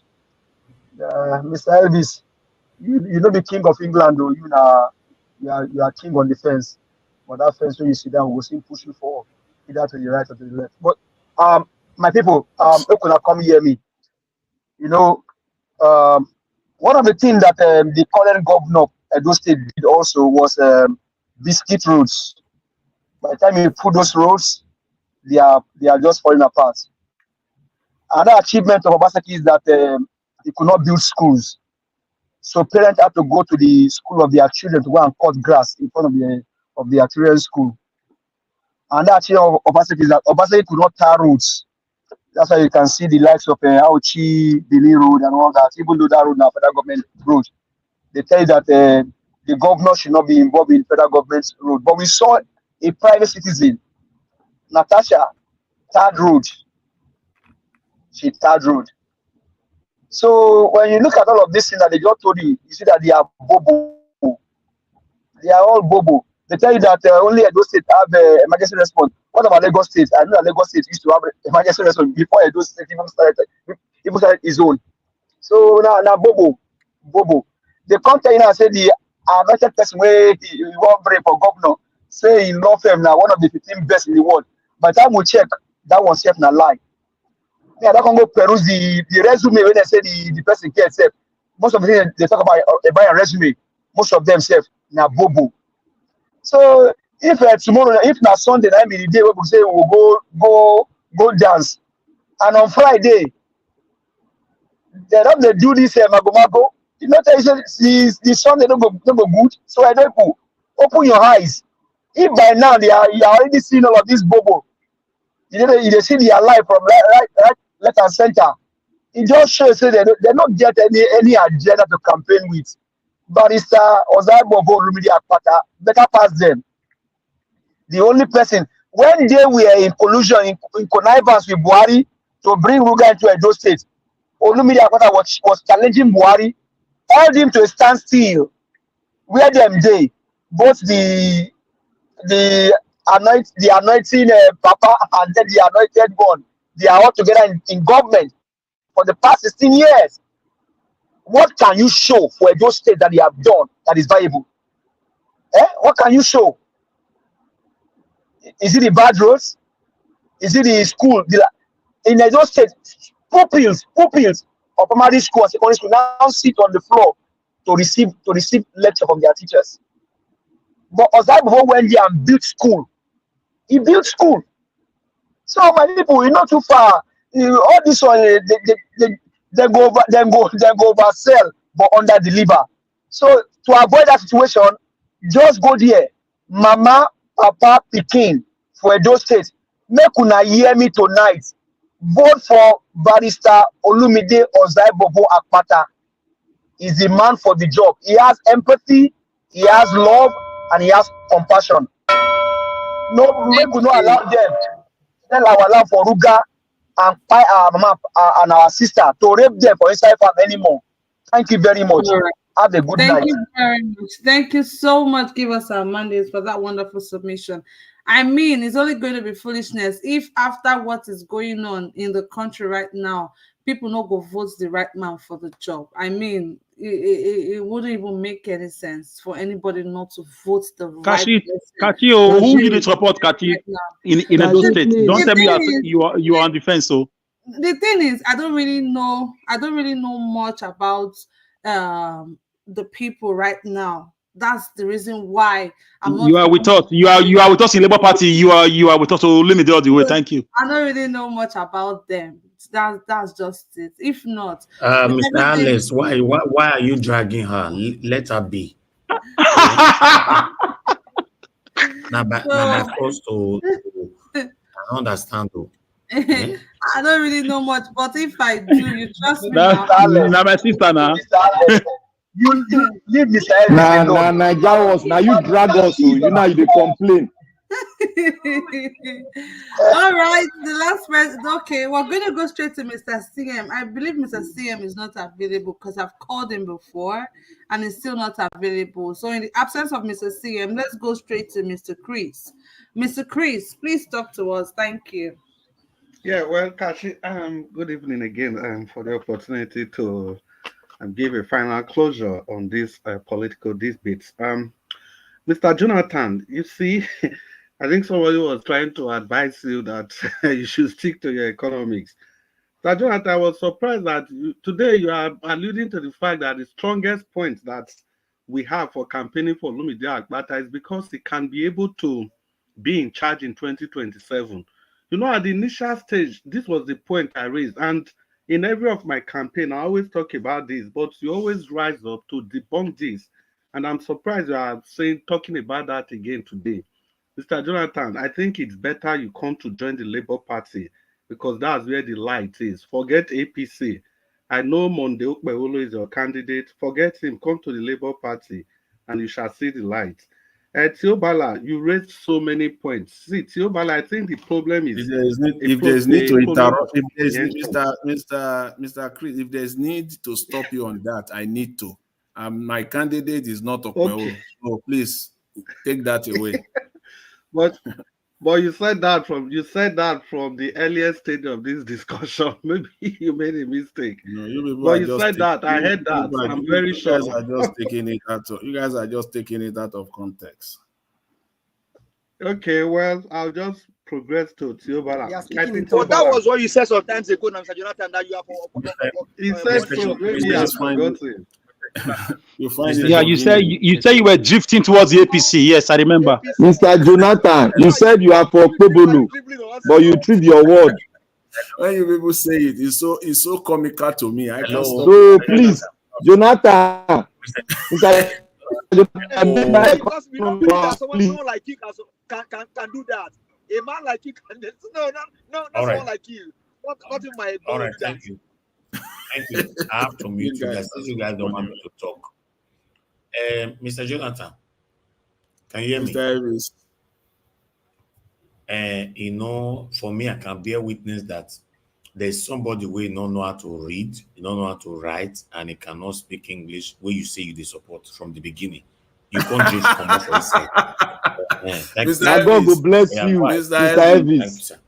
Mr. Elvis, thank God you be evidence. Candidate too. You know your candidate too. See, and I'm not so. You can't know my candidate now. Peter Obi be my candidate. Nah, so Mr. Elvis, no, Mr. Elvis, no, don't play that thing with us. So you must. Mr. Elvis, you must tell us to drag and down. If this is Peter Obi, that means that Olumide Akpata now. Peter Obi equals Olumide Akpata. That's why. So exactly. The son of a lion must be a lion. Peter Obi is a member of That's not. You go counter you. Black Panther. What did you just say now, Black Panther? The son of a lion must remain a lion. In Nigerian politics. In my own politics, Chris Dublin talk now. Chris Dublin. Let Mr. Chris continue now. And I just watch mute me, so I have to wait till everybody runs. Mr. Chris, please go ahead. Please go ahead, yes, Mr. Chris. I'm back. Well, then talking about, I was trying to talk about comprehension. No, you were saying to Tiobala. Yeah, I'm coming to Tiobala because I want to use him to campaign properly. I want to use him to campaign properly, so I will talk to him last. And yeah, and somebody was talking about we said that if Peter Obi goes to the PDP, we are going to support him. Yes, it was with a caveat. We also added that if he is given the tickets, if he's a presidential candidate, that was the caveat that was added to that. And again, I think the same person raised the issue of Sowore. See, nobody is attacking Sowore for nothing. What somebody like me is saying is that Peter Obi is not in power. Peter Obi is not responsible for the economic decadence in the country. He's not responsible for the insecurity problems. He wasn't responsible for jailing Sowore illegally for 4 years. So Sowore, I'm surprised that he has left these people and is focused on Peter Obi. We are asking, what is his obsession with Peter Obi? How can you leave the person that's committing atrocities in the land? Then you are focused on Peter Obi. Something definitely is not adding up. That is what we are saying. Okay, now, Tiobala, let's come to you. You know, you've read out a barrage of information about what Obaseki has done. I think I'll just focus on one because of time. If we talk about heads, you see these heads we are talking about. The general hospital in Benin is no longer affordable by the common man because of the shenanigans of Obaseki. Because what Obaseki believes in is always about profit. He's not putting the people first. That's what people are talking about. And again, people are saying that the funds that Obaseki has received compared to what's on ground, you cannot compare both of them. Those are the things people are talking about. You also, the things that you even said Obaseki has done, listen to Obala, even military government, they do things. But what we are talking is that this is democracy. And Obaseki has fallen short of everything that has to do with democracy. We are not in military rule. How can you tell me that somebody that had 14 members of House of Assembly, he didn't allow them to sit? And out of these 14 members, 10 were from Edo South, where I come from. 4 years, Obaseki denied me representation in the State House of Assembly that did not belong to him or his cronies. That State House of Assembly belongs to Edolites. He denied 10 people, 10 members from Edo South, where I come from. And you expect me to clap for that man? You expect me to say he has done well? It's not possible, Tiobala. Those are the kind of things we are talking. You say what? Okay, I want to respond to that one in 10 seconds. Remember, those 14 lawmakers, they were loyal to Oshomole. Oshomole told them not to go and represent their constituency. You forgot? Tiobala, please, you stop spinning lies. What happened was this. Obaseki called them for inauguration at the dead of night. And some of them were on boxers. Some of them were wearing pants slippers. And the rest people that you are talking about that they supported Oshomole, those ones were not aware of the inauguration. After they did that inauguration, they elected a speaker. After all those events, then Obaseki now called those people to come into the House of Assembly. And those people refused to go. Because if those people had been part of the initial group Obaseki invited, the person that became the Speaker of House of Assembly wouldn't have been able to become Speaker. Can't you get it? Those people were fighting for their rights. They did inauguration, had their speaker before they now told the other people that they should come in for swearing in, and that was why those people refused. They are just turning everything and saying it was because they were loyal to Oshomole. We've been following this politics for long, and we know the way these things work. You guys cannot keep deceiving the people with lies, lies, and lies. Please. All right. Thank you, Mr. Chris. Thank you so much, Mr. Chris, for your submission. Yeah, but Kachi, please, I still need 10 seconds because of the interjection. Now, guys, I don't state, I have to say this again. You have the opportunity to free yourself. Vote Barrister Olumide Akpata of the Labour Party. He has promised to do things differently from what Obaseki is doing. Whereas Barrister Aswe Udalo said he's going to continue from where Obaseki stopped. The difference is clear. It's like night and day. Thank you very much. All right. Thank you so much, Mr. Chris, for that wonderful submission right there. I'm going to ask Mr. CM one more time if he's available. If he's not, we're going to come to the end of the show. Mr. CM, are you available, please? Okay, I think Mr. CM is not with us for now. I want to say a very big thank you to everyone who participated on the show today, to our lovely viewers from home watching us, the beautiful people on the comment section. You guys are super duper amazing. And to our wonderful and intelligent panelists, you guys are awesome. Thank you so much for coming here, sharing your knowledge with us and analyzing issues that were brought up for the day. God bless you for always doing this. Don't forget to like and share this broadcast if you are yet to do so. Please keep supporting us, sharing the word, speaking to people about Niger Watch, and take us to 100K and even more, okay? Thank you so much, and God bless you. Do have a wonderful night. My name is Kachi, and this is me signing out. Bye-bye, and peace out. Good night. Good night, everyone. All right. God bless you all. Kachi, thank you very much for assisting me out with this, my voice. I appreciate you all. People like people with I don't know whether I'm going to the past come. I know where they come. People like Black Panther, Mr. Alex, give us a mandate. All these people, they have added to my voice. They have stressed me today. If they stop them from left or past right comment, if you stop them from right or past left comment. Niger Watch. Niger Watch. I'll carry come Niger Watch.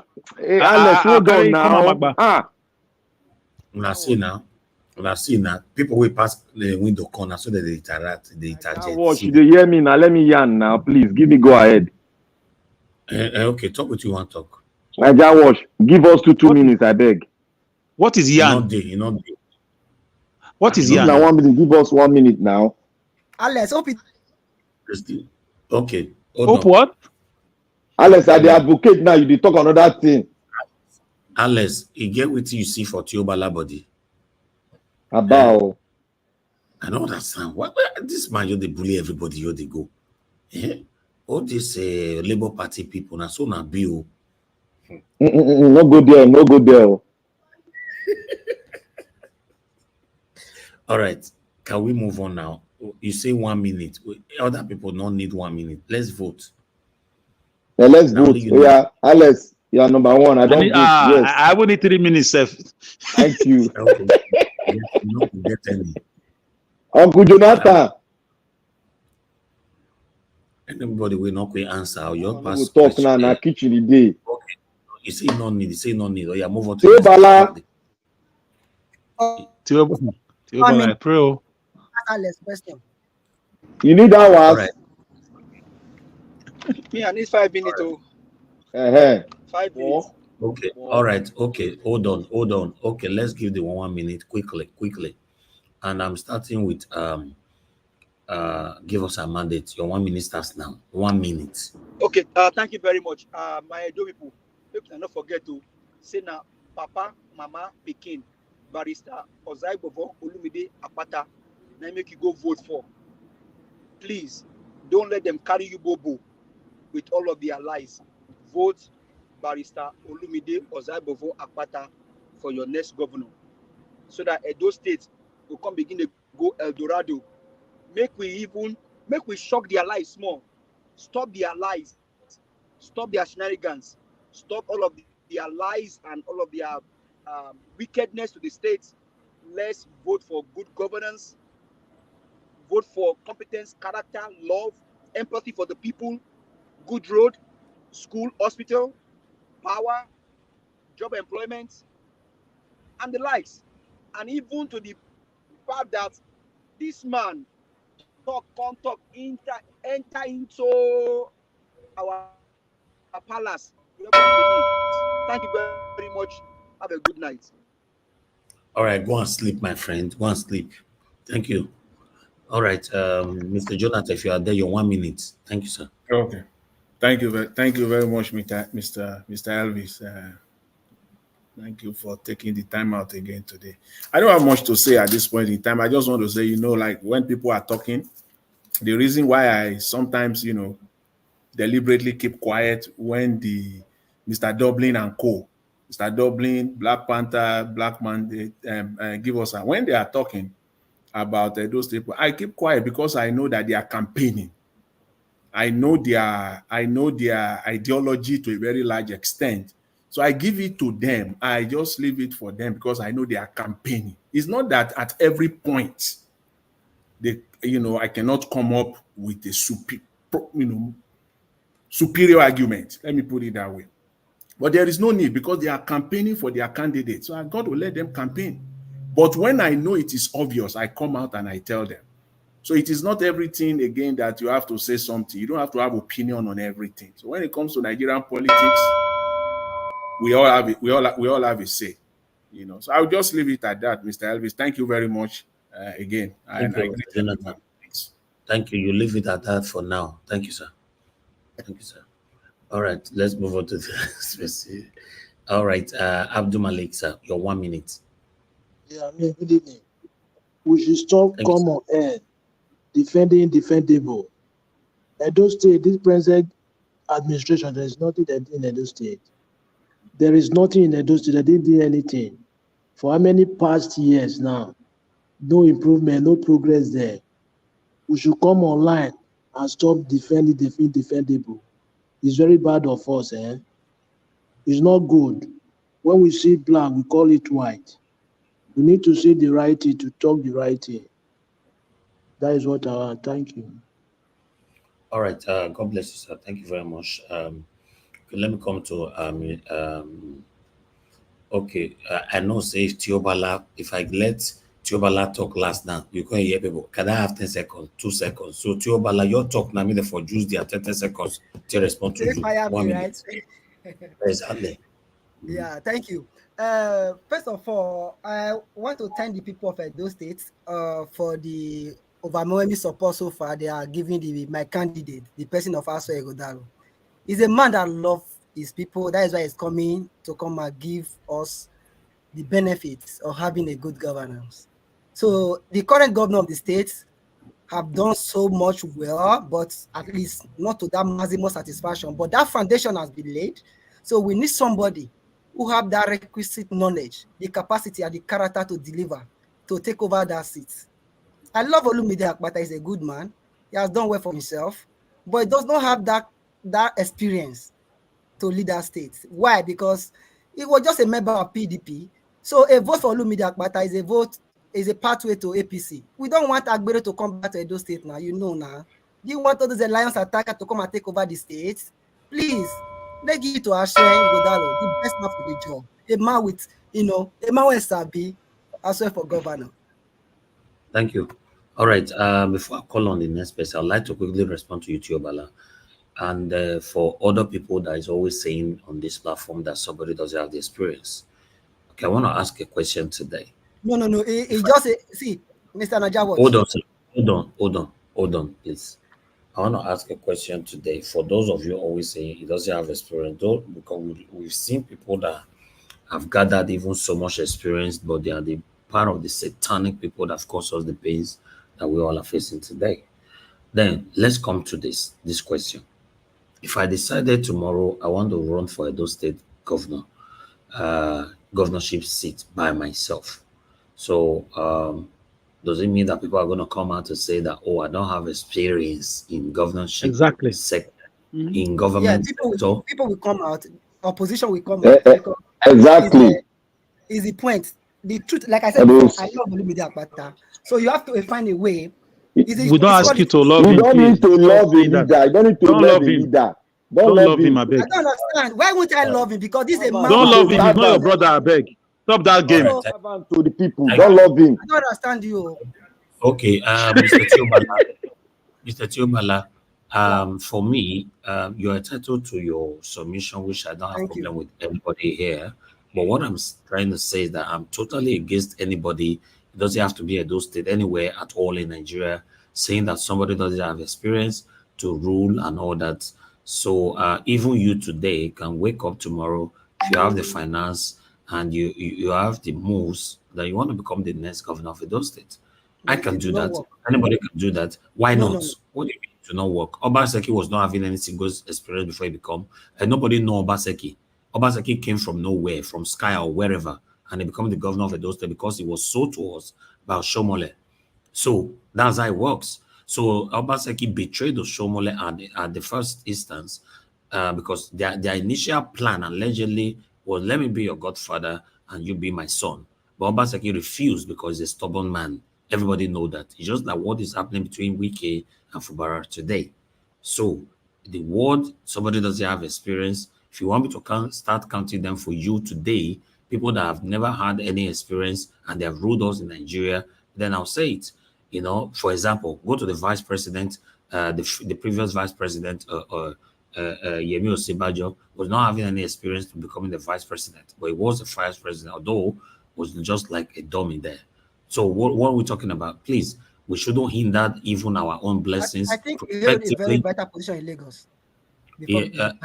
No, we are not talking about that. We're talking about public office. You know, somebody that been what position was he holding in governorship? I think government sector. Yeah, in Lagos, a very vital position. I cannot remember now. Tiobala, you don't need political experience to become a leader of your country. Neither you don't need any experience. Get that, please. I can just to you. You say you know this thing. Tiobala, listen. Osibajo was the Attorney General of Lagos State. You see all those things with Tinubu collecting. Now Osibajo will everything to Tinubu. Everything, all those pension and everything. For example, was Trump Donald Trump having any government experience before he became the president of Donald Trump has done well in his private life. He was a good No, business. we're not talking But I beg, no, they campaign that's for the Trump. I'm talking about, Mr. Evis. Okay. Yeah. All right. Okay, that's fine. Let's move on. Now that you've clarified that, that's fine. Thank you. I'd like to call the next person to speak to us, which is Mr. Alex. Mr. Alex, you have just 1 minute if you like. A government that supervises the killings of his own people is not fit to produce another candidate. Can you hear me? Mr. Alex, you Yes, hold can your face. Your body to the hot. Now 1 minute I give. If you like, use that to speak local abash. You are out. Okay. A government that supervises the killings of his own people is not worthy to produce another successor. No, he did not. You say allegedly. Nobody supervised. Okay, allegedly under the Fulani Esme, Zenith, when the matter was at its apogee, like when it was hot, governors were fighting back, and our governor kept quiet. That's an indirect supervision of the slaughter of your citizens. Benue State was fighting back, and Rivers State was fighting back. Ondo State was fighting back. So I don't believe.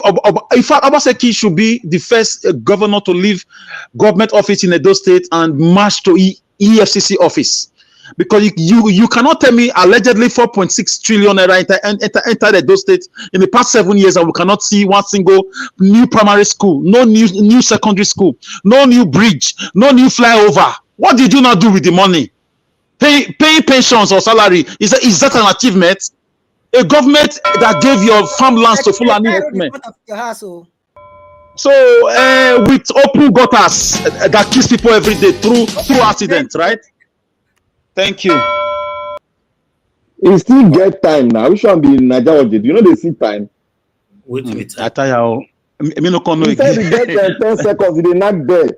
I mean. All right. Let's move on. Mr. Alex. Go to Lumide Akbata. Thank you, Mr. Najawa. Thank you. Mr. Alex, please go and sleep. Go to bed, sir. It's time to sleep. You never late for a magba. Thank you. Let me call on the next person. Black Panther, if you like, be a spokesperson to Mr. Alex. You only have 1 minute. My right is in this 1 minute, so everybody keep quiet. Mr. Nigerian Constitution, which was given to us by Abdul Salami, the military junta that came to power illegally. Now, the Constitution gave to us said that each political party shall produce candidates. And candidates who want to vie for any position in Nigerian politics must come through what? Through political platform. And today, trying to sell the rhetoric of Agbado. We should look at the individual. We cannot look at the individual. We play down on the political party. No way. The political party's signature is going to be on the ballot system. Therefore, I say, PDP produce Obaseki, and Obaseki produce another PDP as well. So, vote Akpata for governor of Edo State. Play that music. Thank you. Mr. Elvis, you be real troublemaker. Mr. Elvis. You know, like me now. Now me dey give trouble now. You know, like when you small, you the find trouble well, Mr. Najawash. No, I wait now 1 month do me this evening. Me not go agree. Make I go to the next person. Give us a mandate. If you like, make the Olumide. Before you do me, they finish your 1 minute is over. Go ahead, sir. You have only 1 minute. Okay, it's not even available. So let's move on. Mr. Chris, you have 1 minute, sir. Yeah, thank you very much, Mr. Nanjawaj. I think we just go straight to the issue. And Siobala, I would like to remind you again, this experience you keep talking about, I think it is better you make your campaign issue-based. You are just deceiving the people, which is very, very unfair. You know, that's why the Constitution of Nigeria doesn't require you to have any prior experience. All you need is to have completed or have attempted SSC That's why you have the other arms of government to checkmate each other, the legislative and executive. Of course, I know you people you don't value representative governments. That's why you're supporting the likes of Obaseki. But the difference Olumide brings to the table is exactly that. He said he wants to do things differently from the way Obaseki has ruled the people. And we can see Obaseki's failure signature everywhere in the state. And Olumide is promised to bring a complete turnaround to everything Obaseki has done, compared to Aswen Udalo, who said he was going to continue from where Obaseki stopped. I do like vote Barrister Olumide Akpata, vote Labour Party. Thank you very much. Oga Chris, thank you for concluding for us. Thank you. On right now, I guess everybody have given a 1 minute. Yes, it's done. Everybody have given. Now only August seem that is not available, so that's fine. I appreciate every one of you. We've come to the end of this broadcast. Even upon we talking about the things that's affecting us right now, we can see that Tinubu is about to borrow another 20 trillion naira from the pensions fund. See, I wonder how the people who supported this man or APC, how you guys are feeling right now. You guys should clap for yourselves. But meanwhile, what do I know? We're only doing our best right here. Okay. Borrow the money from pension. How would they pay pensioners all over Nigeria? They say they should go home and die. That's all. Thank you, sir. They don't want that paper. To be honest, this is what you get from a country where the people talk behind the doors. Nobody's talking. Nobody's doing anything. They'll continue to ride on your head and your head and your head, and that's it. That's how it works. Like I was saying before, we all are losing our voices here every day, putting in our energy, our enthusiasm, our time, and everything to see how Nigeria can be better in our time. But why some of you are fighting us back by saying, oh, you love your candidate, you do this. Nobody's saying you may love anybody. You shouldn't be loving these people. Your duty, your constitutional right or demonstration is to be calling them out to do the right thing. But when we continue to be loving them, we'll continue to find ourselves where we are today. That's why we are where we are today.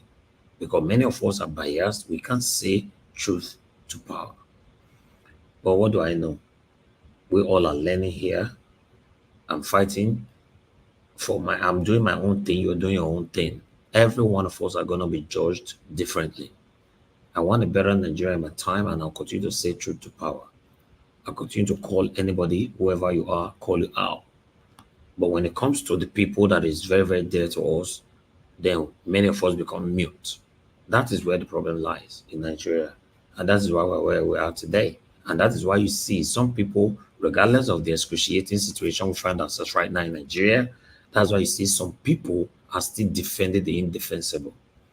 We are not going anywhere if we continue with this kind of mindset, or rather this kind of character. Let's continue to say it how it is. Even though you are scared of anything, I just want you to have it in mind that no matter how pretentious you are, you're still not going to live forever on this earth. Do the right thing.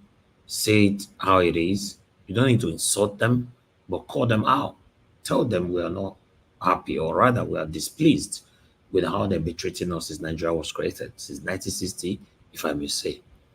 But for us, sometimes we beat around, then it can't work.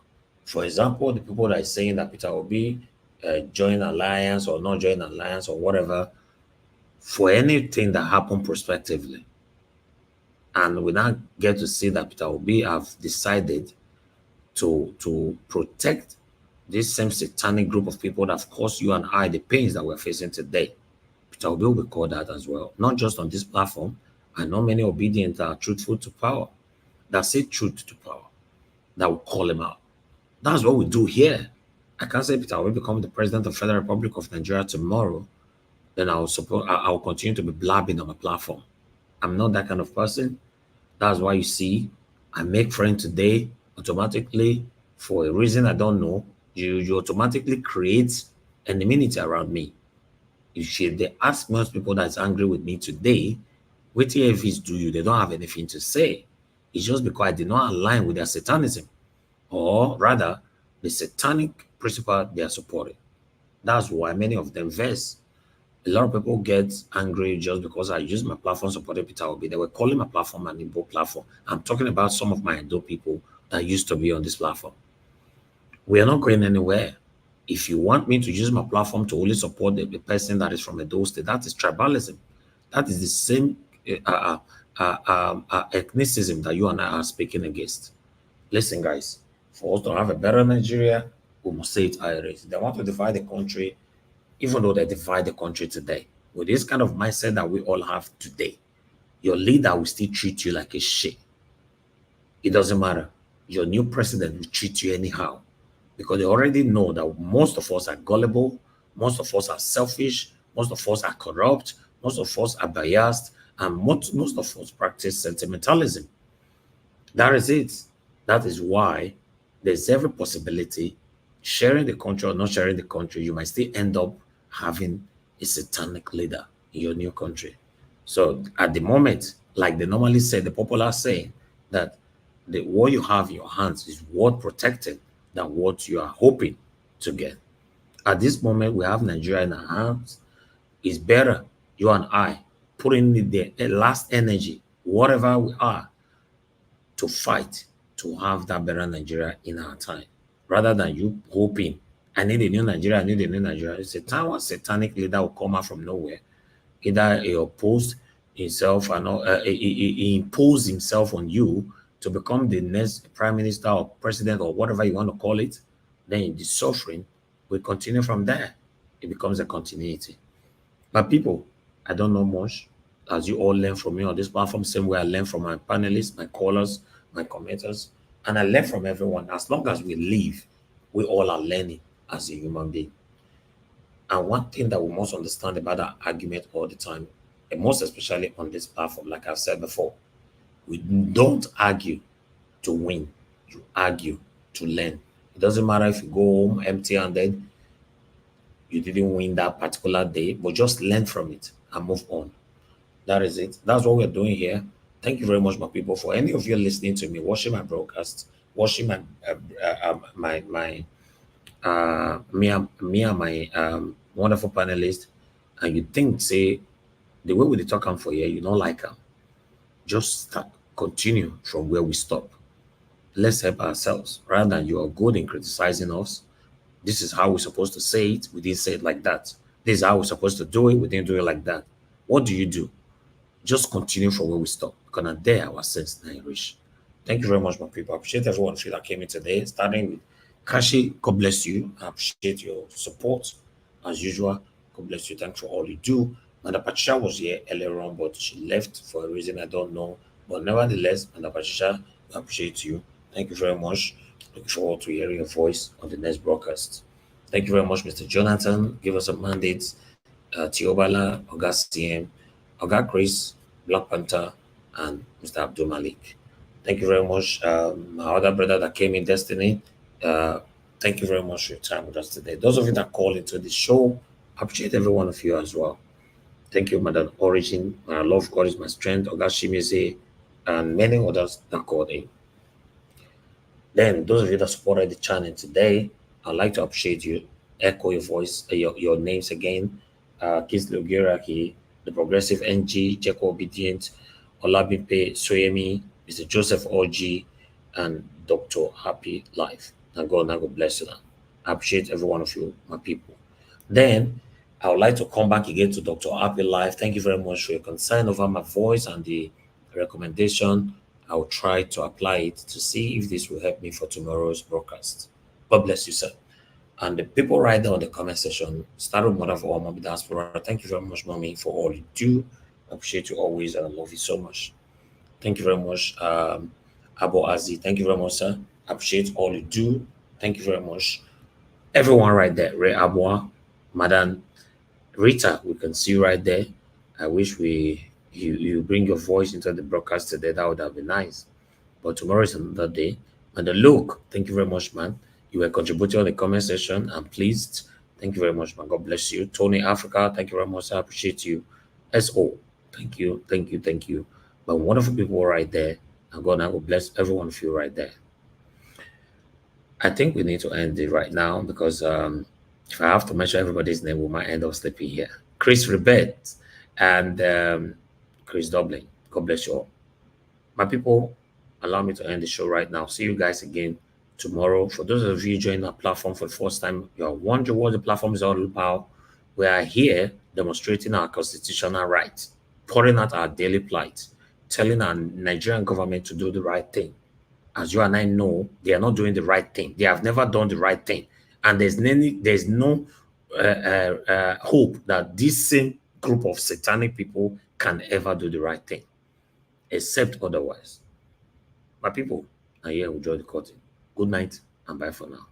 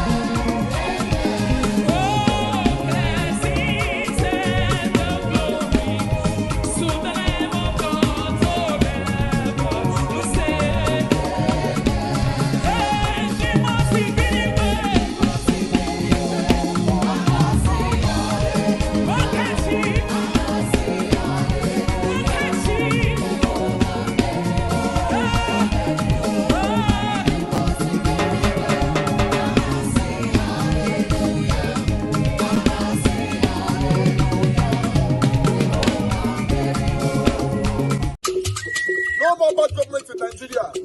Nigeria what?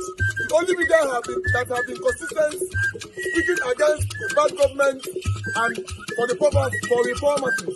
Nigeria what? Yo!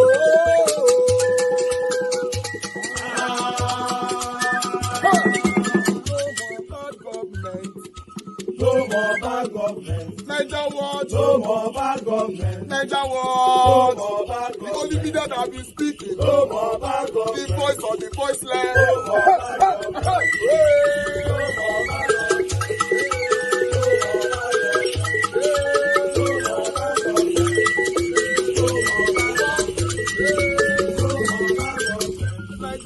No more bad government. For the poor. No more bad government. Niger what? No more bad government. Niger what media. No more bad government. No more bad government. No more bad government. In Nigeria. No more bad government. No more bad government. No more bad government. The only media. No more bad government. The number one media in Nigeria. No more bad government. That have been speaking against government. No more bad government. Niger what? No more bad government.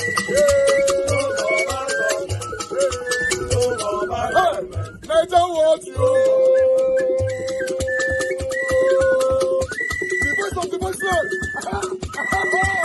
The voice of the voiceless.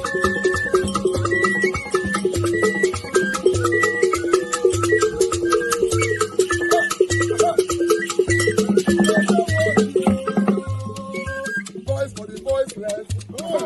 Voice for the voiceless. Niger what? Voice for the voiceless. Niger watch media. The only media that have been speaking against bad government.